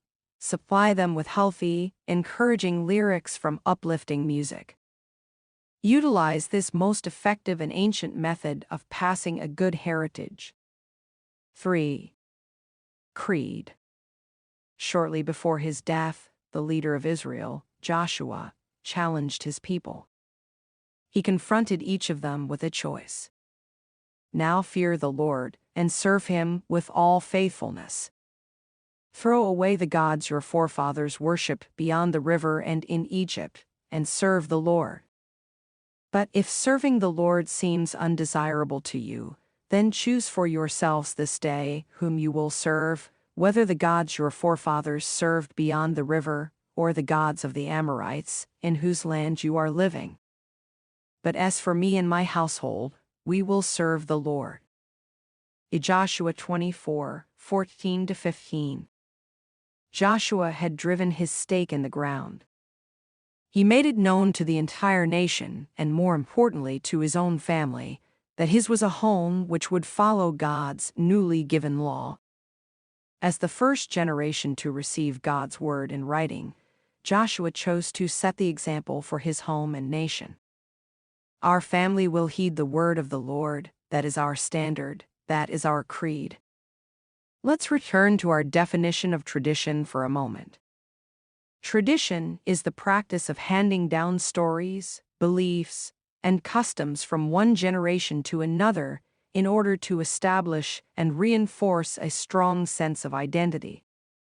Perhaps the most important aspect of giving a strong sense of identity is passing a clear, credible belief system from one generation to the next. One way of doing so is to establish a family creed, a list of foundational beliefs you will heed and uphold. At first glance, this suggestion might seem restrictive. A number of parents believe they should allow their kids to decide for themselves what they will believe when they are older. It would be a violation of my child's free will to dictate a belief system, the parents reason. On one level, I agree. It is foolish, not to mention impossible, to mandate adherence to one's creed. We all possess a free will, and that freedom must not be violated. But protecting a child's freedom to choose is one thing. Withholding our parental influence is another. It is imperative that parents drive their stake in the ground, that they intentionally train and mentor their children in the tenets of their faith. Passive silence is not a sign of open-mindedness. It is rather a sign of negligence. Speaking of negligence, many parents consider the responsibility for passing a belief system to be the exclusive domain of the church. They agree with the value of the creed, but figure the pastor and Sunday school teachers can do the job. However, mom and dad must always take leadership in this area of a child's life. We recommend 3 steps to establishing a creed for your family. First, refine your creed. Make sure you know what you believe and why.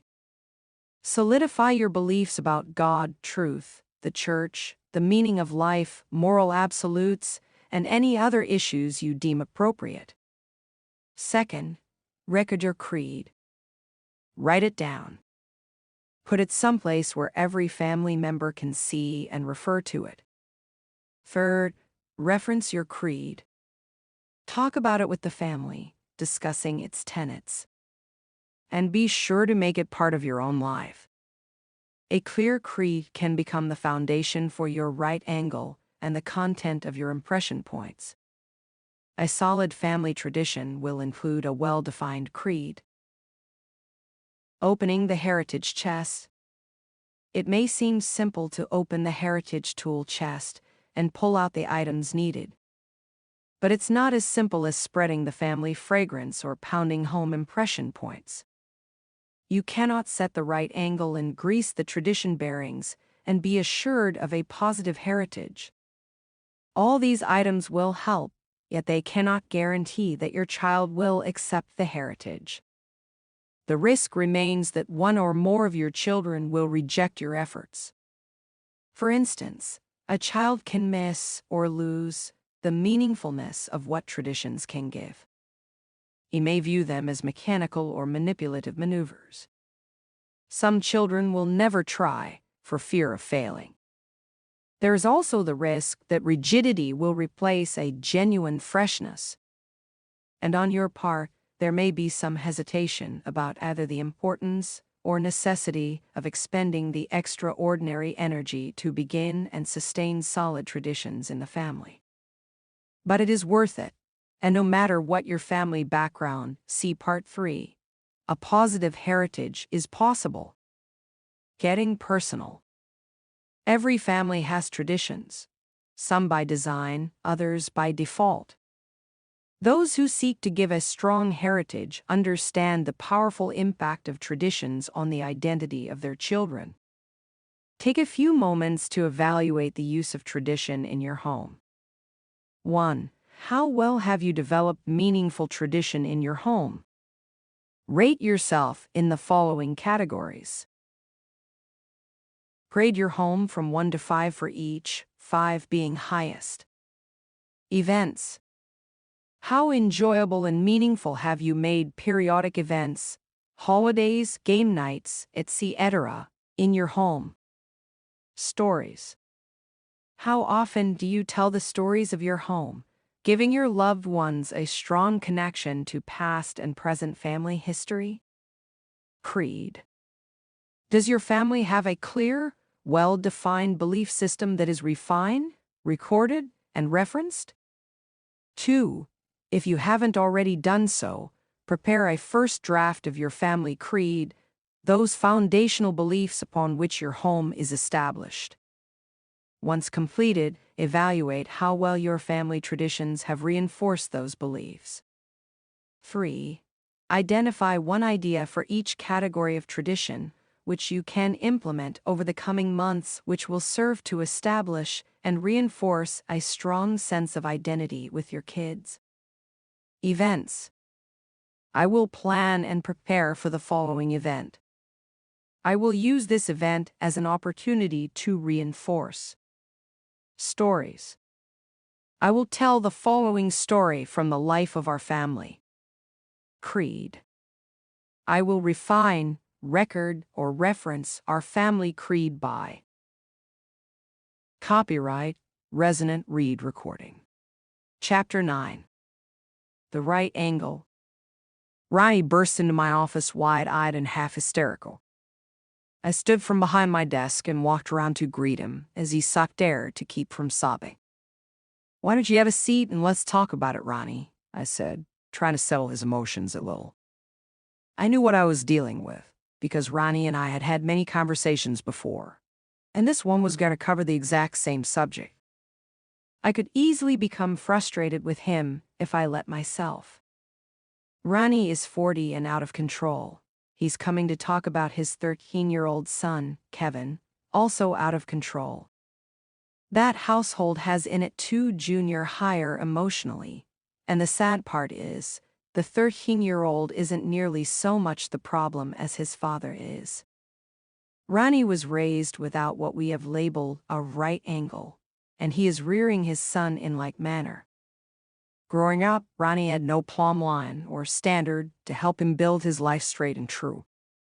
Now, as an adult, Ronnie tries to raise his son correctly, but the harder he works, the more frustrated he becomes, and the farther they both move away from the goal. Wilbur, a friend who sets tiles, once explained to me how he keeps all those tiny tiles in a straight line, horizontally and vertically. After finding a level line near to the floor, he uses a piece of equipment called a 90-degree angle. With this right angle, he can draw a truly vertical plumb line on the wall. Everything in that room is measured by its standard. "One time I tried to eyeball it," he said with a grin. "All the way up the wall, it looked right to me until I was about 2/3 done. I stood back and was horrified. It was so far off. The more I worked up the wall, the farther off the angle I got. In the midst of the task, it didn't seem wrong. But it was, and it cost me a great deal. I had to redo the entire job. I've experienced a similar frustration playing golf. When I tee off on a straight 400-yard hole and drive the ball only 75 yards, and am 15% off dead center, I will still be in the fairway and in pretty good shape. I still can see the green. But if I drive the ball 270 yards at 15% off center, I am way out of bounds and in big trouble. If, by some miracle, I am able to drive at 400 yards at a 15% angle, I'm better than 375 feet to the right of the green. In anybody's game, that is bad golf. Golf is just a game. Life is not. That's why we need a right angle, a tool in our heritage chest that lets us draw an accurate vertical line to show our children what is right. The right angle will keep our children on track, showing them what is normal, healthy living. Just as a tiler can't set each tile on the wall at its own angle and expect the finished product to look as it should, our children cannot have a healthy, accurate perspective on life without a straight plumb, which comes by having a true right angle measure. For a strong heritage, we define the right angle this way. The right angle is the standard of normal, healthy living against which our children will be able to measure their attitudes, actions, and beliefs. Right in our own eyes. Ronnie was raising his child by eyeballing, taking an educated guess concerning what he should do with his son. At one particular moment, one thing seemed right, and at another moment, something else seemed right. It wasn't until he was forced to stand back and take a good look that he realized he had perpetuated the wrong angle. Too late, he realized that his son was way off the mark from normal. His hysteria came when he saw other children plumb to the right angle and realized he could not move his own child's situation immediately back to the plumb line. Just like that tile setter, he worked long and hard. Everything seemed right at the time. How could he be so far off now? If it feels good. The Old Testament book, called Judges, contains an answer to Ronnie's perplexing situation. When there was no king in Israel, everyone did that which was right in his own eyes. In the absence of a godly king, chaos ensued. Whatever suited the community at that moment was the definition of right. If it feels good, do it, became their motto. The people lived in total disregard of the right angle standard God had given. As a result, the people lived way off center and raised their children off center. They worshipped heathen idols, and they forgot the God who had done so much for them. As it turns out, the Lord had to allow foreign powers to conquer and enslave his people in order to get their attention and get them back on track. Because they ignored the plumb line they were given, God had to step in and redo the entire job. It is much easier to do it right the first time. Many parents experience unnecessary frustration and heartache due to eyeball parenting. But the role of mom or dad is too important to be treated so lightly. The kids need us to take the task seriously. They need us to clearly establish normal in their lives. This means order and rules, of course, as discussed in Chapter 7, but it also means setting standards based on God's rules.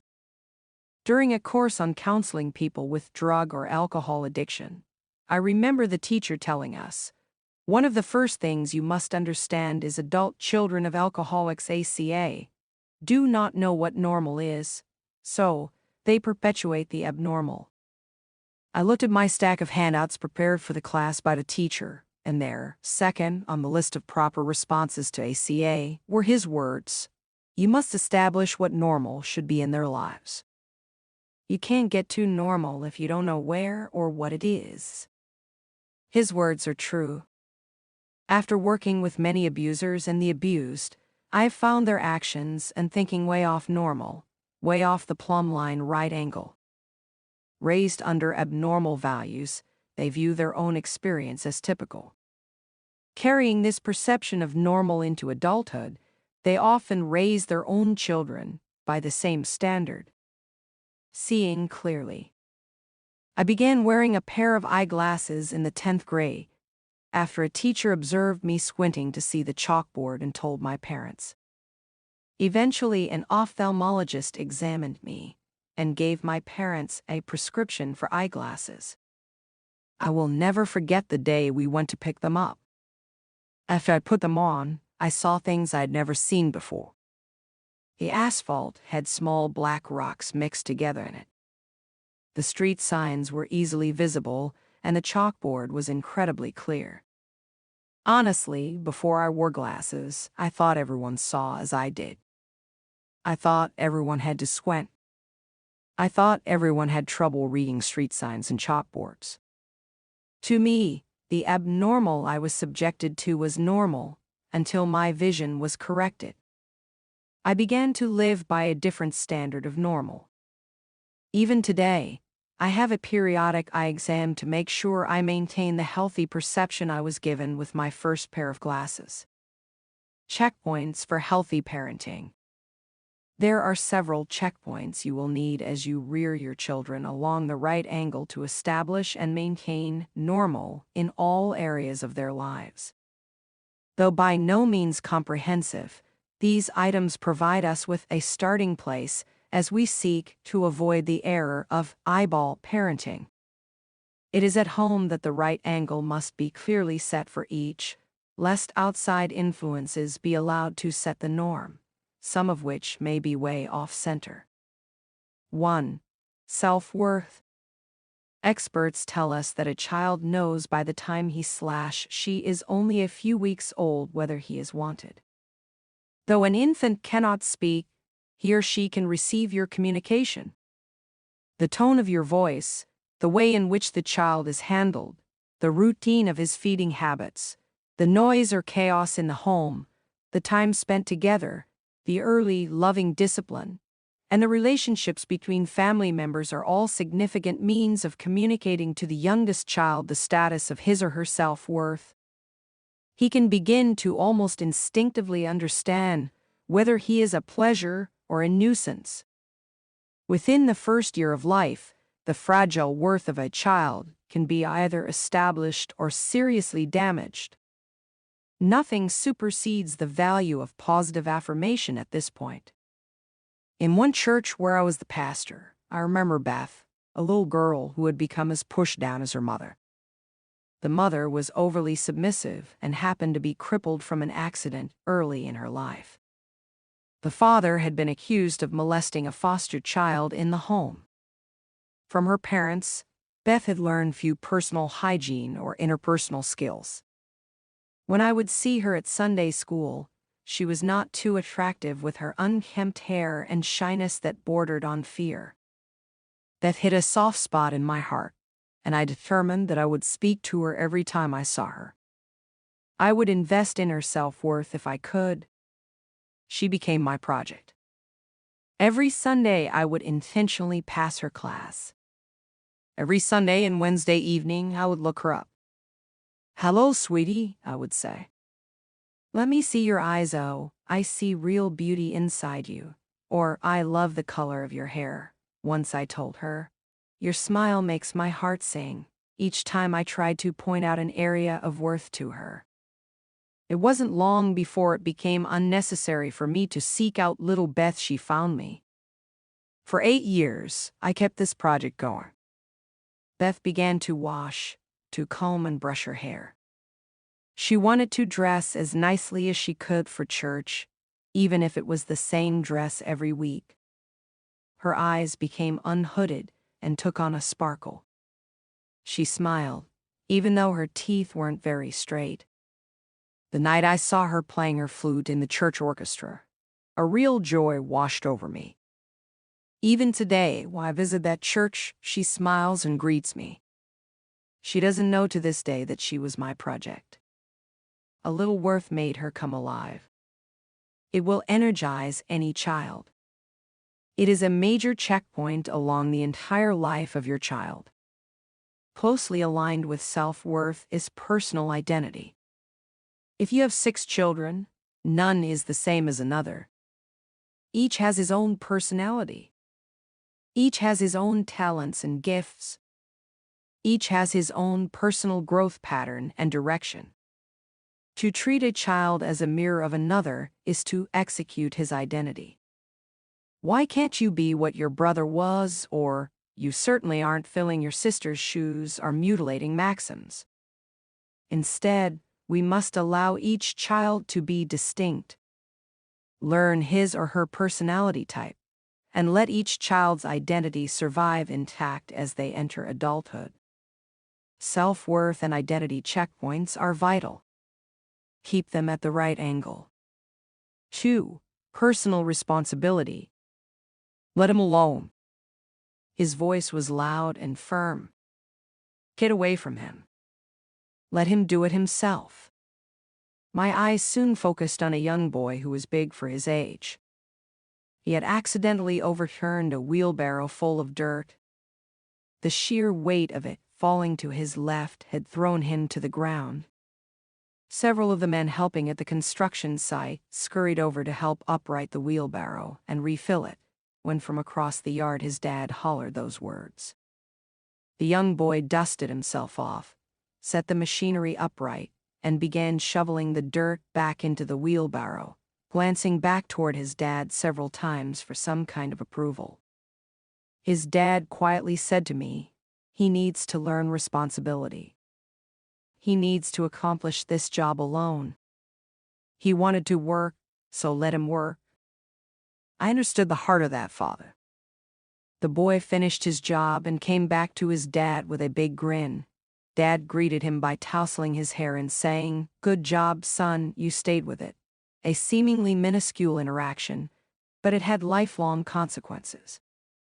I witnessed a father mentoring his son in the area of responsibility. By his actions in making his boy finish the task without help, Dad was saying, if you start a job, stay with it until it is complete. Don't make a mess and expect someone else to clean it for you. That was another brick mortared into the wall of his son's character. When a child is given some responsibility around the house, it teaches him or her that there is a spot in the family where he or she fits.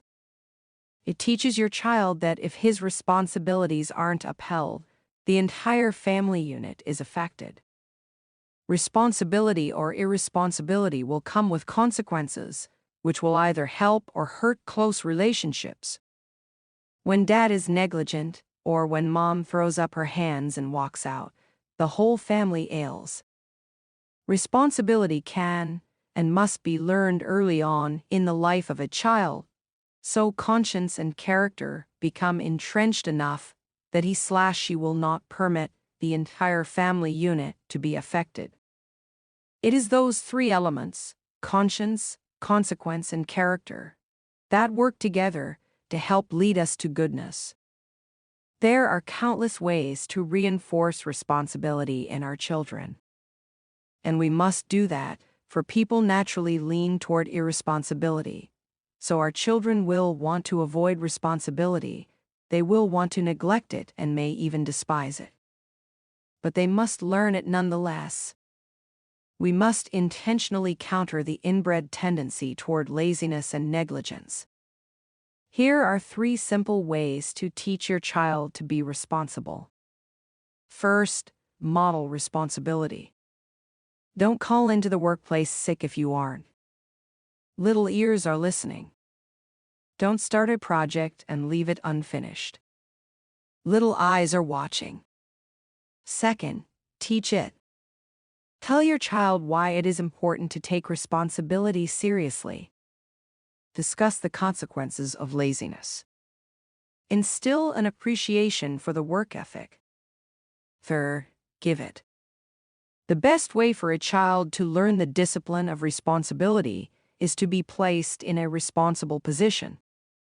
Chores, caring for pets, and completing paper routes are just 3 ways a child learns to be responsible. Find something for your child to own and hold him or her to it. Give responsibility. Teaching responsibility has a side benefit. It helps your child learn to develop a work ethic that will serve him well as an adult. Doing chores inside the house or being responsible for a well-kept lawn teaches a child that others are counting on him to do a good job and that his skills fit a special niche that help others. He learns a sense of value in doing a task well. 3. Delayed gratification. Instant self-gratification has become the standard for this generation. From 1-hour photo developing and instant oatmeal to almost instant loan approval, thanks to computers, people want and often get their desires met quickly and fully. Your son and daughter can grow up thinking they too deserve to have it, and have it now. But self-gratification is not a friend, he's an enemy. In fact, he's the death of dreams, for self-gratification cannot coexist with aspirations. He says, Time is of the essence, yet knows not what essence really means. He only understands yes, and never tolerates no. He would have your children think there is no tomorrow, that if they pass anything up now, it may never come around again. He awakens their sleeping passions. He fills the present with sensations that serve to dull the sensibility of their future. The only way to contest him is to delay him. When delayed, he becomes innocuous, and your children have a chance at safety. A child must learn early to replace the normal of instant gratification with the healthy of delayed gratification. Those who never learn to postpone never learn to prosper. And as author M. Scott Peck put it, parents have much to do with how well children learn the skill. For children to develop the capacity to delay gratification, it is necessary for them to have self-disciplined role models, a sense of self-worth, and a degree of trust in the safety of their existence. These possessions are ideally acquired through the self-discipline and consistent, genuine caring of their parents. They are the most precious gifts of themselves that mothers and fathers can bequeath. I once discussed this yearning to have things on a local radio program, Family Matters. One morning during this daily call-in program, a young mother asked a very practical question. How can we delay gratification, for instance, when wheeling up to the checkout stand at the grocery store? The store knows we have to stand in line, so they display all those goodies right there in front of the child. We came to the conclusion that, if prepared in advance, she could bring a toy from home to distract the child just as her daughter reaches the checkout stand. Or she could carefully position herself between the child and the display, again to distract the child. Distraction is the key in such situations, rather than being overly negative or, worse yet, caving in to the pressure by buying what he or she doesn't need to have. Because young children have a very short attention span, distraction is our best weapon. But for an older child, reasoning the situation out beforehand is the key. Now, Johnny, we aren't going to have a candy bar today because we're going to have ice cream after dinner. So don't even ask me when you see those candy bars at the store. Understand? Advanced discussion helps diffuse the inevitable encounter. Remember, it is important to use such occasions as opportunities to model the value of delayed gratification for your children. When children always get what they want, they learn patterns that eventually lead to a fall and develop the desire for more, which is greed. A well-placed delay once in a while, even if what the child wants is not actually harmful, is an effective teacher. Notice I said delay, not omit. This principle works both ways. We should not deny our kids what they have earned, but they should earn it first. We all appreciate what cost us something, and that we waited for. Of course, delayed gratification hinges on personal discipline.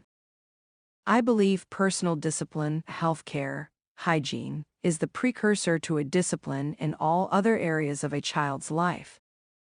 A look at how someone cares for his shoes can tell you a lot about the person. If we are lax in the small areas of life, we will probably be lax in larger areas also. Discipline helps self-worth. Care for this physical body means you care about your person. Helping your child with his self-esteem can begin by insisting on personal discipline. Such areas as a clean body, a clean room, a good feeling about oneself, and an ordered life often begin with a little bit of personal discipline. 4. Spiritual exploration. For every child will come that time when he or she begins to probe for answers to spiritual questions. When a child begins to wonder about his spiritual being, he is giving you a natural opportunity to discuss standards, for he is considering his Creator to whom he is accountable. As parents, we must respond as our child's spiritual aware nest balloons. Earlier, we quoted Solomon, where he said God had set eternity in the hearts of men. Ecclesiastes 3:11. With their innocence, children can sense spiritual realities early, and they will ask about them. We must be prepared, both to influence their eternal destiny and to help them see that standards come from God. I know several couples who have been forced to church by questions they could not answer. Each of the following questions represents an opportunity to talk about spiritual truths and lasting standards. How many have you heard your child ask? Who made God? Where does God live? Is he small? He must be if he can live in my heart. Why do people die? What is hell? Where is heaven? Where is hell? Why did Grandpa die? And we should embrace teaching moments, for children are impressionable. I was driving a young boy home from Sunday school one day. His parents didn't attend church, and this was his first Sunday. On the way home, we passed a long-haired, bearded fellow on a motorcycle, and the boy shouted, "Hey, there went Moses." I couldn't convince him otherwise either, because he had seen a bearded Moses on his teacher's flannel board. Children are curious and are serious when they ask questions. When you begin to help them spiritually when they are young, and you establish spiritual checkpoints along their path, their spiritual thirst can be intensified. Let them ask the tough questions. Even if you don't feel confident to provide good answers, the process of inquiry should be encouraged, not avoided. 5. Priorities. We live in an ordered universe, where plants and animals live a predictable existence and give sustenance, beauty, and pleasure to people. Humans, however, have a choice. They can give to others, or they can take. In his book of instructions, the Bible, God teaches us to give, and he helps with setting proper priorities.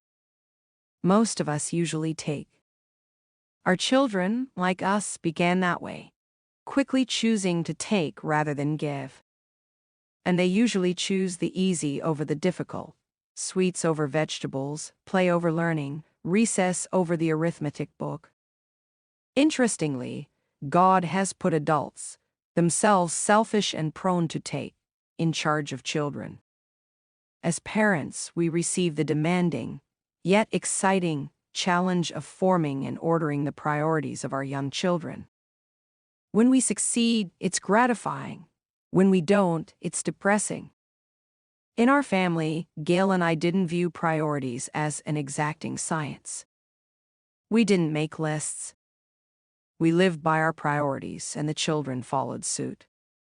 When we observed them struggling with a priority, we came alongside and helped, reminding the kids of the importance of choosing based on what they held as important.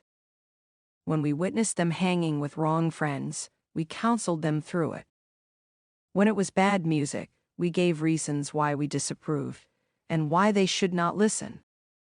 At one point, my son was interested in a girl we disapproved of very much because she was having a negative influence in his life, causing him to forget his priorities and convictions. When things began to go wrong in the relationship, I went to his room one evening. We talked, we prayed, and I gave him 2 weeks to break it off.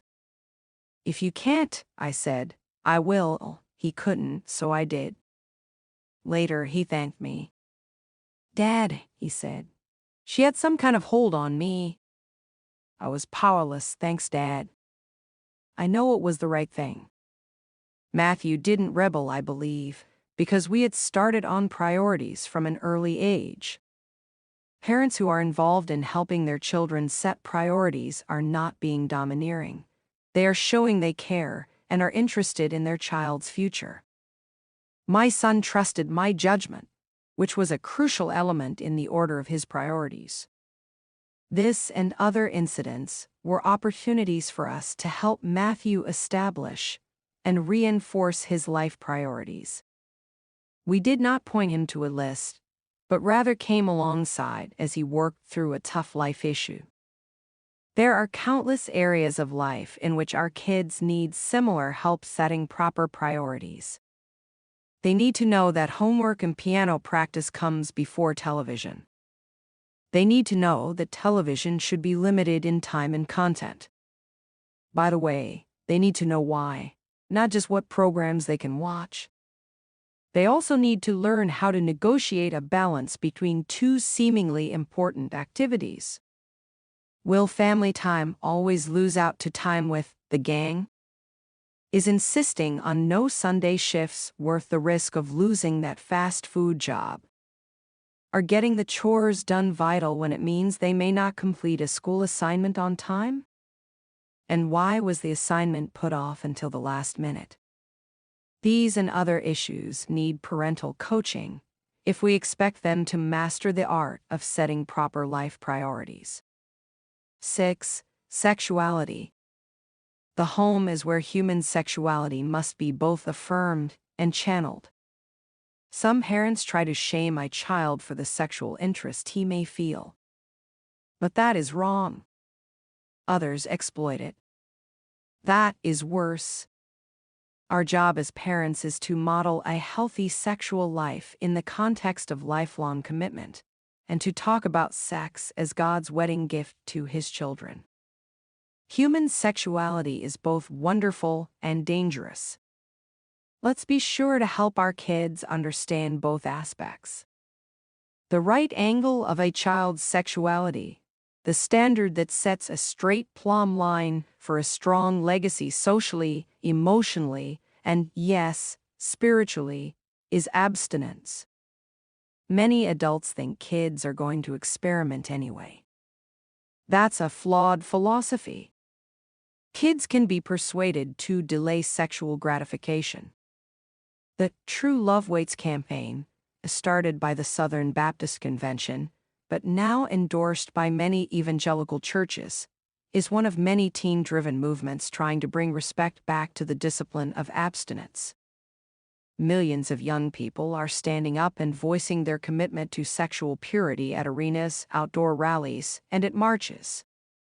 They have signed pledges to remain virgins until marriage, despite enormous pressure from peers and the arts, especially the movies. In 1994, hundreds of thousands of these cards were brought to Washington, D.C., to reinforce a very important message: not everybody's doing it. Of course, it isn't easy. Teens are fighting the odds when they make a commitment to sexual purity. Besides the popular culture screaming, "Go for it," and some schools distributing condoms to encourage safe sex, their own hormones are giving them new desires. Our teenage children need our help. Both boys and girls will seek their identities partly through their sexuality. A young girl will discover quickly that she has the ability to attract a boy's attention, and she will seek to use her wiles, either consciously or unconsciously. A young boy will readily take notice of those wiles and respond by demonstrating a manufactured virility. Though the approach may be different, both enjoy the attention and feelings of importance. Of course, their new awareness of their sexual identity creates fear and confusion. A parent must be ready to help his or her children accept their developing body and new emotions that accompany it. As a boy enters adolescence, he will struggle as to who he is sexually. He will question his sexuality because the raging chemicals within him confuse his thoughts. The new feelings can turn his new sexual preoccupation indiscriminate. Some entertain thoughts that they may be gay. An alert and savvy parent will help keep the communication open and, at this checkpoint, hold the son to the right angle by helping him understand and sort through his confusion. In contrast, a girl entering adolescence often recognizes that she has the power to use her body to draw attention to herself, and even to get her way. Usually, she will use her body only to catch the eye of that one and only, not for indiscriminate self-gratification. She finds herself in love with the idea of love, and if not held in check to the right angle, will allow someone to use her body in order that she may feel loved. Typically, she will not initiate it, but in her vulnerability to peer pressure and her desire to please, she may stumble into sexual experimentation. An early awakening of those feelings that should lie dormant creates for her an overwhelming temptation to give in to her romantic daydreaming. Don't ignore or become casual about your children's sexuality. Help them through the times of struggle and coach them on appropriate behavior. Take your son or daughter to dinner or on a weekend outing with the specific goal of addressing right and wrong sexual behavior. Teach him or her how to say no when tempted. Let your child know the painful consequences of giving away what belongs only to his future spouse. Sadly, if your children don't hear from you about proper attitudes toward sex, they probably won't hear it at all. Give them a healthy standard for normal. 7. Sexual roles. Try as he may, a man cannot bear children. Try as she may, a woman cannot conceive alone. At the risk of being politically incorrect, Kurt and I are convinced that a man and a woman each has an equally exalted, yet unique role in society. Fatherhood has its own set of demands, as does motherhood. No father can adequately fill the role of mother, nor vice versa. Many single parents do an admirable job, but they certainly wouldn't elect to go it alone if given a choice. As you help your growing children set an accurate plumb line that will keep them straight as adults, remember that their sexual identity goes beyond sexual feelings and appropriate encounters to filling appropriate gender roles. Boys need to be taught the value of masculine traits and the responsibility of manhood. This includes understanding their responsibility to protect, provide, and lead the home. Girls need to see their femininity as a strength, not a weakness. They need to view bearing and nurturing children as a gift, not a second-rate job. Both need to understand the vital role each can and should play in God's creative design. Sociologist George Gilder highlights the vital role each sex plays in the great drama of social stability. In his book Men and Marriage, Gilder explains that the woman always has a role because she is biologically equipped to bear and nurture children. The man's role, on the other hand, can be taken away by social structure. In fact, he argues, the woman's role in the birth process grants her sexual superiority to the man. It is the woman who conceives, bears, and suckles the child. Those activities that are most deeply sexual are mostly female. They comprise the mother's role, a role that is defined biologically. The father is neither inherently equal to the mother within the family, nor necessarily inclined to remain with it. In one way or another, the man must be made equal by society. How can the man become the equal of woman, as Gilder advocates? Ironically, he becomes her equal by valuing her role as the one who nurtures and his role as the one who provides and protects. Sadly, neither role is wholly clear or necessarily valued today. Gilder describes how modern society has devalued both sexes in the name of equality. As a result, we have undermined the foundational fabric of a civilized people, clear sexual roles. In opposition to the general confusion over normal and healthy sexual roles, parents must establish a right angle where the value of both masculinity and femininity can be defined and modeled. Doing so is not prudish, demurring, archaic, or obsolete. On the contrary, it is vital to a stable and strong society. The right angle. What is normal? Establishing a plumb line depends on the reliability of the right angle. The right angle must be based on an authoritative, proven, reliable source, one that has been tested and scrutinized by the ravages of time. Such a standard holds true in all settings and transcends cultural bias. It remains relevant across the veil of years.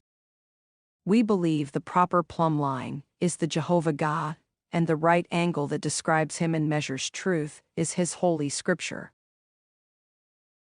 Having the right angle, the Bible, in our heritage chest will create an accurate and normal standard. The right angle gives wholeness to life and is a stabilizing influence to a growing child. Anything contrary to the normal of Scripture is abnormal and should be identified and recognized as such. Let's give our children that reliable standard. Getting personal. Establishing the right angle in your home will not just happen. If you eyeball the task, you will move off center. Take some time to make certain you are keeping the job properly aligned. 1. How clearly have you established standards of normal, healthy living for your family? Rate yourself in the following categories. Grade your home from 1 to 5 for each, circling the appropriate number. Use the following scale. 1 equals not at all. 2 equals rarely. 3 equals sometimes. 4 equals often. 5 equals always. Self-worth. How clearly do I communicate to my children their individual worth? Personal responsibility. How well do I instill in my children a sense of personal responsibility? Delayed gratification. Do I reinforce the concept of earned privilege rather than entitlement? Spiritual exploration. Do I allow and encourage my children to explore and question spiritual realities? Priorities. Do I consistently model and reinforce proper life priorities? Sexuality. Do I help my children respect and appreciate God's design of human sexuality? Sexual roles. Do I clearly define, model, and reinforce the value of masculine and feminine roles? 2. Which most accurately describes your past approach to parenting? A. I tend to eyeball the job, reacting to what seems right at the time. B. I have a clear, right angle against which I measure my efforts. C. I fall somewhere in between. 3. In what other areas do you consider it important to establish a clear, right angle in the process of giving a solid heritage? Copyright, Resonant Read Recording.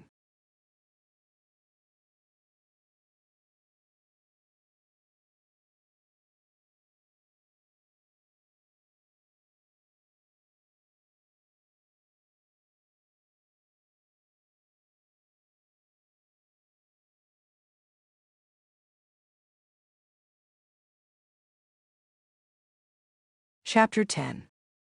Impression Points. Jim and Janet watch their 3 children decorate the plastic-covered table. In drips and drabs, the toothpaste spreads across the tabletop. The 3 young kids are having the time of their lives, squeezing the paste out of the tube. Jim watches closely, a smile ever present. It's all part of his plan. Okay, Dad says, slapping a $20 bill onto the table. The first person to get the toothpaste back into the tube gets this money. Little hands begin working to shove the peppermint pile back into rolled-up tubes. They have very little success, of course. We can't do it, Dad, protests the youngest child. The Bible tells us that's just like your tongue, Dad answers. Once the words come out, it's impossible to get them back in, so be careful what you say because you may wish you could take it back. The children look at Dad and each other and smile. An unforgettable impression is made. Most weeks, Jim and his wife succeed in creating impression points for their kids. It's a weekly routine in the Weedman home, adopted several years ago when Jim, talking to a neighbor family, learned about the strategy for teaching children valuable truths. One night each week, those neighbors spent time intentionally impressing their kids with their values and beliefs through a weekly ritual called family night. They play games, talk, study, and do the things which reinforce the importance of family and faith. Jim decided to bring this concept into his own home and launched his own family night routine. It is during these times that he intentionally creates impression points with his kids. The impact? His kids are able to repeat and, more importantly, model the lessons they've learned over the past few years. It makes Dad proud, as well it should. He is putting forth the effort, and a heritage is being passed. Not all impression points come by planning. As we will see, some of the best occur when our children do something unexpected and we respond. Such events are teachable moments when we can impress our kids with deeper truth. For instance, had Jim stumbled on the children smearing the toothpaste without his permission, he had a teachable moment in the offing.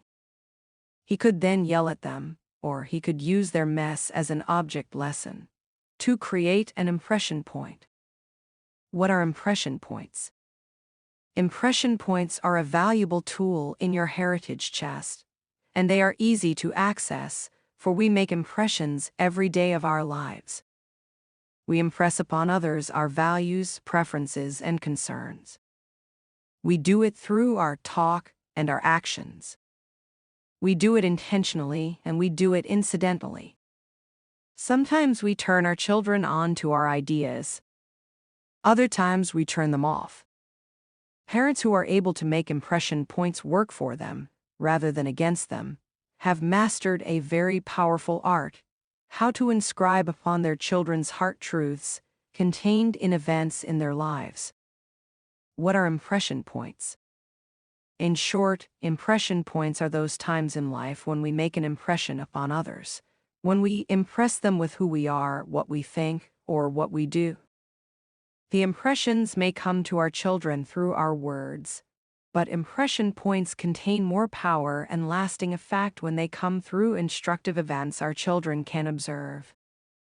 Impression points can be intentionally created, or they can incidentally occur. Either way, they make an impression, for good or bad. Back in time. Impression points have been used throughout history by many parents. Even God has used, and continues to use, impression points to instruct those for whom he cares. When the Jewish people had escaped Pharaoh's rule and stood at the edge of the Promised Land, God, who was ready to pour the sweetness of possessions into their lives, had a final debriefing session with Moses, the leader of the people.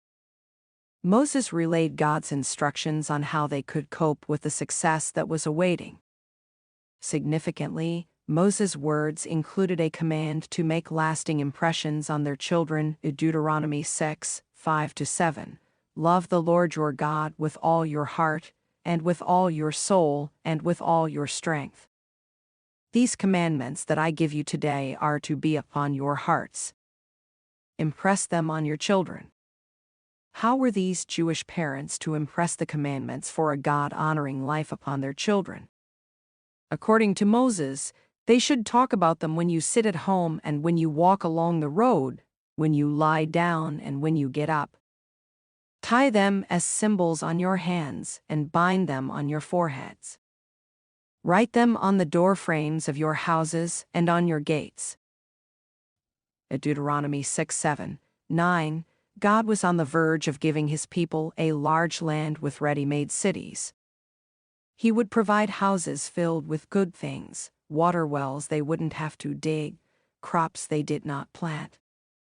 He knew they would be filled to satisfaction. He also knew the dangers such satisfaction poses. When we become satisfied, our relationship with God seems to become less important. Our relationship with the children suffers and our diligence wanes. In addition, their possessions would consume their attention. Houses, wells, and farms would require constant care, endless improvements, and time-consuming upkeep. As they became very busy, they could neglect the process of teaching the next generation about what is truly important.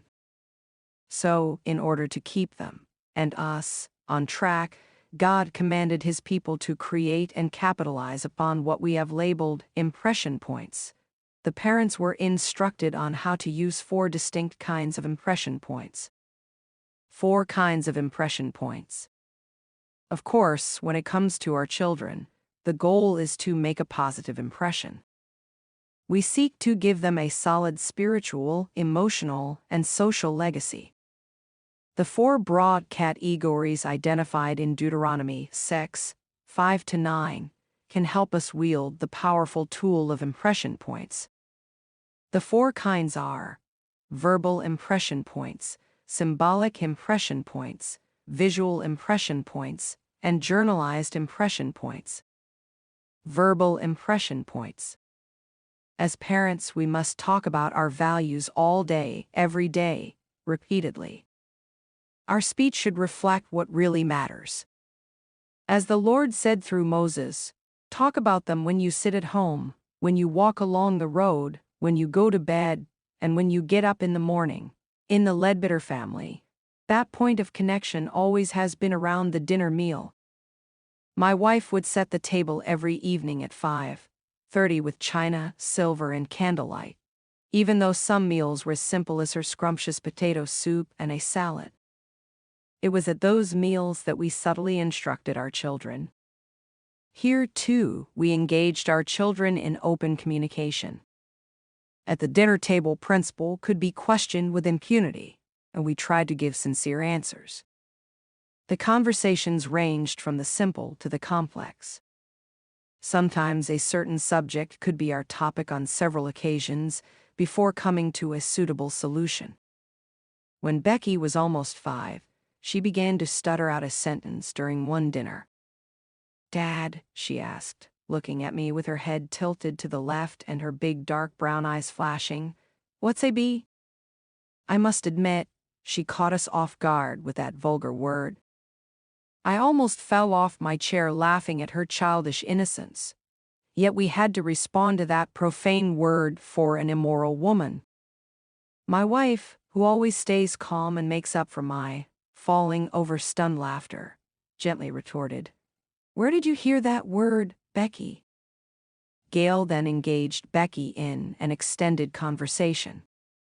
She found pertinent information, explained the idea behind the word, and then countered the word. We never heard of it again. It was a teachable moment, and rather than merely rebuking Becky, Gail was able to turn the word into a verbal impression point. Another verbal impression point occurred during our trip to Disneyland several years ago. Disneyland is only a half-day's drive, 6 hours from our house, and we decided to spend a couple of days as a family in Southern California, including a grand visit to the home of Mickey and Donald. We love the Pacific coastline, and Disneyland had several new shows, so we knew the mini vacation was a winner. We were going to be in the car several hours with our children. A perfect time to relax and to impress values on our children. A few miles out of town, Gail and I began to talk about some of our dating experiences, and the children listened eagerly. Matthew, 13, and Becky, 12, were amused to think that we actually ever dated. After Gail and I laughed together and were laughed at by our junior hires, my wife said, "I brought this tape about sexual bonding. Let's hear what it has to say." Intentionally, we listened to the tape. The message yielded some brisk conversation afterward. But more than the conversation, it made a compelling impression on Matt and Becky that would influence their future relationships. Right there in the car, some resolve was inculcated into their virtues. We enjoyed Disneyland, but a longer-lasting benefit of the trip was the open discussion about sex with our 2 older children. Verbal impression points can occur anywhere, on the road, on the beach, in the bedroom. But the most common place for you probably can be around the kitchen table, during or after a meal. Each weeknight at the dinner table affords ample opportunity for verbalizing. Mothers have special opportunities with younger children reading in bed with them. Dads, of course, can do this equally well. Fairy tales often contain moral lessons, and children's Bible stories offer many truths about God and our own selfish natures. We can read the stories and discuss them. During such quiet moments with our children, we often, unaware, pass our values and at the same time draw closer to our children. This is how we impress our kids with who we are and convey to them important truths. Parents, take opportunities with your children to verbalize. Talk about the things that are important. When you sit at home, when you walk along the road, when you go to bed, and when you get up in the morning. Symbolic impression points. The second kind of impression point is described in Deuteronomy 6:8. Tie them as symbols on your hands. Symbolism is a powerful way to impress your values upon your children. Some parents still use a symbolic device to help their memories. They tie a string around their index finger. The string is representative of what they need to remember. If the rent is due, the string symbolizes the rent payment. If a birthday or anniversary is upcoming, the string symbolizes a gift that should be purchased. Why a string?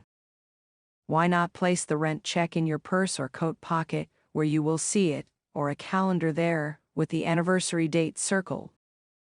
You could do that, of course, but the string is an unusual reminder, a picture that reminds you that something special must be done this day. Symbols are special, pictorial reminders of what we must do or something we believe in. We wear symbols all the time. Our jacket with the logo of our favorite sports team symbolizes where our loyalty lies. Teens wear clothing with designer tags that symbolize a social status. Gangs have wardrobe, signals, and colors that symbolize their intentions. Symbols are all around. We, as parents, cannot escape symbolism. Our lives symbolize our values. Our actions and our lifestyle form the string around the proverbial finger, reminding our children of what is important. We sang a song in Sunday school when I was a child that went like this. Oh, be careful, little eyes, what you see. Oh, be careful, little ears, what you hear. Oh, be careful, little hands, what you do. And be careful, little feet, where you go. The song taught us that what our faculties participated in was symbolic of the condition of our heart. Children are neither blind nor ignorant. They pick up quickly that the things we do represent who we really are and what we secretly believe. Thus, our faculties can symbolize our desire for wealth, power, or fame. Or they can symbolize to our children our compassion or our desire to give. Kids pick up on symbols. That is why God told Moses to instruct the parents to impress valuable symbols on their children. Our words symbolize to our children our values. What we extol dictates our stroll. But what we don't say also can speak as loud as what we say. In our home, Gail and I never resorted to name-calling. Our heated exchanges were private. How we spoke to each other was guarded, because it all symbolized our true relationship. We did not announce our disagreements in front of our kids. Nor did we criticize or question others in front of them. If they heard us discussing someone, it would amount to gossip. The quickest path to bring children to an embittered spirit is to condemn others in front of them. It is symbolic of your inner feelings. How can you symbolize respect, kindness, and compassion to your children? Here are just a few ways. Always back their teachers or other authorities over their petty battles. That symbolizes how you feel about response to authority. Attend church regularly and give to ministry. That symbolizes how you love God. Touch your spouse in front of your children. A kiss, an embrace in the home or out in public is a powerful symbol of your love, and it symbolizes security for them. We were modest. Do not appear nude or immodestly dressed. Being fully clothed symbolizes the worth of a person's privacy. In all these ways, we tie them as symbols around the fingers of our sons and daughters, giving them important reminders and examples of what counts in life. Visual impression points. We discover a third kind of impression point in Moses' command to hang them in front of your eyes. Eventually, many Jewish readers would literally hang a small box on their forehead containing a scriptural message.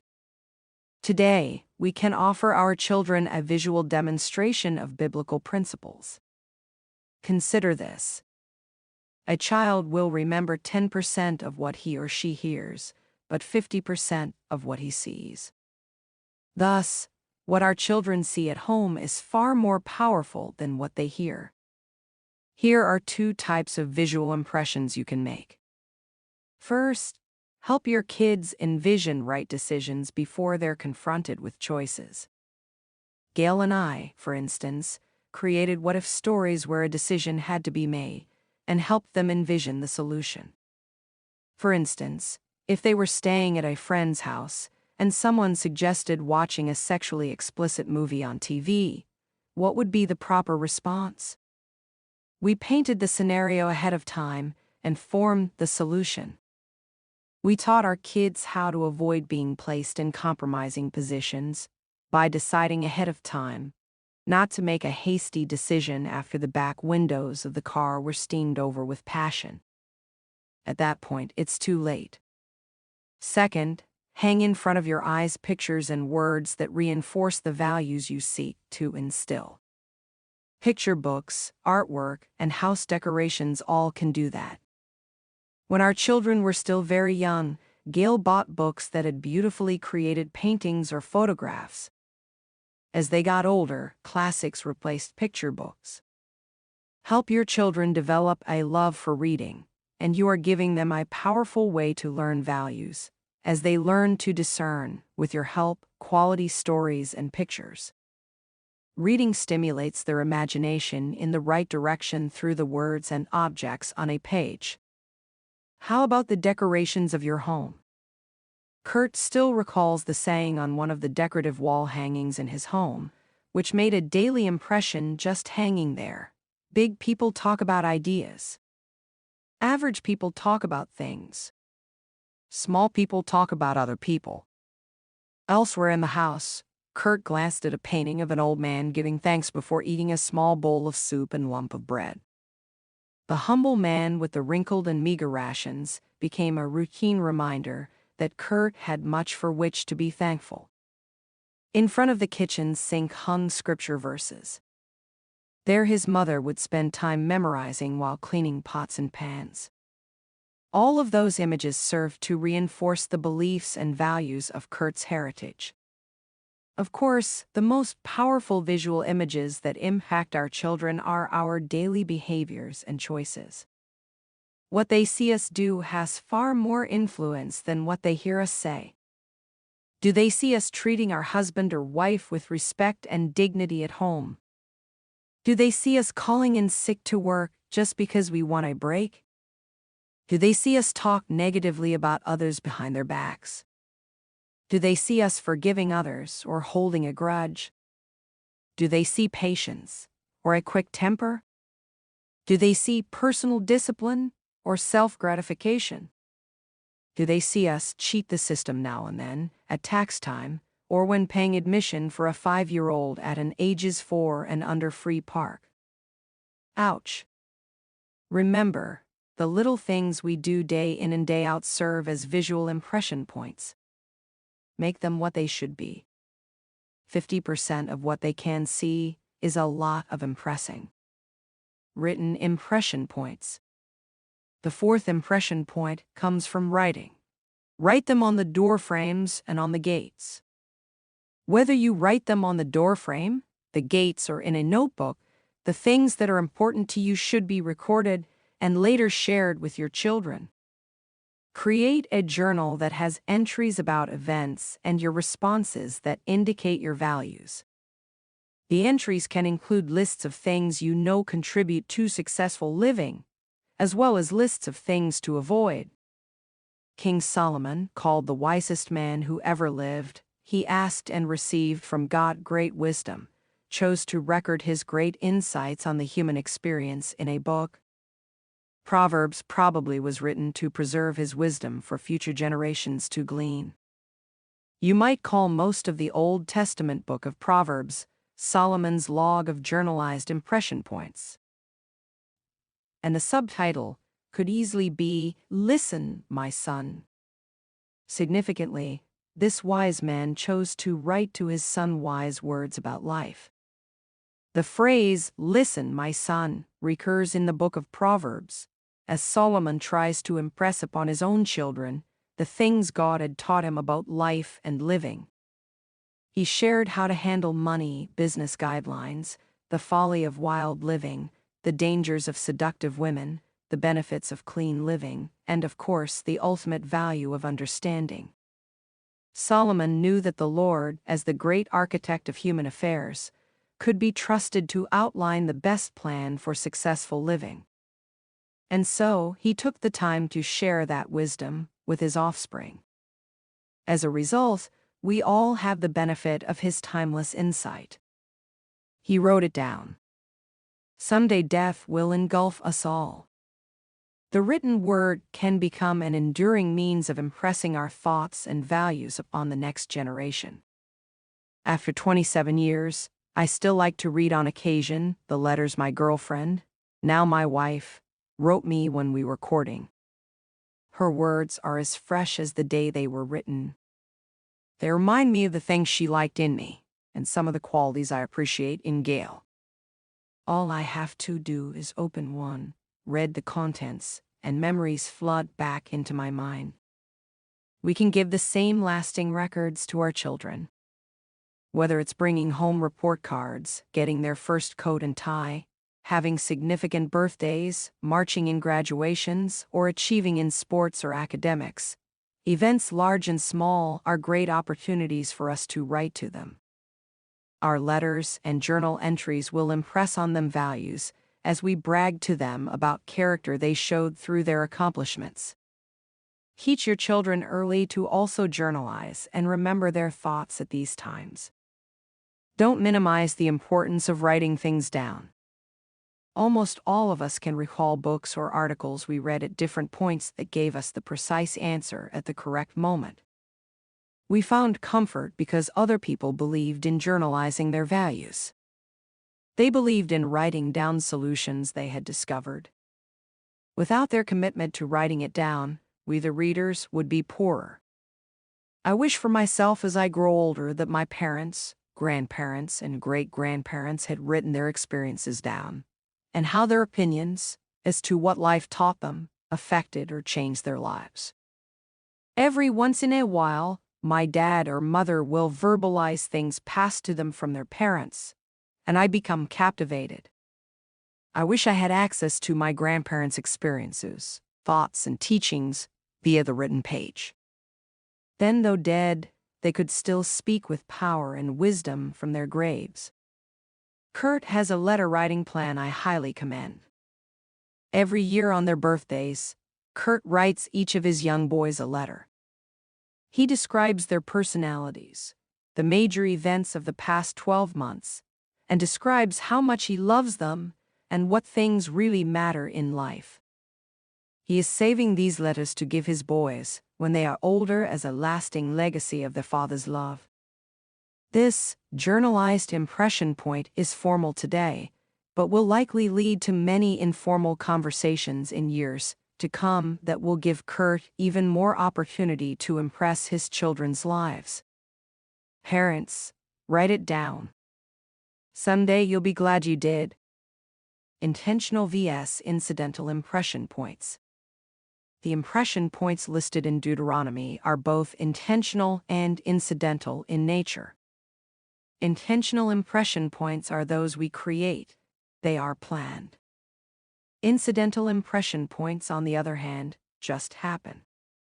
They occur in the everyday of life, and they happen whether we are ready for them or not. They represent teachable moments that await our response, and we must be ready to take hold of such moments.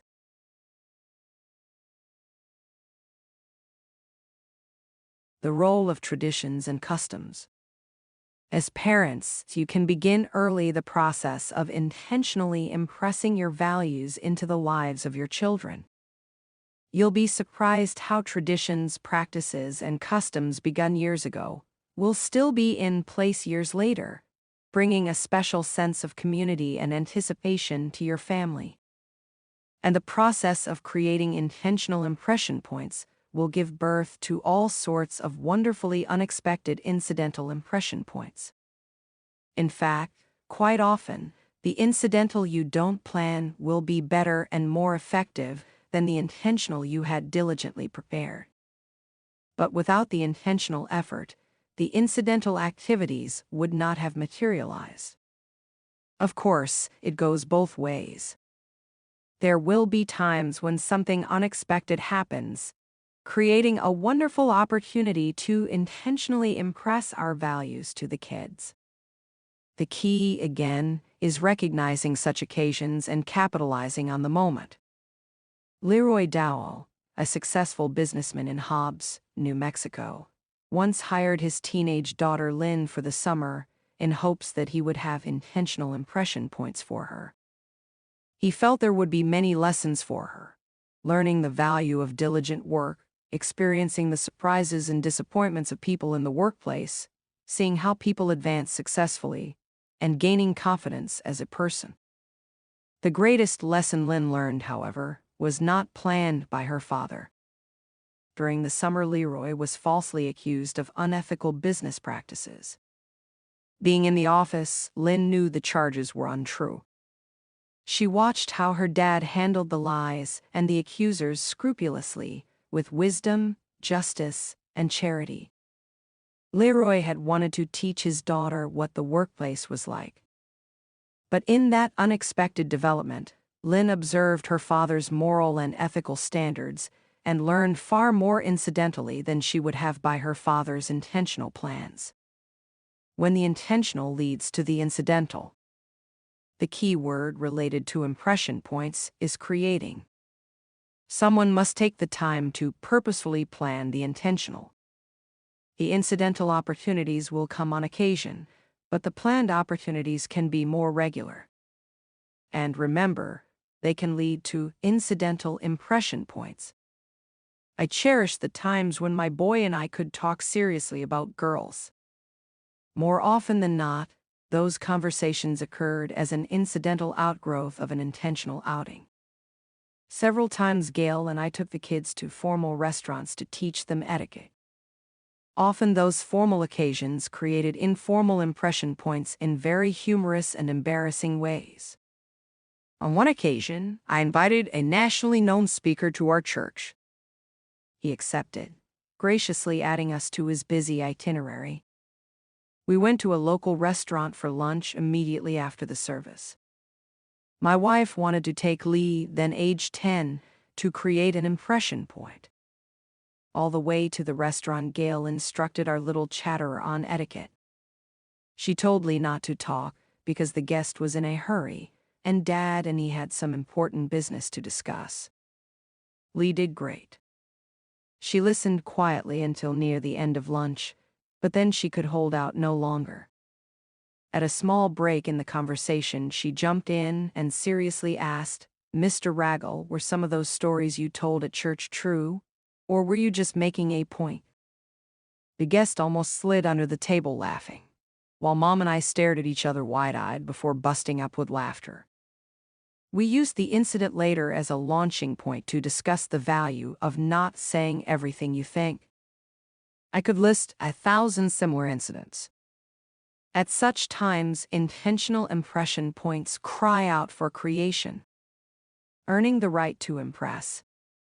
The emotional development pattern of children only gives us a limited window of opportunity in which we can earn the right to impress. During these early years, we must become a trusted friend and respected mentor, if we hope to influence their lives as they mature. Follow 4 simple guidelines, and you will earn the right to impress. 1. Be there. Absent or detached parents don't impress. Frolic with your children while they are very young. At times it may seem like there are 1,000 more important things to do, but it will pay tremendous dividends in the long run. Why? Because you are earning the right to impress. Teach them how to interact. Be an example in keeping your cool. Show them how important they are by spending precious time with them. Don't offer them your leftover, fatigued, half-interested time slots. Give them a piece of your quality time. It will speak volumes to them. 2. Be fair. Children have an innocent, straightforward desire to do what is fair and be treated fairly. Striving to be fair should not cause you to always have to sit down and ponder what to do. Being fair means you will be clear in your instructions. It means you will be open and honest with your feelings, being frank without being harsh.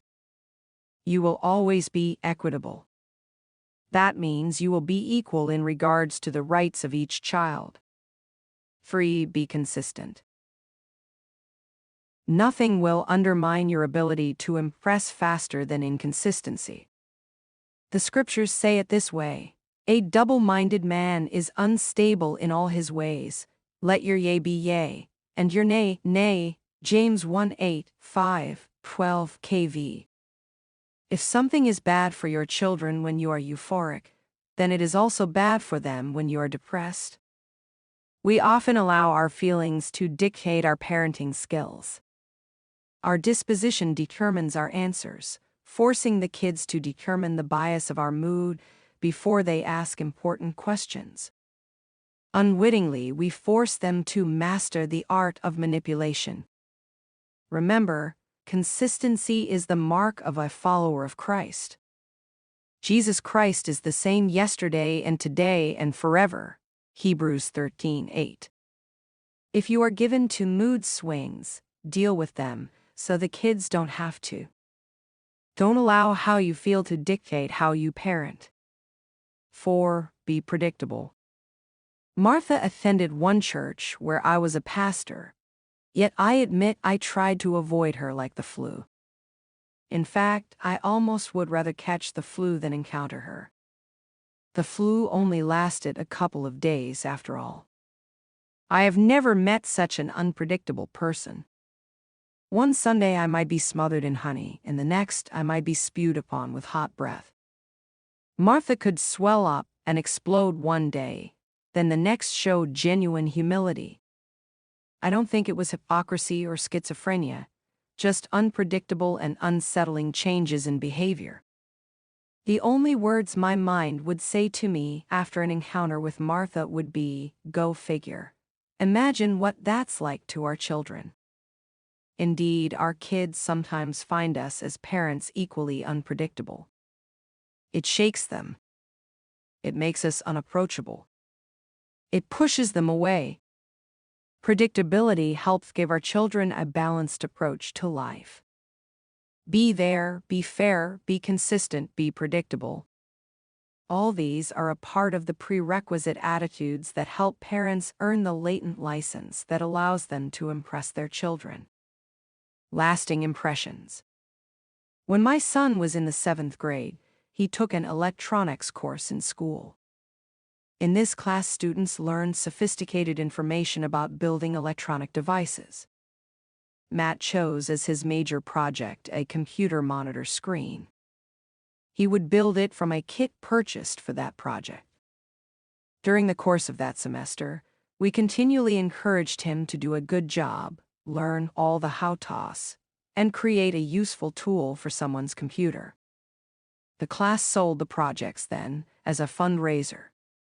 We intentionally bid on his project and secretly purchased it. Then we wrapped it up for Christmas along with the other components of a new computer. To his surprise, on Christmas morning, he received the new computer he wanted for Christmas, along with his own monitor. Besides our desire to encourage Matt, we purchased his monitor hoping to create an intentional impression point. It worked. We had a lively exchange about pride of workmanship and learning by doing. Matt agreed from his experience that a worker should always give his best, as if the item were going to be his own, because it just might be. We still have the monitor, and it still shows his careful workmanship. Getting personal. If capturing and creating impression points with our children is the key to influencing their lives, then we must take action now. For most parents, making an impression fails not because of missing desire, but a missing plan. This getting personal will let you evaluate how well you have planned and how to start making plans. 1. How well have you done at creating intentional and recognizing incidental impression points with your family? Rate yourself in the following categories. Grade yourself from 1 to 5 for each, circling the appropriate number. Use the following scale. 1 equals not at all, 2 equals rarely, 3 equals, sometimes 4 equals, often 5 equals, always verbal impressions. How often do I talk to my children about important, lasting issues? Symbolic impressions. How well does my behavior symbolize my values? Visual impressions. Do I help my children visualize what is true and right? Written impressions. Do I write down the things that are important for my children to understand? 2. Identify one thing you can do in the next week to create an impression point in each category. Verbal. In order to impress my children through conversation, I will. Symbolic. In order to symbolically reinforce my values, I will. Visual. In order to help my children visualize truth and right, I will. Written. In order to record my values for my children, I will. 3. Identify 2 occasions in the past week when you missed an opportunity to capitalize upon an incidental impression point in your home. 1. When describe incident occurred, I should have describe action in order to impress describe value upon my family. 2. When describe incident occurred, I should have describe action in order to impress describe value upon my family. Those who walk through this little exercise on a regular basis will become more aware and disciplined in their efforts to impress their children. Copyright Resonant Read Recording. Part 3. Giving the Heritage. He is the happiest, be he king or peasant, who finds peace in his home. Goethe. Copyright Resonant Read Recording. Chapter 11. Giving what you didn't get. It just doesn't seem fair, does it? Some were given a wonderful, healthy, positive heritage, a beautiful gown, a royal robe. Others were handed rags. For some people, the process of passing a solid heritage is a natural outgrowth of who they are. Others can't even fathom the experience of positive family living. The good news is that anyone can give a positive heritage. The bad news is that the process of doing so will be much harder for some than others. You can give what you didn't get, but doing so requires that you move on to a bright future and not remain a victim of your past. It will be hard work, but it will bring great long-term rewards for you and for future generations. Sacred sacrifice. Some sacrifices are really self-motivated. We work long hours to be promoted. We endure grueling practice sessions for the chance to shine during the game. We volunteer because we want the praise of others. But the willingness to endure difficulty or personal loss for the sake of others is the essence of charity. It also is the key to giving a strong heritage when you didn't receive one. I'm too young to have been there, But the moment has been preserved on film for my generation and future generations to visit.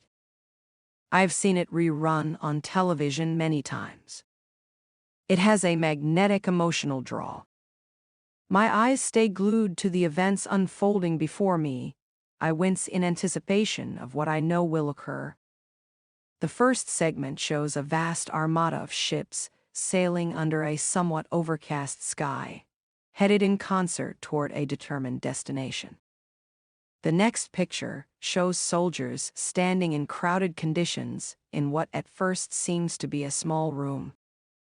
As the camera pulls back, it reveals they are actually in a landing vessel that will belch them out into shallow water, heading them toward a waiting shore in France, where imminent danger, even instant death, is lurking. My heart sinks whenever I see the corpses floating in the surf. I see courageous men carrying heavy backpacks and weapons advance toward shore. Some fall, some shoot back, all realize the odds are great against making it to the base of a cliff where there may be some semblance of safety. Some make it, many don't. Buddy helping buddy, panic running unabashed. The popping of gunfire dominates the decibels.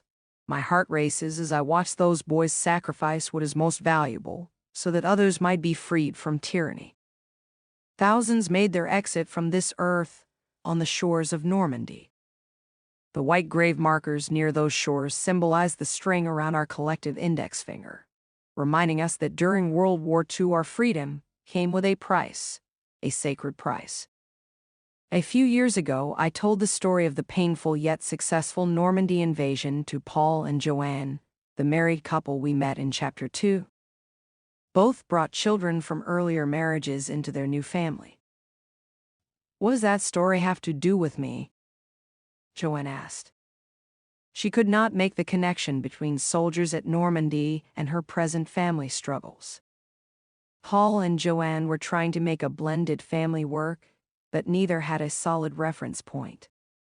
Each had tasted the pain of failed relationships and broken homes before meeting one another and forming a new family. Though both brought pain into the marriage, both also had hope for something better. Still, Paul and Joanne lacked the experiences, skills, or understanding of how to build a solid home life. So the pattern has continued, an unbroken cycle of tyranny. They each asked me the same thing. How can we give our kids something we've never received ourselves? If the cycle is going to be broken, I answer, it must start with you. Someone had to be first when we stormed the beaches of Normandy. They sacrificed themselves in order to secure victory. Theirs was not a glamorous role, but they were the true heroes of that battle. They made a sacred sacrifice for the sake of others. That is precisely what you must do for your children and future generations. Like a room full of dominoes standing face to face, when the tumbling starts, eventually all will fall if someone does not intercede. Someone in this family must pay the price. And it is a heavy price. Paul and Joanne are determined to put a halt to the cycle that has run several generations and now is flowing into their children's lives. They have realized their responsibility. If they are not devoted to ending it here, it will find its way into their grandchildren's lives. This battle is their Normandy. They may have to spend the remainder of their lives fighting to create a good heritage to pass to their future generations. Perhaps they may not even get to enjoy it or see its impact. Whatever the outcome, they are in a battle. They are now to the point where they can affectionately call this struggle their Normandy. The white grave markers at Normandy are a reminder that those men interceded for us, giving us what they could not enjoy themselves, freedom. Paul and Joanne's 189-year heritage children will never know the full price their parents are paying. But if Paul and Joanne succeed, the children will enjoy a freedom they didn't fight for. The freedom to begin their own families liberated from the ongoing pain that could have toppled into their future family lives. They will have the freedom to start fresh, to make their own choices. Are some privileged? If you are one who was handed rags, your response to the women who received the gown and the men who received the robe may be cynicism, even anger. They were born with a silver spoon in their mouth. Their life is easier than mine. God is a respecter of persons. Watch out for jealousy. Bitter jealousy can quickly overshadow the lessons to be learned from their experience. Sure, it may be easier for them. Okay, you had it harder. Of course, the process will be more difficult for you. So what? As Booker T. Washington said in his autobiography, Up from Slavery, success is to be measured not so much by the position that one has reached in life, as by the obstacles which he has overcome while trying to succeed. You can successfully give what you didn't receive. Will it be easy? No. Will it be worth it? You bet. When my wife, Gail, shares how to pass a heritage with others, many disqualify her because she was raised in a solid home. That's easy for her to say. She had a good heritage. It's true that in many cases an individual who has experienced a particular set of circumstances is more sensitive to others in that situation. A woman who lost her mother in a car accident, for instance, may have a better idea what to say to someone in similar grief than she would if both her parents were living. But when a man has survived cancer, he doesn't necessarily need an expert in disease to help him return to normal life. He needs someone who can help him with nutrition and other aspects of normal living.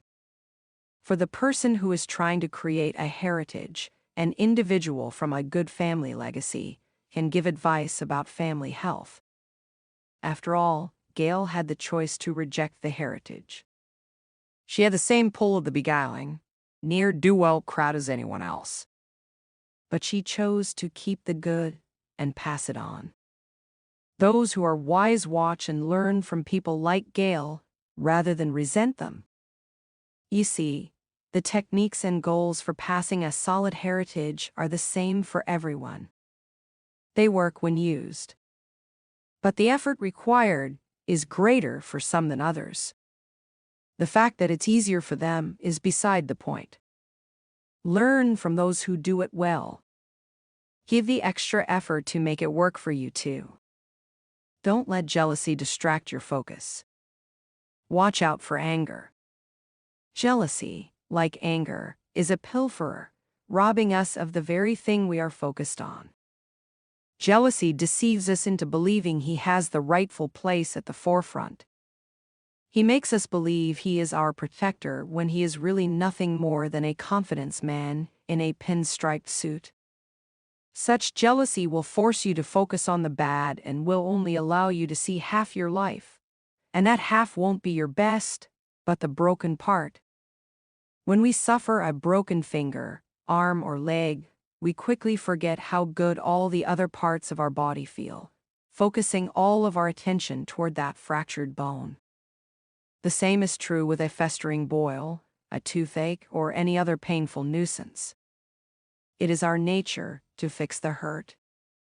Even though our eyes, ears, nose, stomach, heart and lungs, liver, kidneys, intestines, spleen, throat, brain, and everything else is healthy, we become consumed with the one area that hurts and fix it or fixate on it.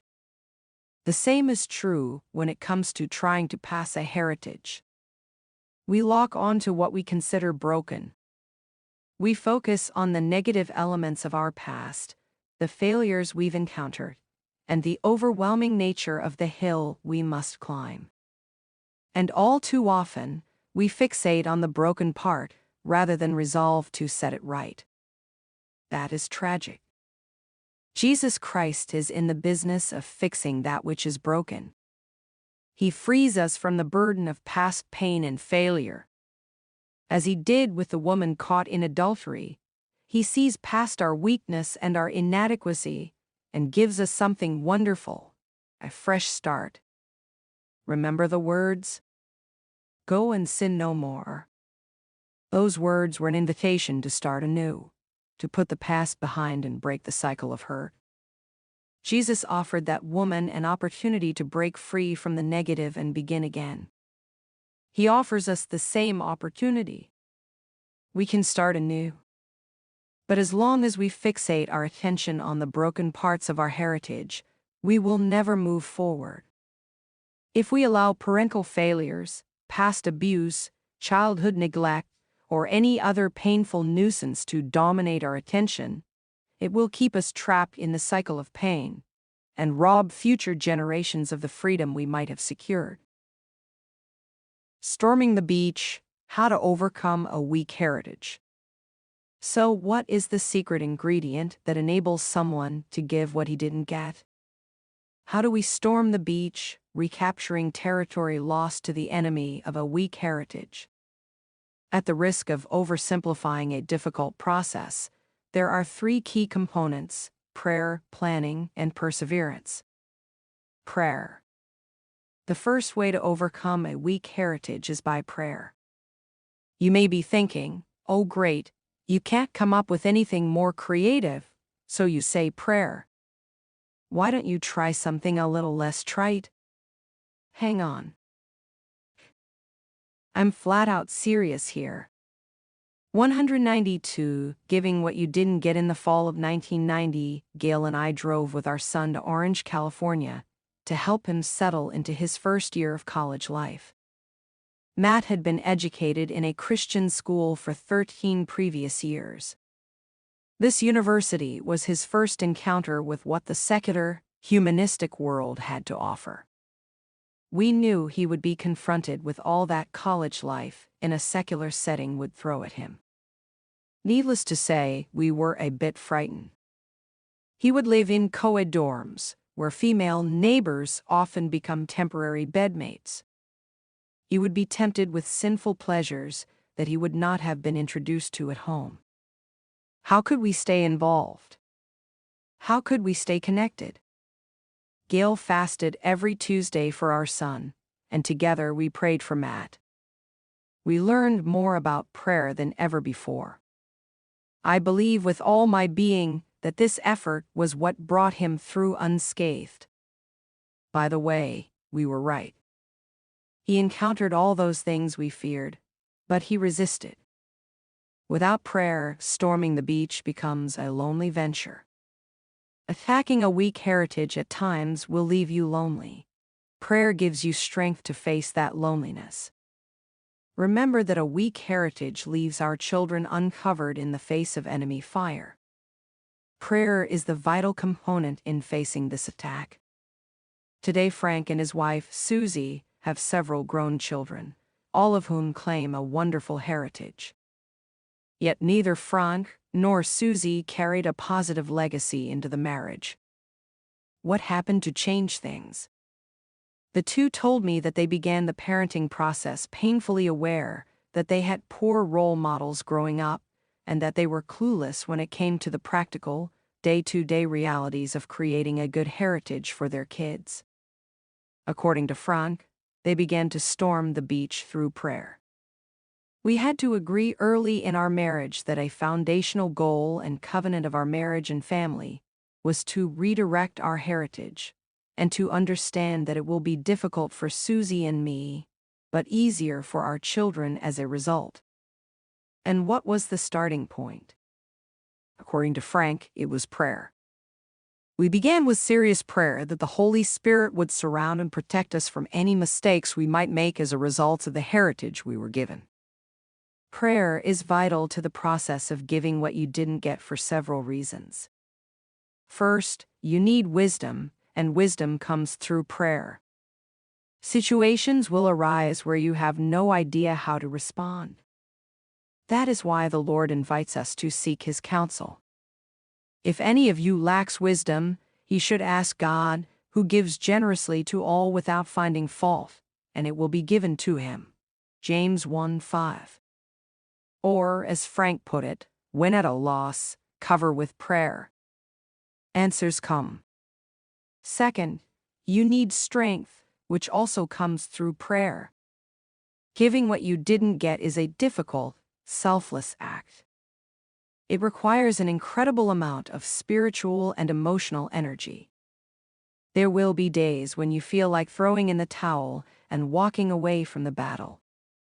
It is in such times you will need to rest in the Lord's tender, loving care. Remember, God is our refuge and strength, an ever-present help in trouble. Psalm 46:1. Finally, you need release. You may find yourself facing feelings of defeat, anger, even depression. When you make mistakes, which everyone does, you may feel like a failure. Other times you may confront very real anger, even anger at God. Why did you give me such a bad heritage?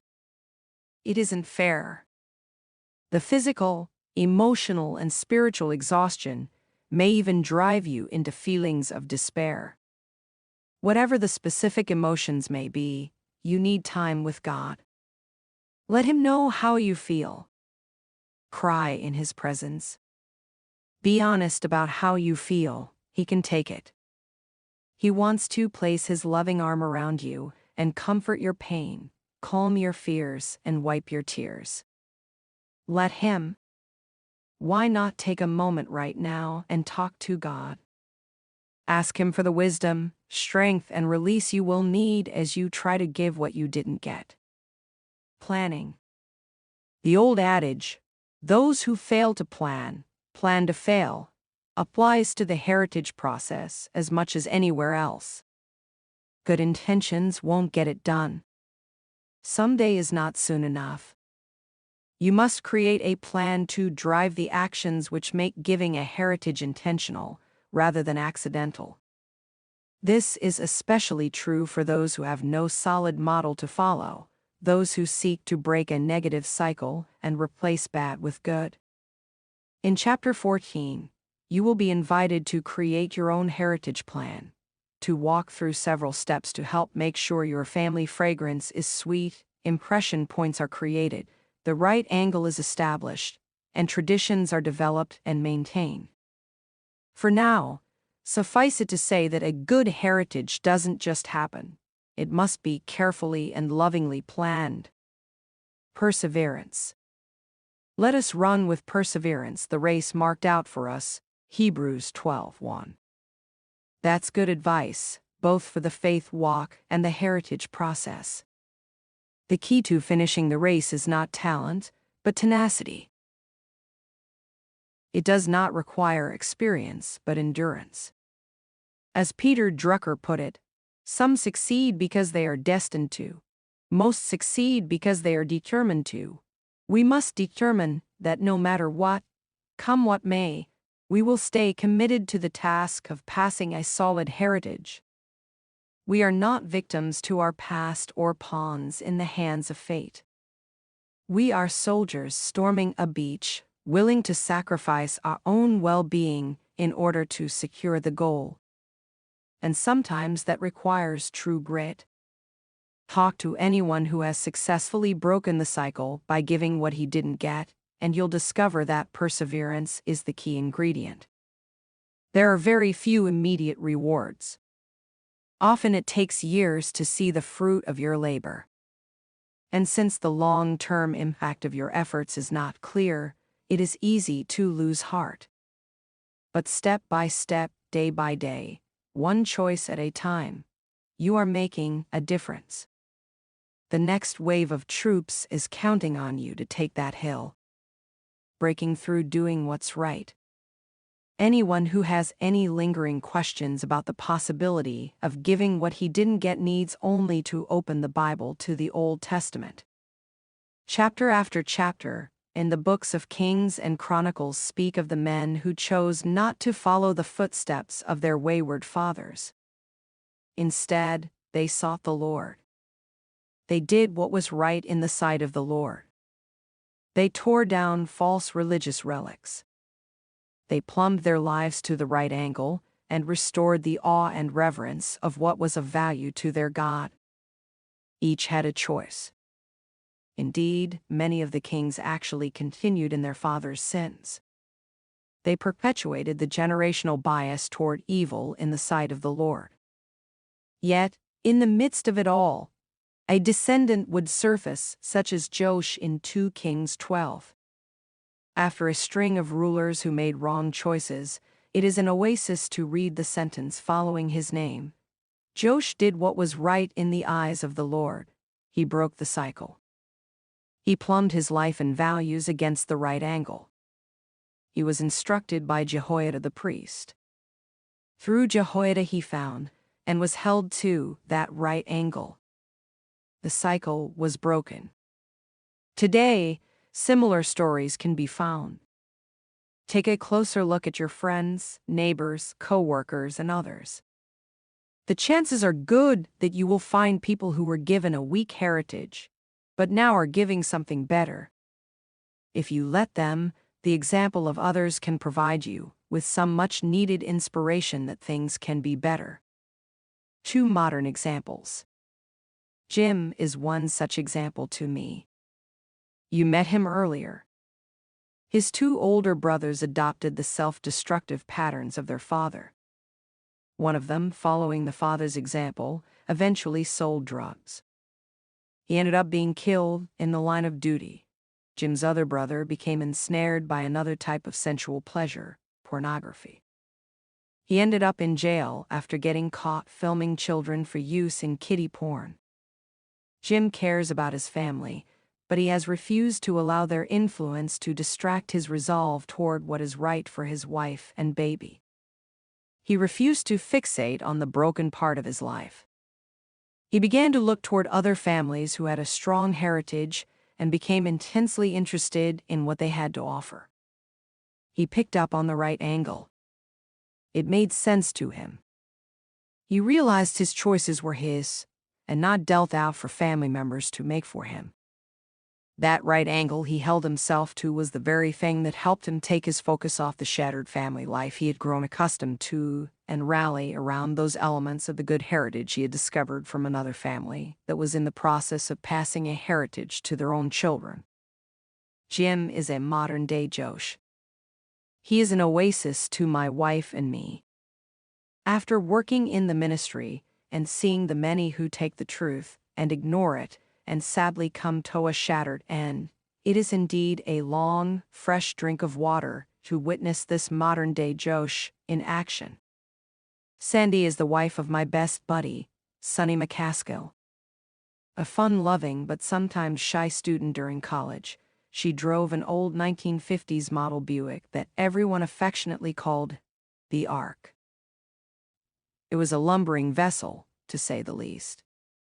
She met Sonny in her 3rd year of college. Sonny noticed her eyes, and an inner beauty that radiated through a countenance that rarely revealed any sign of her past. Sonny was practically spellbound.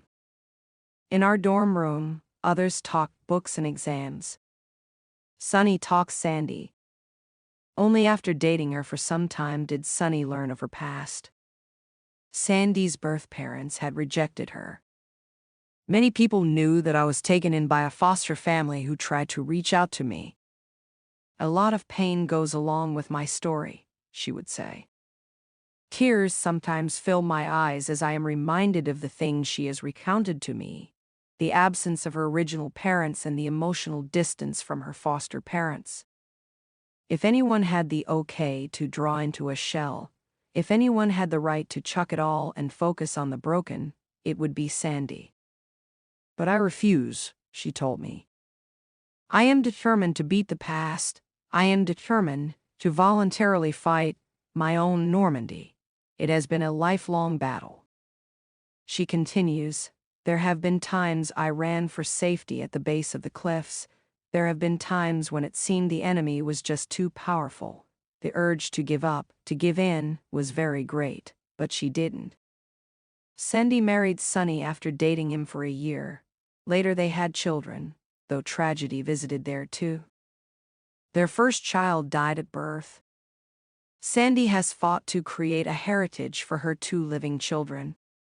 She has continually sewn that Victorian wedding gown and royal robe to hand down.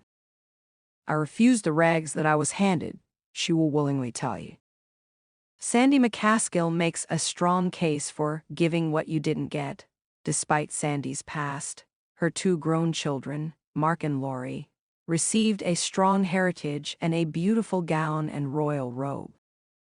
They now have the opportunity to pass to future generations those new garments that Sandy and Sonny handed to them. If you did not receive a strong heritage, do not despair. Just as Jim and Sandy have done with their own families, you too can pass on a strong cord to your children.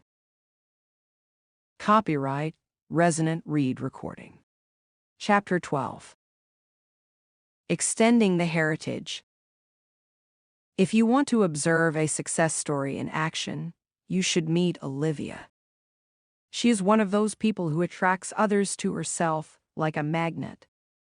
She has the gift of encouragement, and she uses it. And yet, if anyone has reason to feel discouraged, it is Olivia. She was given a very weak heritage, spiritually, emotionally, and relationally. As I described earlier, hers was a childhood of neglect, rejection, and pain. But she has overcome the past and is building a wonderful heritage for her own family today. Doing so has required that she storm the beach and break the cycle. Growing up in a single-parent home with 5 siblings would have been difficult enough for Olivia. Adding to the stress, she watched as her 4 brothers and sister dealt with the ongoing fallout of family collapse. Memories of Daddy hitting Mommy, the confusion, the fear, the rejection, several serious bouts with suicide-level depression, and one attempt to actually carry out the suicide compulsion.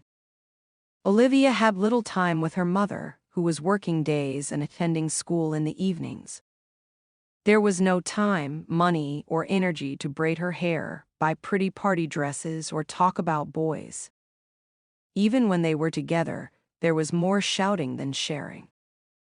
Of course, there was no healthy male role model in the home. No one to call her Daddy's little sweetheart or teach her to ride that first bicycle.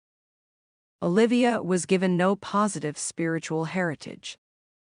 Olivia's mother had rejected her Catholic roots.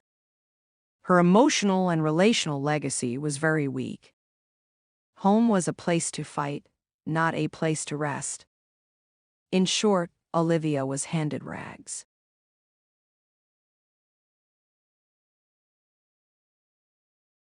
A helpful father figure, a caring couple.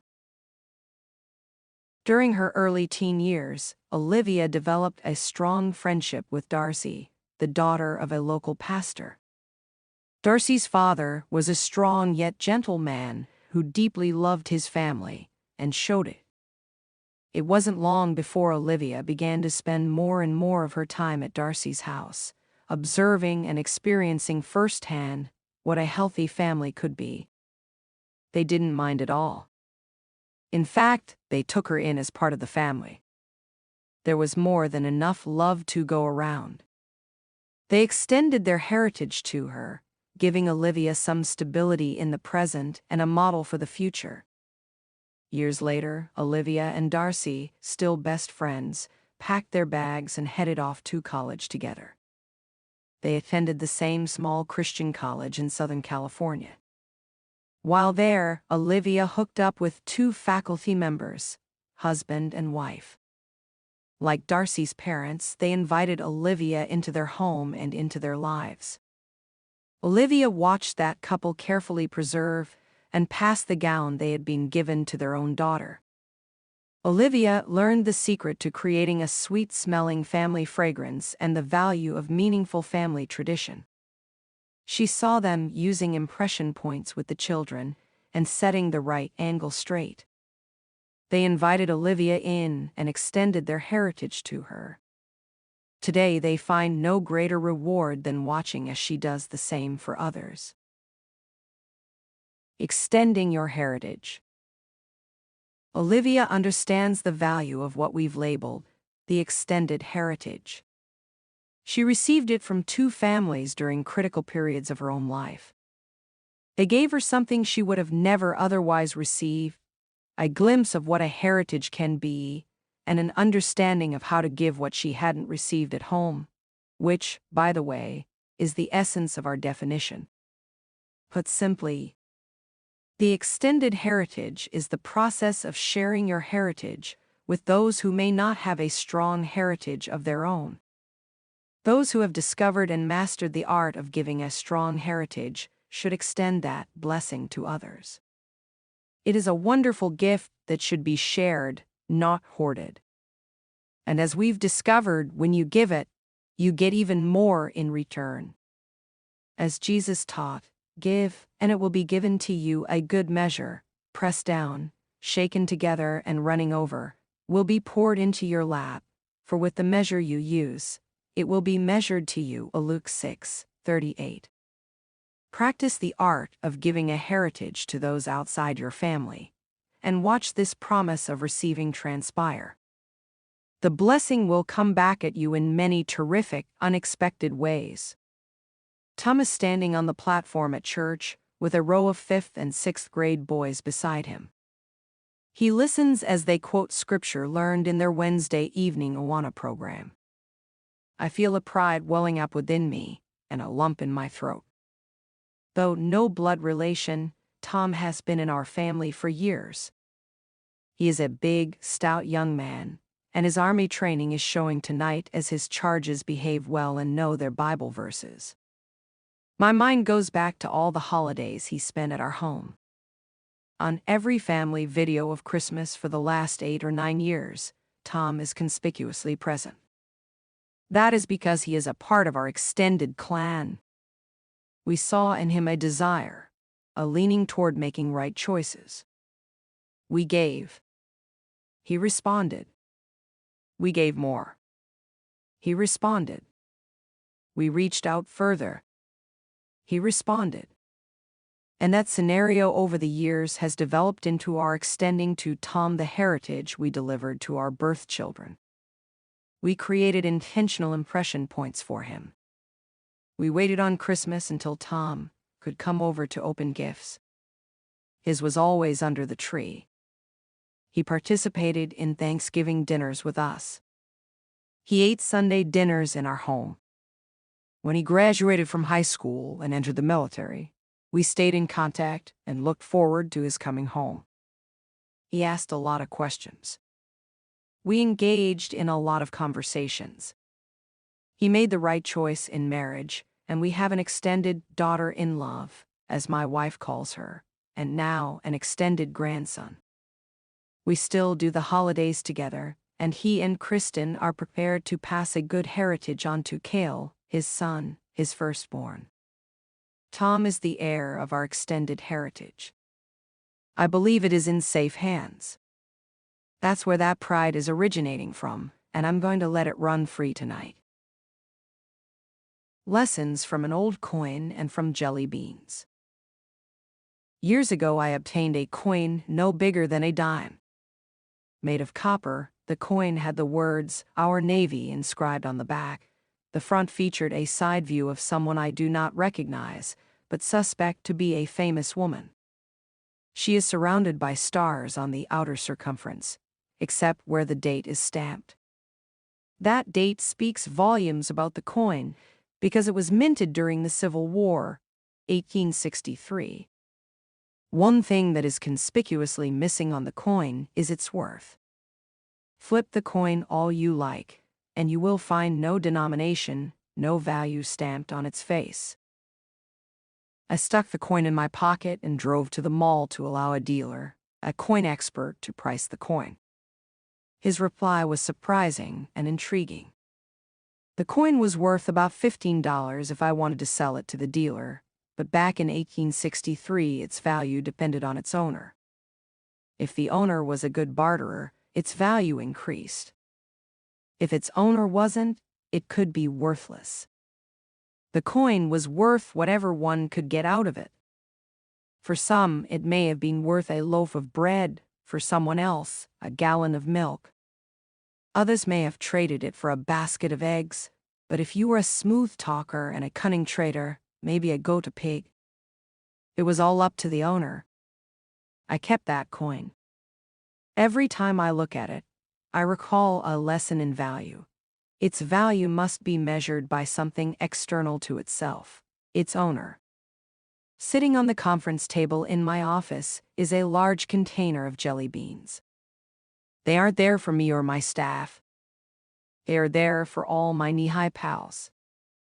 I have a soft spot in my heart for kids. After a service at some point, we all go in to enjoy a simple jelly bean.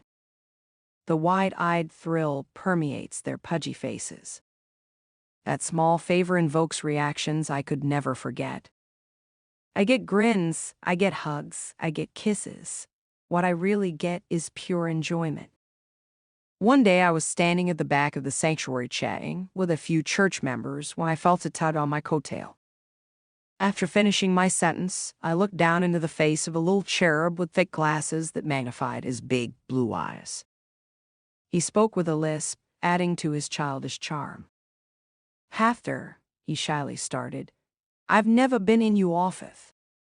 He accented "never" with a high-pitched tone. "Would you like to go in and see my office, Joshua?" I asked, knowing his answer and his motive already. "Could I?" he shot back, still in that high-pitched tone as he was on the edge of euphoria.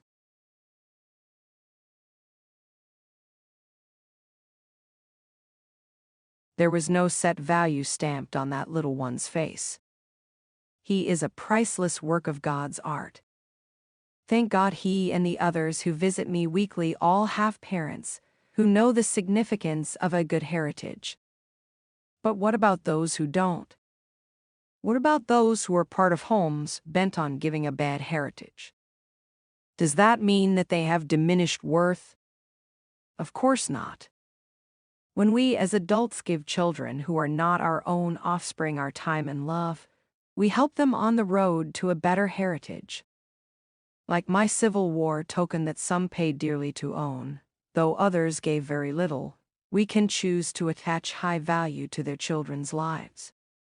Whether it's inviting them in to share a jelly bean or taking them to the local playground on a fall afternoon, our participation with them tells them they have value. Who can give an extended heritage?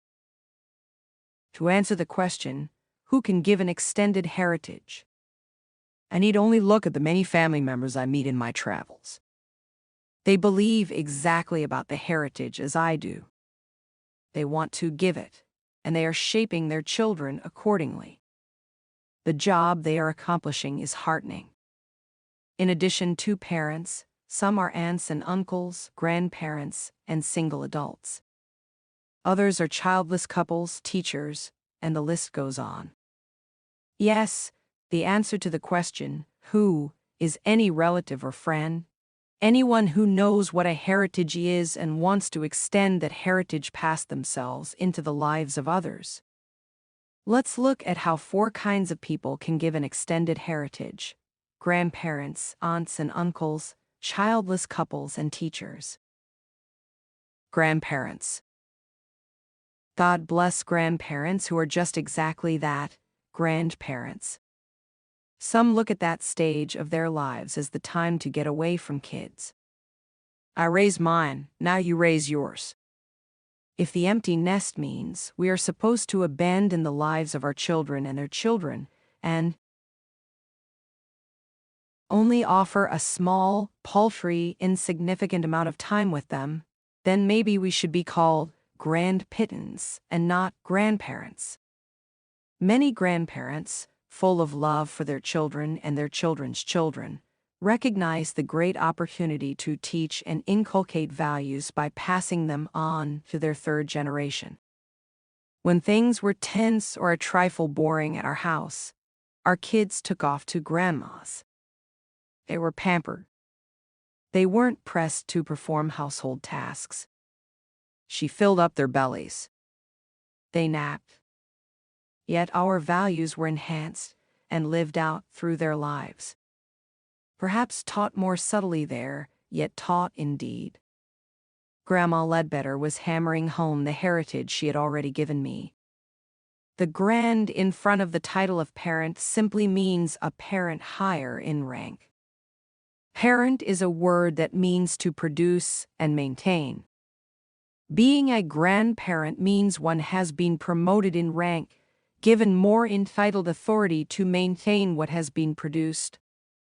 Grandparents, your influence can give a heritage beyond even your immediate family. If you have no grandchildren around, adopt some. Look for couples who are lost and befuddled in their job of parenting. Look for children of single parents. Look for kids unintentionally abandoned by overworked, overextended parents, and offer that extended heritage. Plan some impression points with them. Their mom and dad may be more occupied with their occupation than inculcation of their true values. What a great opportunity for you to make a compelling impression. Aunts and uncles. Dan sat through the men's retreat as I spoke on passing the heritage, wide-eyed and glued to the subject matter. I knew I had strummed a chord on his heartstrings. I felt good about it. Maybe one more man to catch the vision of the magnitude of his job. So you can imagine how I responded when I found out he and his wife could have no children. "Don't be surprised," he said. "I have a question I need to ask." We walked down a hallway to the end of the chapel and sat down. Dan was a proportionately large man. The dark flesh around his eyes was turning red and tears were about to follow as he choked out the details of his sister's children. She had lived an abused life, was abandoned by the father of her children, and now had appealed to Dan for some kind of help. Not financial. Just support. He had turned her away. Boy, did I ever strum a chord on his heartstrings. I think I played an entire song. Dan has since contacted his sister and is intensely involved in the lives of his nieces and nephews. He is determined to give them a chance to have a heritage. Dan is in ministry full-time now and is a true believer in the extended heritage. You may be able to help your brother or sister. In fact, often other members of the family can be part of an extended heritage given to the children of relatives. Aunts, uncles, cousins, whatever relation you are to children, you can extend and connect, and you should. Singles. Donna Goat has long, straight, blonde hair and a shy smile that assumes nothing but only reveals the true character of her sweetness. And if she read this, she would turn beet red with discomfort for being singled out. Donna was a very smart and capable young lady who attended the college and career class I taught in the early 1980s. Even though she was tall, thin, and very striking, I never saw her interest in any young man blossom. Her interests at the time lay in education. Once in a while, she would show up at Bible study with her sister's children, a preschool boy and girl. If anyone has mentored me about the value of singles creating and passing a heritage, it is Donna Goat. One group of people is perhaps more stereotyped than any other group. Not because of ethnicity. Not because of gender. Not because of education or their social status. They are type because they remain single. For whatever cause, they choose to live their life without a mate. Or they may very much want to be married, but they have never found or been sought by the right person of the opposite sex. Because of their singleness, they sometimes are looked on as incomplete. But what a fertile ground to create, grow, and extend a heritage to others. The great Apostle Paul is found in this group. He stated that, in his opinion, to stay single is the best option. He wished all could live as he was. He was not bound or encumbered by the restraints of caring for other immediate family members. He was free to pick up and go at the whim of his God to accomplish numerous missions for his kingdom. Donna made the same choice.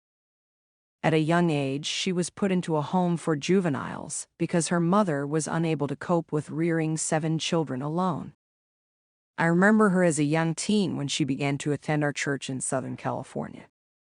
I knew she had a love for her sister's 2 children. I could see it in the way she handled them.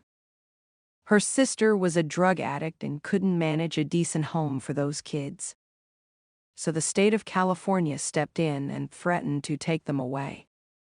Donna asked for and received them into her home. The children were ecstatic about the possibility of living with Donna. They held the thrill in check as the adoption was attempted.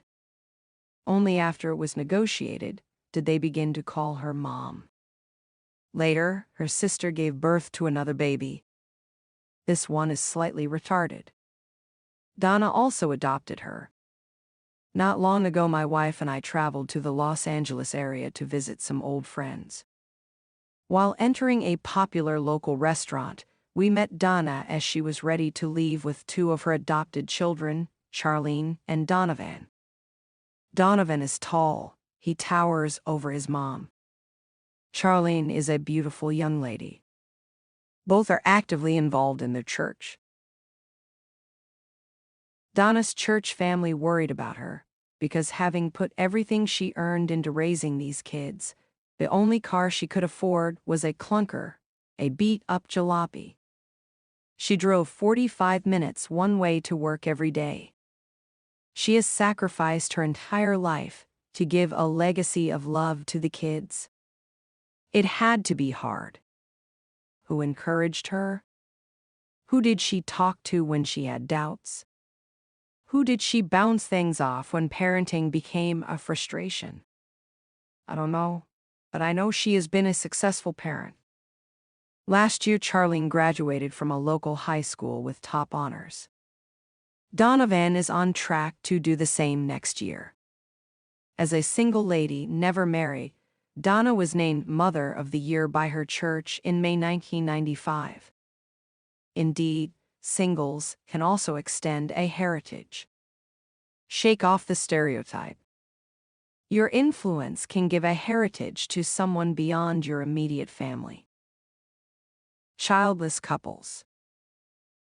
Few things are as painful as the realization that, though you have a wonderful heritage to pass and a deep desire to do so, infertility or miscarriage has robbed your home of those who would have received it.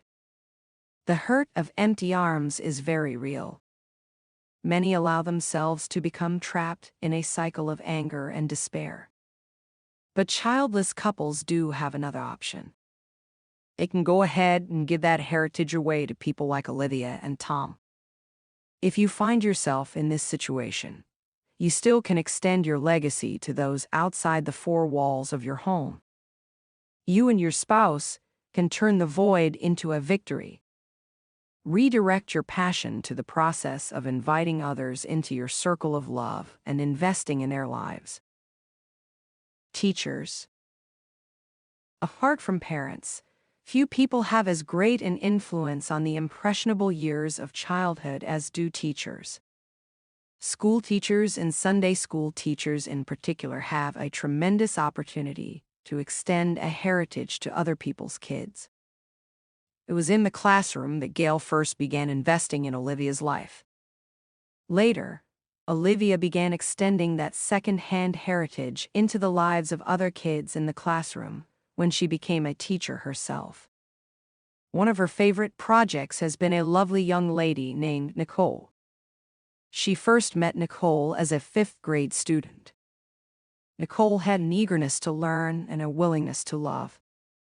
Olivia gave, and Nicole responded.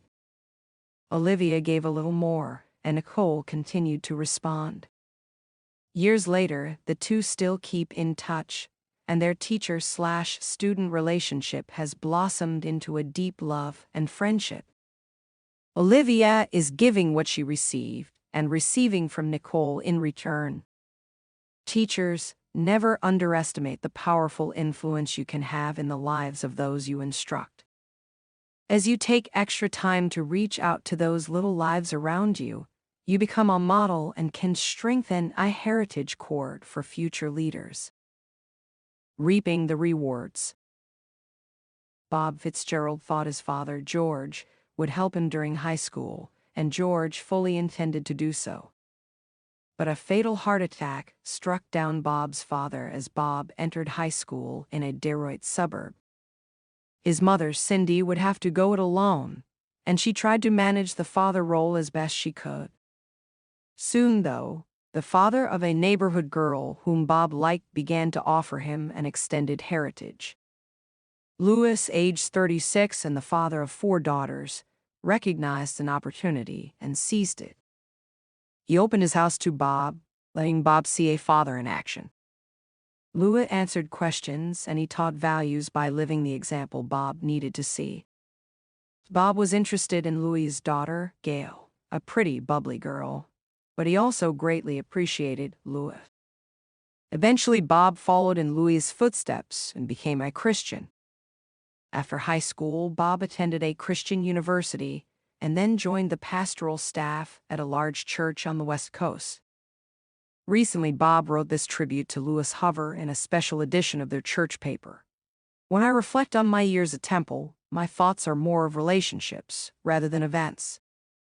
One of the first relationships that comes to mind is the Louis Hover family. It was Louis's daughter Gail who invited me to Temple, and because of her efforts, I established the most important relationship in my life when I received Jesus Christ as my Savior. Louis Hover was a great example to me of discipleship and Christian living. Gail accompanied Bob one time to a college banquet. Today she and Bob are good friends, and Gail has become Mrs. Otis Ledbetter.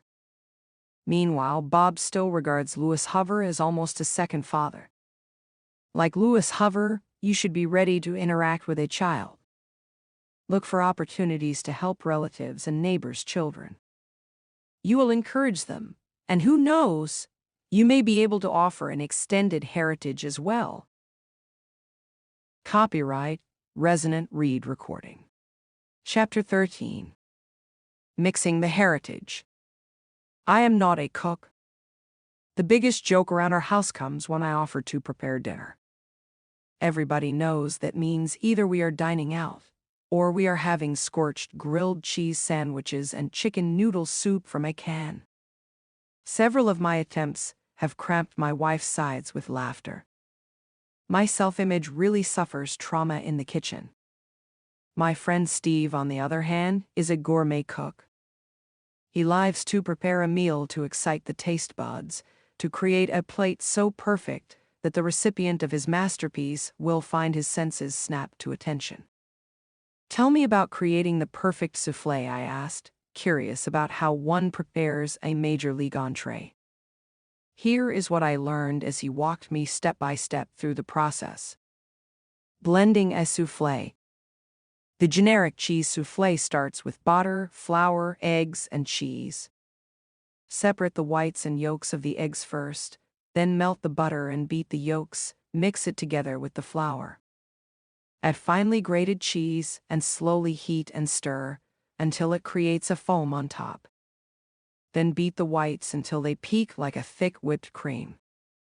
1/3 of the cream is added to the previous mixture, then begin mixing by folding. I even learned what folding is.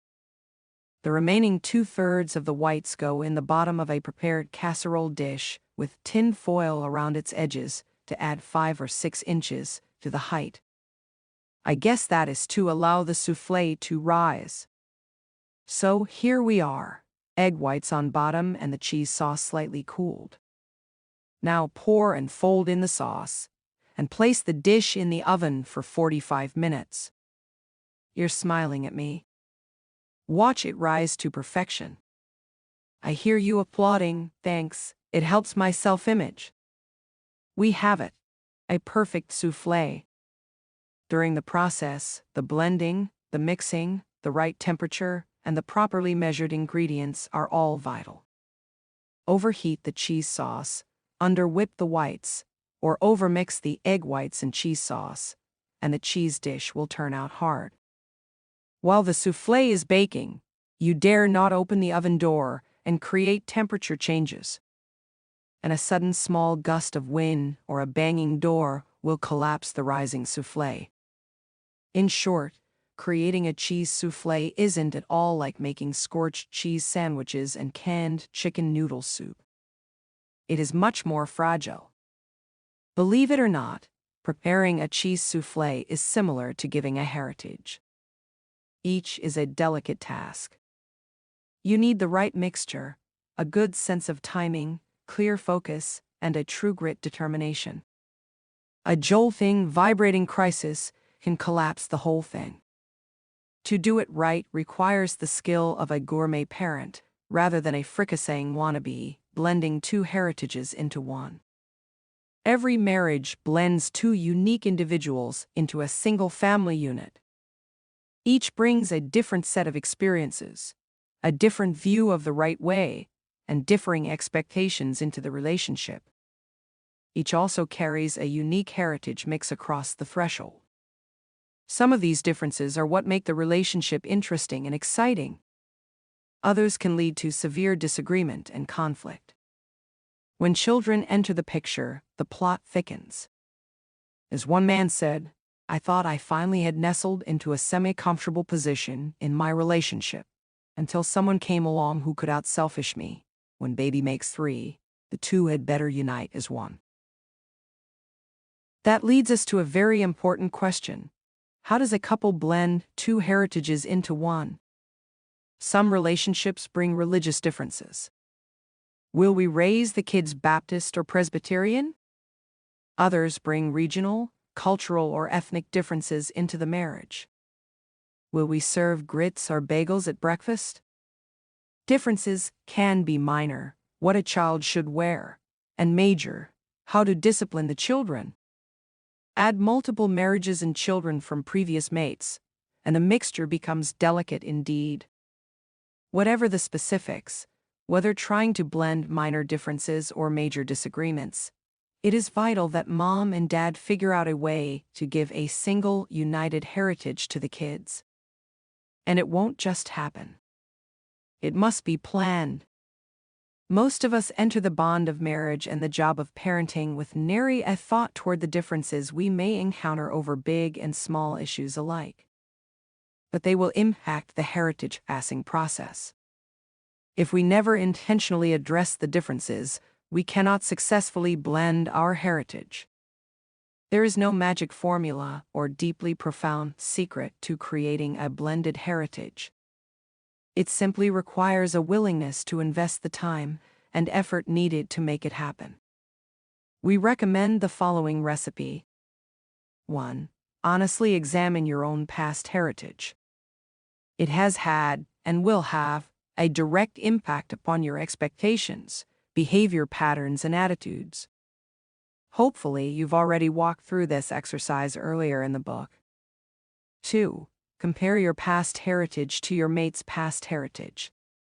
It is best to grab some paper and list the characteristics side by side to highlight any dramatic differences. If you have never done so, talk about your upbringing with your spouse. You may discover things about each other that you never understood or appreciated before. 3. Discuss the areas of your combined heritage that seem solid. Then discuss those that appear weak and need to be strengthened. Some areas may need to be completely replaced. You may be surprised just how many negative characteristics of your mixed heritage neither of you wants, but both of you cause. Each partner may also discover aspects of his or her own legacy that he or she has stubbornly insisted should be modeled, but that actually cause more harm than good. Talk about them. Some simple, honest communication can work wonders for the blending process. 4. Write down the characteristics that you both wish to see included in the heritage given in your home. Come to agreement, even if it requires compromise, and it will. Give and take, so that your children can get something worth taking. After completing the above 4 steps, create a united plan for making your mixed heritage goals a reality. Again, talk is good, but action is better. Complete the Planning Your Heritage exercise in Chapter 14 to launch your efforts. About blended marriages. One of the most popular TV family shows in the 1970s featured a woman with 3 daughters who married a widower with 3 sons, creating the Brady Bunch. This loving family offered cute laughs and good moral lessons, but the program remains one of the least realistic television shows of all time. Week after week, this blended family illustrated how easy it is to resolve any and all family conflicts in neat, 30-minute segments. Such a blended family does not exist. The Brady Bunch is life as we want it to be, not as it is. In truth, one of the most difficult ventures anyone can undertake is trying to make a blended family work. The goal of creating a healthy mixed heritage confronts its greatest challenge when 2 family units merge into one. Remember Paul and Joanne, the couple who blended their families from previous marriages? When they came to me for counsel, the condition of their home was extremely sensitive. In an already delicate atmosphere, one of the older daughters introduced pornography to the younger children. Then, theft and threats raised their ugly heads. Internal friction aggravated those problems, and the family's emotional and social elements seemed on the verge of collapse.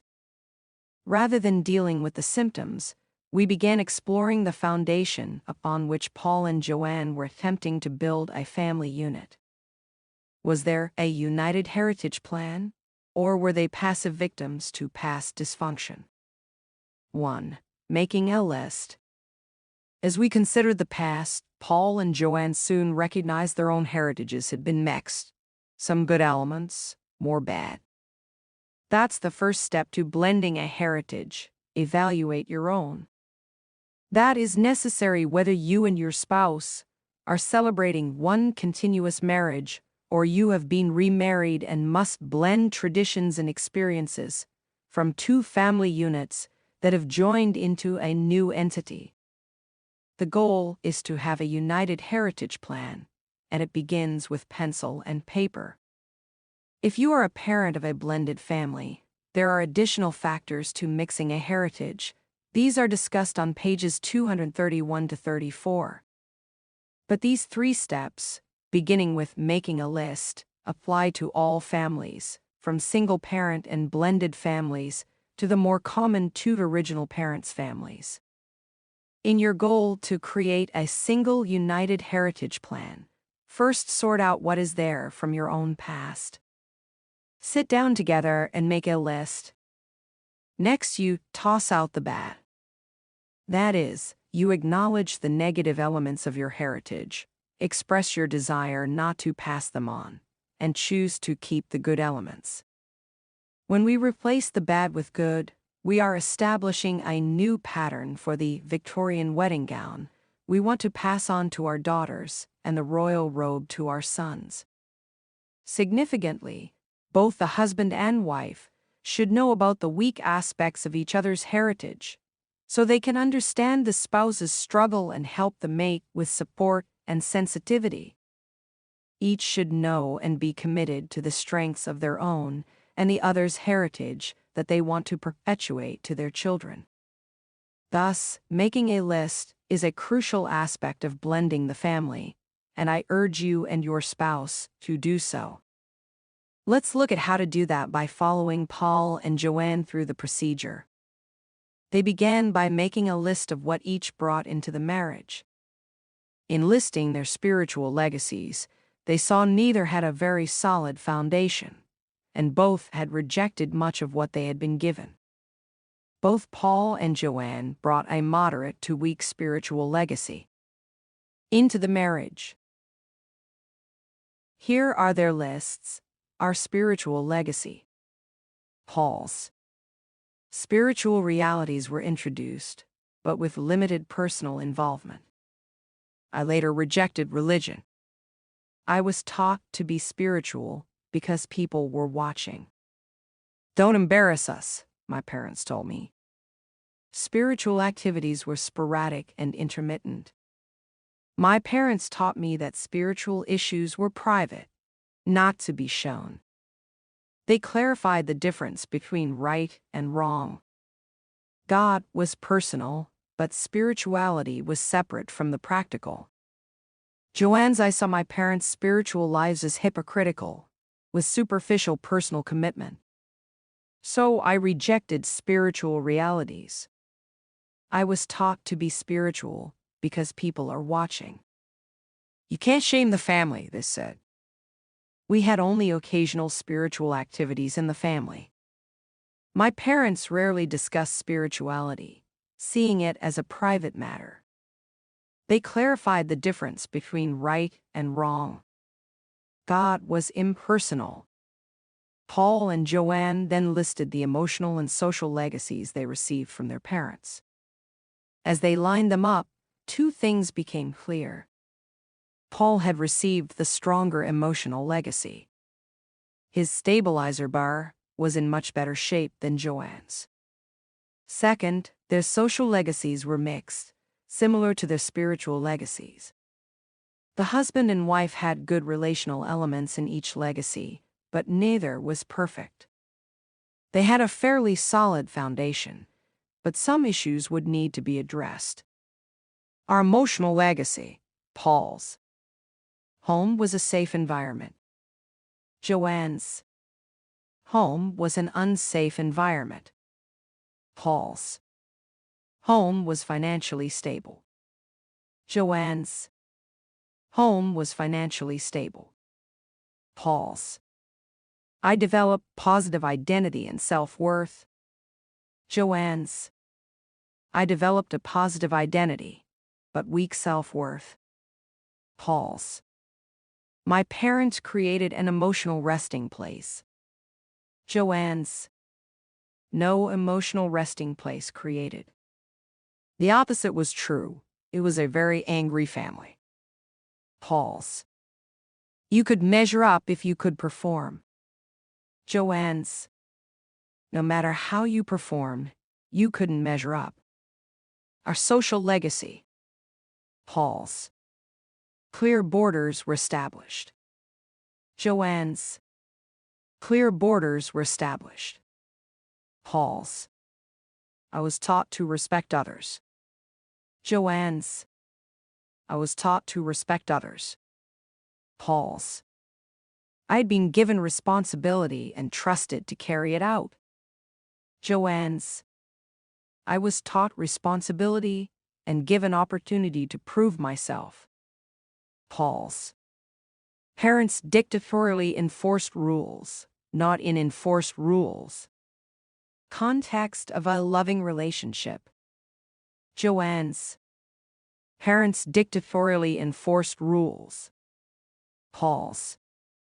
Communication was taught, although sometimes a forced communication. Joanne's.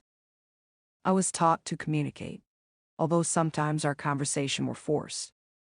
After listing the major areas of concern, we outlined the heritage they wanted to give.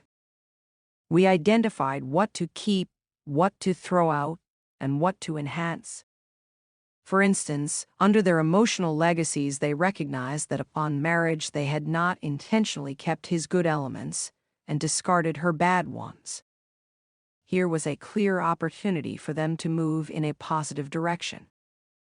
As we discussed strategies, Paul and Joanne saw how a new heritage could rise out of the ashes of the old. A spark of hope entered the room. 2. Choosing what to keep. The second step in creating a single united heritage plan is to determine those aspects of your heritage you want to keep. This is a sorting process that will lead to a new list, one that will feature aspects from your 3 legacy lists and those of your spouse. Here are the lists that Paul and Joanne developed in each of the 3 legacy dimensions. Rather than reject every item from their own heritage in favor of their spouses, the couple defined what elements of their combined heritage should be kept. The strengths of each partner for specific items are shown in parentheses, the partner acknowledged his or her strengths and weaknesses. Spiritual legacy, unseen spiritual realities were recognized. Paul stronger. Spirituality is important. Both weak. Involvement in spiritual things is vital. Both weak. Right and wrong need to be clearly defined. Both strong. God is a personal God. Paul stronger. Emotional legacy, create a safe environment. Paul stronger. Create financial stability. Both strong. Create an emotional resting place. Paul stronger. Create positive identity and self-worth. Paul stronger. Social legacy, clear borders need to be established. Both strong. Responsibilities need to be given, and trust to be carried out. Both strong. Teach communication. Joanne stronger. 3. Choosing what to replace. The next step is to answer the question, what aspects of your combined heritage should be replaced? As your spouse and you do that, you are able to identify problem areas in your heritage. Paul and Joanne were able to recognize several issues. Spiritual legacy. We must replace our vision of unseen realities as hypocritical, superficial, and impersonal with a strong acknowledgement and daily reinforcement of spiritual realities. We must toss out the idea that spirituality was something for social protocol, to be seen, but not necessarily adhered to. We will replace it with a desire to make spiritual activities a vital and intricate part of every aspect of life. We want our practice to be regular, not sporadic. We must replace private spiritual issues with an open and transparent conversation that would reinforce spiritual commitments. We must replace an impersonal God with a God who is a personal close friend, who cares deeply about the everyday efforts of our life. Emotional legacy. We will work to increase Joanne's self-worth while keeping the positive identity and self-worth of Paul. We will replace ruling by anger and help prepare an emotional resting place for Joanne's children. The counselor helped Joanne to understand the nature of an emotional resting place. So that deep emotional roots can grow, we will replace a performance-based acceptance and institute an "it's not what you do, but who you are" type relationship for the children, especially Joanne's, who are more affected at present. Since both Paul and Joanne were given a generally healthy relational legacy, this area was not as critical, except for one component. We tossed out an angry, dictatorial, and confrontational type of communication and inserted a balanced love with behavioral borders. It was then they could begin to model clear and sensitive communication skills.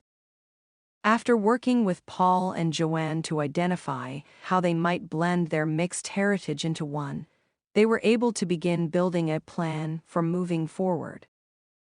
They were no longer victims of an unclear mix of ingredients, some healthy, others not. Instead, they had established a clear goal for what they wanted their mixed heritage to become. The hard work is just beginning, but the hope of new beginnings and the synergy of mutual commitment has launched them in the right direction. Paul and Joanne are making great progress creating a better heritage than they ever thought possible. It is a daily battle, but they refuse to give up. I am optimistic that they will be successful. More important, so are they. The tough cases. The process of creating a mixed heritage is going to be harder for some parents than others.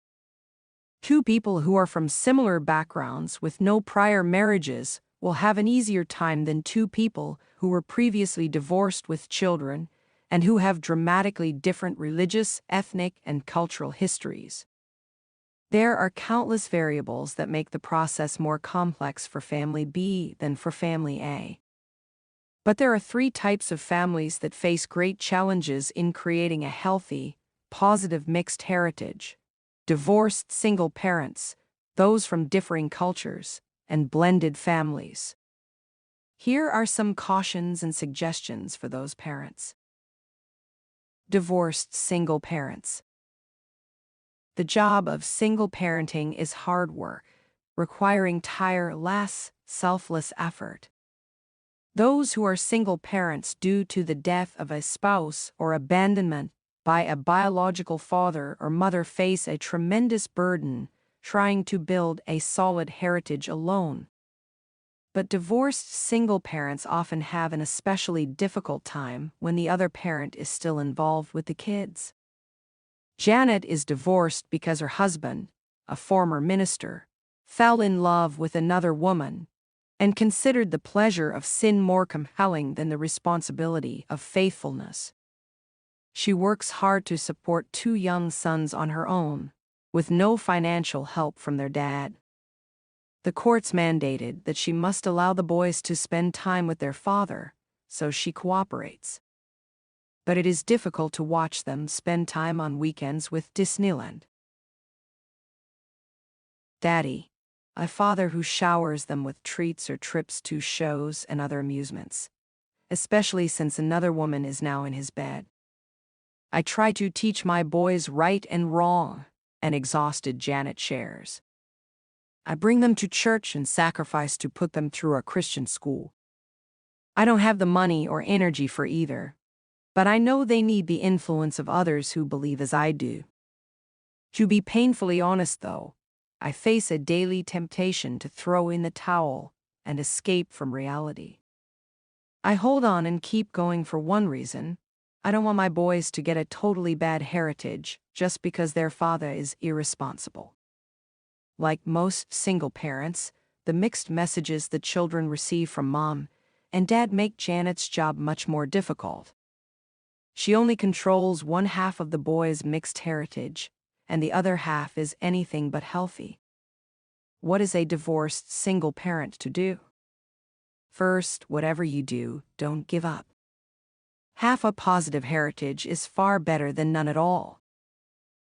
There are countless examples of kids from similar circumstances who mature into well-adjusted, solid adults thanks exclusively to the diligent efforts of a faithful, selfless single parent.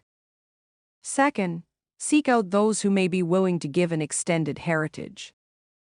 Expose your kids to intact traditional families on a regular basis to show them what can be. At the same time, don't allow anyone to make them feel ashamed of you or their own heritage. Giving them a model of what is best should, in no way, imply that their own situation is hopeless. Single-parent families are still families.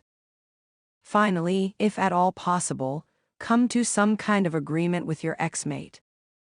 For the sake of the kids, try to discuss how the influence of each parent can be blended, even with separation and the feelings associated of past hurt. Obviously, many divorced couples will find this step extremely difficult, if not impossible. But try, for the sake of those kids you both love. Be encouraged. Your task is difficult, but many have done it well. So can you. Parents from different cultures, races, or religions. Paul, a black man, is married to Kathy, a white woman. They share the same religious faith, the same tastes in music and movies, and the same appetite for spicy foods. But they don't share the same skin color. And members of both races don't like that fact, which comes across through the subtle, yet clear comments of disapproval. Have you considered how hard it will be for your children, being racially mixed and all, or do you think society is ready to accept this? I mean, many people are still very prejudiced. More often than not, the comments represent veiled criticism rather than sincere concern. Bob was born and raised in good old America, with Mom, apple pie, and Chevrolet. His wife, Ingrid, grew up on the other side of the ocean with her Frau, apple strudel, and Volvo. The two met while he was stationed in Germany with the army. They love each other deeply, but they frequently encounter differing assumptions, preferences, and expectations as they try to mix their cultural backgrounds. Kevin grew up in a very traditional Presbyterian church where liturgy and organ music were part of each and every worship service. Joy, his wife, was raised in a hand-clappin', amen shoutin', Southern Baptist fellowship. Guess what aspect of their life causes conflict?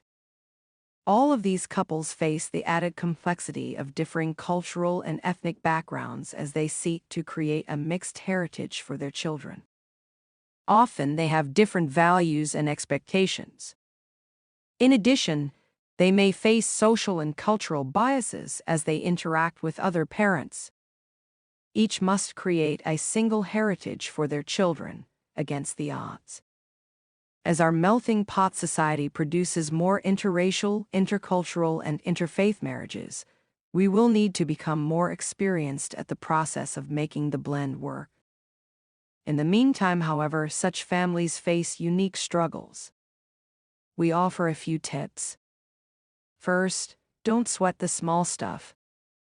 There are millions of tiny issues any couple could nitpick if they wanted to do so. But most of them really don't matter. Every family must learn the art of compromise if it hopes to survive. At times, it may be necessary to swallow your pride and back down. You may need to give in more often than you'd like. Do it. A bit of humility never hurt anyone. Second, don't make a mountain out of a molehill. Resist the temptation to view your situation as worse than everyone else's. Don't wear a chip on your shoulder just because you think everyone disapproves of your interracial marriage. Everyone doesn't. Don't feel sorry for yourself because your wife cooks exotic dishes, unlike mother's meat and potato meals. At least you're eating. Don't abandon church just because you can't agree on one that meets 100% of both your expectations. There is no such church. In short, don't act like you are so different from other families. You aren't. Third, remember the goal. Your objective is not to pass a heritage that is identical to the one you were given. It is rather to blend the best from each into a single inheritance of love. Doing that requires a selfless attitude on the part of both husband and wife, especially when the differences are extreme. The blended family. The blended family has much more of a chance to collapse than a family unit with the original parents. The blended families I counsel have pointed out the 4 major areas of brittleness, the stress points where cracks are likely to occur, where turbulence may cause a vibration to shake the household into a possible collapse. The first stress point is discipline. Husband and wife discover quickly that resentment builds up when the step-parent tries to discipline the other's birth child. You aren't that strict with yours, you spank mine harder. You seem to enjoy it when you discipline my child and hate it when you discipline yours. I will not tolerate your child speaking to me in that manner. Sometimes one parent accuses the other of favoritism. If you do that for yours, do it for mine too. You spend more time with yours than you do with mine. And the children of 10 pick up the drumbeat, assailing the step-parent's right to discipline. What gives you the right to order me around? You're not my real daddy. Emotions run very high on this issue. My advice on this problem is to neutralize it entirely. How? Agree that whenever possible, the birth parent will carry out any necessary discipline on his or her own child, not the step-parent. Appropriate discipline rarely needs to be administered quickly. leaving plenty of time for the issue to be addressed with the birth parent for proper handling. Efficient? Perhaps not. But it is much more effective. The risk of resentment and perceived inconsistency is too high to handle it any other way. The second stress point is the ex-husband or ex-wife. Usually his or her entrance into the picture is with some sort of demand. More often than not, his routine, discipline, and perhaps even values do not line up with yours. After the children spend a weekend at the ex's, it is often necessary to go back to ground zero and re-establish the right angle. One way to give your child some sure footing amid this tug of war is to create what I call a behavioral contract. This tool is useful for any family, but it has been particularly helpful with the blended families I've counseled. Here's how it works. Clearly establish the behavioral guidelines for your household and outline them in a contract document. Set forth clear, minimum behavioral standards for everyone in your home, such as honesty, respect, and cleanliness, which the child will be expected to meet. Then go the next step by attaching a different set of privileges to different behavior standards. For example, you may attach frequent car access privileges to a teenage son to his respecting an early curfew. As long as he agrees to and abides by the curfew guideline, the car privilege is given. Or for your daughter, you may attach an increased wardrobe budget to completing certain household chores. Again, if the behavior is on target, the accompanying benefits should be given. In establishing a contract, build a sense of joint ownership by allowing the child to select from among several contracts you've drafted. Or better yet, seek the child's input into his or her own contract creation. This contract becomes a clear, mutually agreed upon standard of behavior for that child, whether he or she is in your house or with the other parent. Most important, it provides a forum for dialogue on what is and is not appropriate behavior within your household. The third stress point for the blended family is overcurious and overstimulated teens from different families. A stepbrother and stepsister combination can be fertile ground for moral temptation, even abuse. I've counseled several women who endured sexual abuse by an older stepbrother in the home. Sadly, it's a quite common occurrence with blended families. But it can occur both ways. I'll never forget a counseling session I had several years ago with a young man I'll call Joe. He revealed that when he was 7 years old, an older stepsister began sexually molesting him. I never told anyone because I didn't think they would believe me, Joe shared years after the abuse. After all, how often do you hear about a girl abusing a boy? Unfortunately, it happens more often than we'd like to think. My advice: be aware. Don't assume your kids are immune to this temptation. I don't recommend paranoia, but I strongly suggest that you be alert to what can and does happen among step-siblings, take the appropriate precautions, and establish just-in-case safeguards. The fourth stress point is the inevitable conflicts over where the kids will spend the holidays. Because so many family members are involved as well as relatives and step-relatives, and because of sheer logistics, holidays can be a nightmare. These times of the year can be earth-shattering. Mixing all the necessary ingredients correctly can make the resulting product less than tasteful, if not just plain hard and not easily swallowed. This final problem area has a simple solution: plan ahead. If your kids must spend Thanksgiving or Christ Mass with your ex, celebrate your own holiday together early. Do your best to arrange annual vacations when the kids are with you. Remember, those special times together are an important part of your heritage building process. Plan well in advance so that you and the kids don't miss out. If not closely watched, things can get out of balance. When that happens, you may despair of ever passing on a strong heritage. You want only to survive. As one exasperated couple told me, we actually wanted to just run away. We found ourselves actually wishing our lives and our children's lives away. You may find yourself in the same emotional boat. I'll tell you what I tell Paul and Joanne. Don't give up. Yes, the battle is tough. This is your Normandy. But your efforts to give your kids a positive heritage, even against the odds, will be worth it in the long run. Remember, one has to pay the price in order to break the cycle. Winning the tough cases. I am counseling through the blending process several families who fall into one or more of these tough scenarios. We are trying to create a successful heritage to pass on to their children.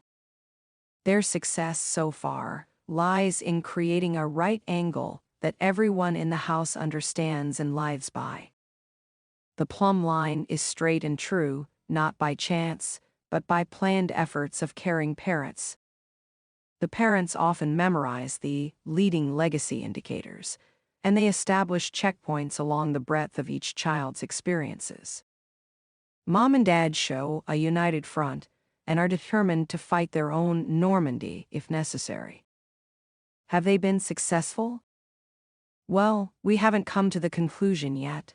Their children are still growing, making mistakes and learning. So are the parents, for that matter. I guess the proof of the pudding will be in the eating. At this point, we are just sampling, but the taste, so far, is delightful. Copyright, Resonant Read Recording. Chapter 14. Planning Your Heritage. Let's face it. The chief reason many of us fail to give a solid heritage is not lack of desire, incompetence, or even the baggage from our past. The number one reason we fail to give a solid heritage is negligence. We neglect to create a plan for doing so. The typical family reacts to the daily events of life instead of intentionally planning the heritage passing process. So they find themselves ricocheting through daily family life, bouncing here and there. Big mistake. As the Japanese proverb puts it, when you're dying of thirst, it's too late to think about digging a well. Sadly, many parents don't even think about the impact of their heritage process until it is too late. I know, because many of them end up in my office seeking crisis intervention for their children. The chief reason we wrote this book is that we believe anyone can give a strong heritage. But doing so requires a plan. Everything you've read so far has been preparation for this chapter. By now, you more fully understand the heritage. Great. Understanding is important. But creating a heritage plan is the key to making it happen. I urge you to complete the heritage planning process contained on these pages. It is designed to help you begin the process of weaving the heritage cord for your children. You will walk through several vital steps in the heritage planning process, some of which will be review from earlier exercises.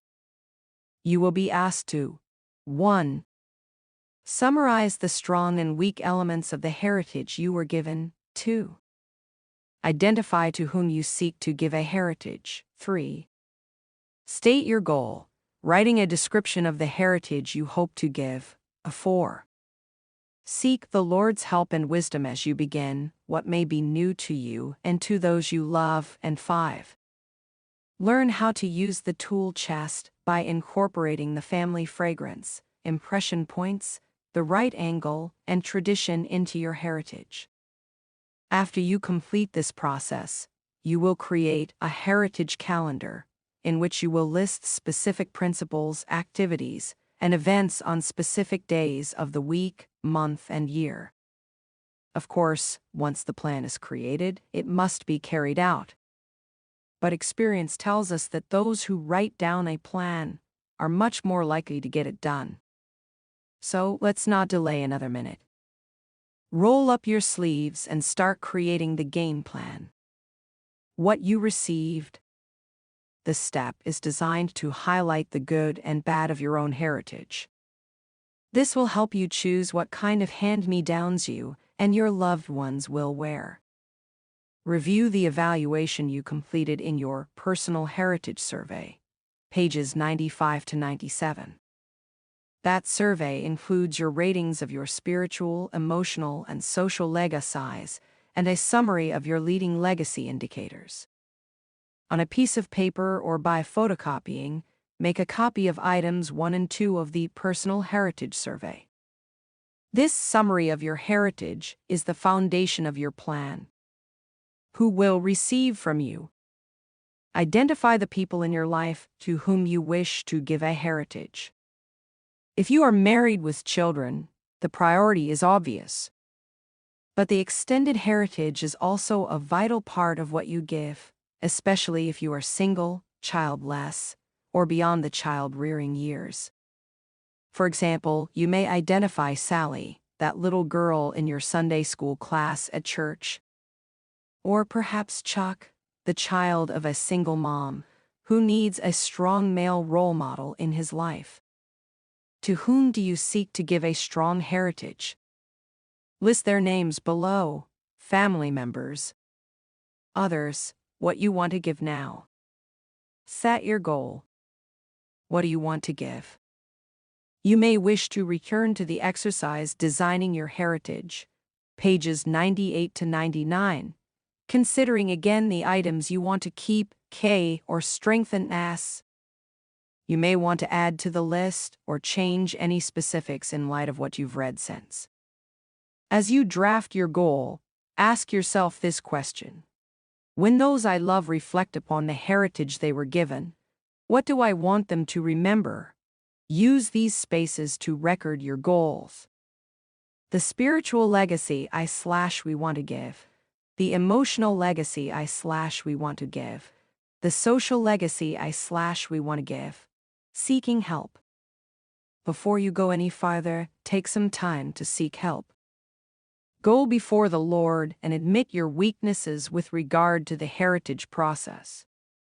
Confess where you failed and ask for help as you seek to make a fresh start. Ask Him to give you the wisdom and strength needed to break the cycle and give what you didn't get. You may even need to ask Him to inject the desire into your soul, enabling you to overcome a selfish or apathetic attitude. He will come alongside you as you begin the heritage building process, if you ask Him. Use the space below to write a prayer of commitment and petition for wisdom before you begin building your detailed plan. Dear Lord, a second source of help is other people. There are others around you who have passed along, or are now passing, a solid heritage. Spend time with them. Learn from them. Ask questions. Steal ideas. However you do it, try to benefit from the input and example of those who are doing it well. Remember, iron sharpens iron. Think of 2 to 4 individuals who may be a source of help along the way. Then meet with them, asking them to serve as your heritage consultants. Most people would be glad to share ideas, tips, and advice. Using the heritage tool chest. The most powerful means for passing a solid heritage is to proactively use the tools described in chapters 7 through 10. Although you can apply them in whatever way works best for your family, we recommend different applications for each of the 4 tools. Frequency. Family fragrance. The goal of the Family Fragrance Chapter 7 is to create an ongoing environment of love in the home. So we recommend that you identify daily activities and patterns in the home which create a sweet-smelling aroma. Tradition. Traditions, Chapter 8, are created in order to instill a strong sense of identity. Because they are generally attached to some memorable event or holiday, they tend to be set on an annual basis. During these annual traditions, we make a special effort to reinforce the family formula, retell the family stories, and highlight the important aspects of your family identity. Right angle. Setting the right angle chapter 9 involves instilling a sense of what is normal, healthy living into the hearts and minds of those we love. While it is imperative that we model these principles on a consistent basis, it is helpful to develop a plan for emphasizing each on a monthly basis. In other words, once you've identified your list of right angle principles, plan to focus on one every month throughout the year. Impression points. Impression points, chapter 10, are used to intentionally and incidentally impress your values upon others. And while incidental impression points will occur anytime, we recommend intentionally creating at least one impression point on a weekly basis. Specific plans. Now for the fun part.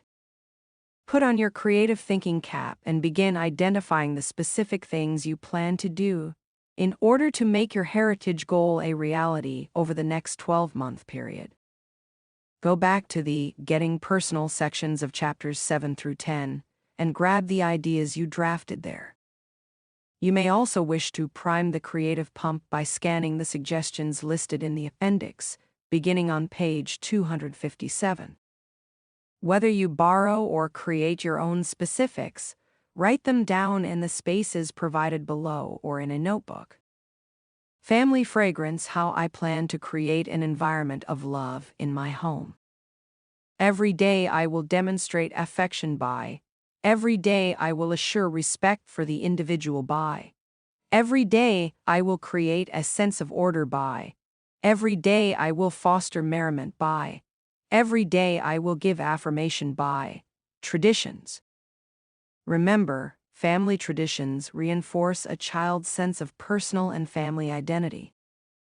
They are useful in developing a family creed, the belief system by which you want your children to live. In this section, you will write out your creed and then list events that can become traditions to reinforce that creed and your child's identity. The family creed. I will use family traditions to reinforce our family formula, which can be summarized as follows. Review page 143, where you wrote the first draft of your creed. We believe events. Below is the first month of a list you can prepare of events that can establish family traditions. At a minimum, I plan to celebrate each of the following events in our home, making each a special and meaningful part of our family traditions. January, New Year's Day, Super Bowl party, event, a list occasion. When, day of month. How, describe specifics and what needs to be done in preparation, event, list occasion. When, day of month. How, describe specifics and what needs to be done in preparation. Now, on a piece of paper, prepare a monthly listing of likely events, beginning with February. Use the January listing of event, when, and how above as your pattern. Try to create 2 events each month. Be sure to invite your spouse to be in on the planning. Consider asking one or more of your children to join in as well. They can be creative and will have a sense of ownership on those activities they suggested. Obviously, birthdays and other such personal events should be included in the appropriate month. To help you along, here is a list of seasonal events and suggested events for each month. But be sure to come up with many of your own as well. February, Groundhog Day, Valentine's Day, I Can't Stand Another Day of Winter Day, President's Day. March, St. Patrick's Day, First Day of Spring, Clean the Garage Day. April, Passion Week, Passover, and Easter. May, Mother's Day, Memorial Day, Mow the Grass Day. June, Father's Day, First Day of Summer, Flag Day, School's Out Day. July, Independence Day, Backyard Tent Sleepover Camping Trip. August, Random Acts of Love Day, Family Baseball Series, End of Summer Party. September, Labor Day, First Day of Fall, Rosh Hashanah, New Friend Day. October, Yom Kippur, Reformation Day, Halloween. November, Thanksgiving, Family Games Showdown, Veterans Day. December, Hanukkah, Christmas, Post-Holiday, Beat the Blues Day. Right angle. How I plan to model and instill a healthy sense of formula for my family. Below are blanks to develop month-by-month principles that you want to be part of the right angle that drops a straight plumb of standards for your children. To better establish the right angle each month, consider incorporating the monthly principles into your weekly impression point activities. In other words, use the impression point hammer to drive your right angle nails. Each month, I plan to emphasize a different right angle principle by January principle. I plan to emphasize it by a February principle. I plan to emphasize it by a March principle. I plan to emphasize it by April principle. I plan to emphasize it by May principle. I plan to emphasize it by June principle. I plan to emphasize it by July principle. I plan to emphasize it by August principle. I plan to emphasize it by September principle. I plan to emphasize it by October principle. I plan to emphasize it by November principle. I plan to emphasize it by December principle. I plan to emphasize it by impression points. How I plan to intentionally impress my values upon those I love. Every week, I will create impression points by what, a list activity. When, day and time of the week. How, describe specifics and what needs to be done in advance. What, list activity. How, describe specifics and what needs to be done in advance. Stories. In Chapter 8, page 144, you wrote down one story you could tell from the life of your family. Now let's add other stories you can tell as part of the traditions. I plan to share the following stories with my family, drawn from our lives and the lives of past generations, in order to give my family a strong sense of connection to the past and to one another. Create your heritage calendar. Once you've completed the creative steps, it is time to transfer your wonderful ideas onto a calendar. If the goals, concepts, and activities you've identified don't find their way onto the everyday calendar you use to run family affairs, they will not happen. Again, good intentions won't get it done. But specific activities on the calendar, with a plan of action behind them, will put you on the road toward creating and giving an inheritance of love. As we stated early in the book, there is nothing mystical or necessarily profound about creating a strong heritage. It is a discipline, not a gift. Creating a heritage calendar is a vital step along the path of making the goal a reality and turning someday into today, a final thought. For many, the most difficult part of passing a solid legacy is the creative process. Many ask themselves, where do I get the ideas? We have found that there are countless sources of great ideas for passing a strong heritage. Every day, millions of families engage in activities that fall into one of our 4 categories: family fragrance, impression points, the right angle, or traditions. In order to bring the ideas and the people together, we've launched the Heritage Builders Association. Our efforts include a periodic newsletter which draws upon that wealth of heritage creativity, average families. Our goal is to provide a forum through which families can share success stories and tips, allowing families to indirectly contribute to one another's heritage process. And the best part is that these ideas have been created and tested in the laboratory of the home.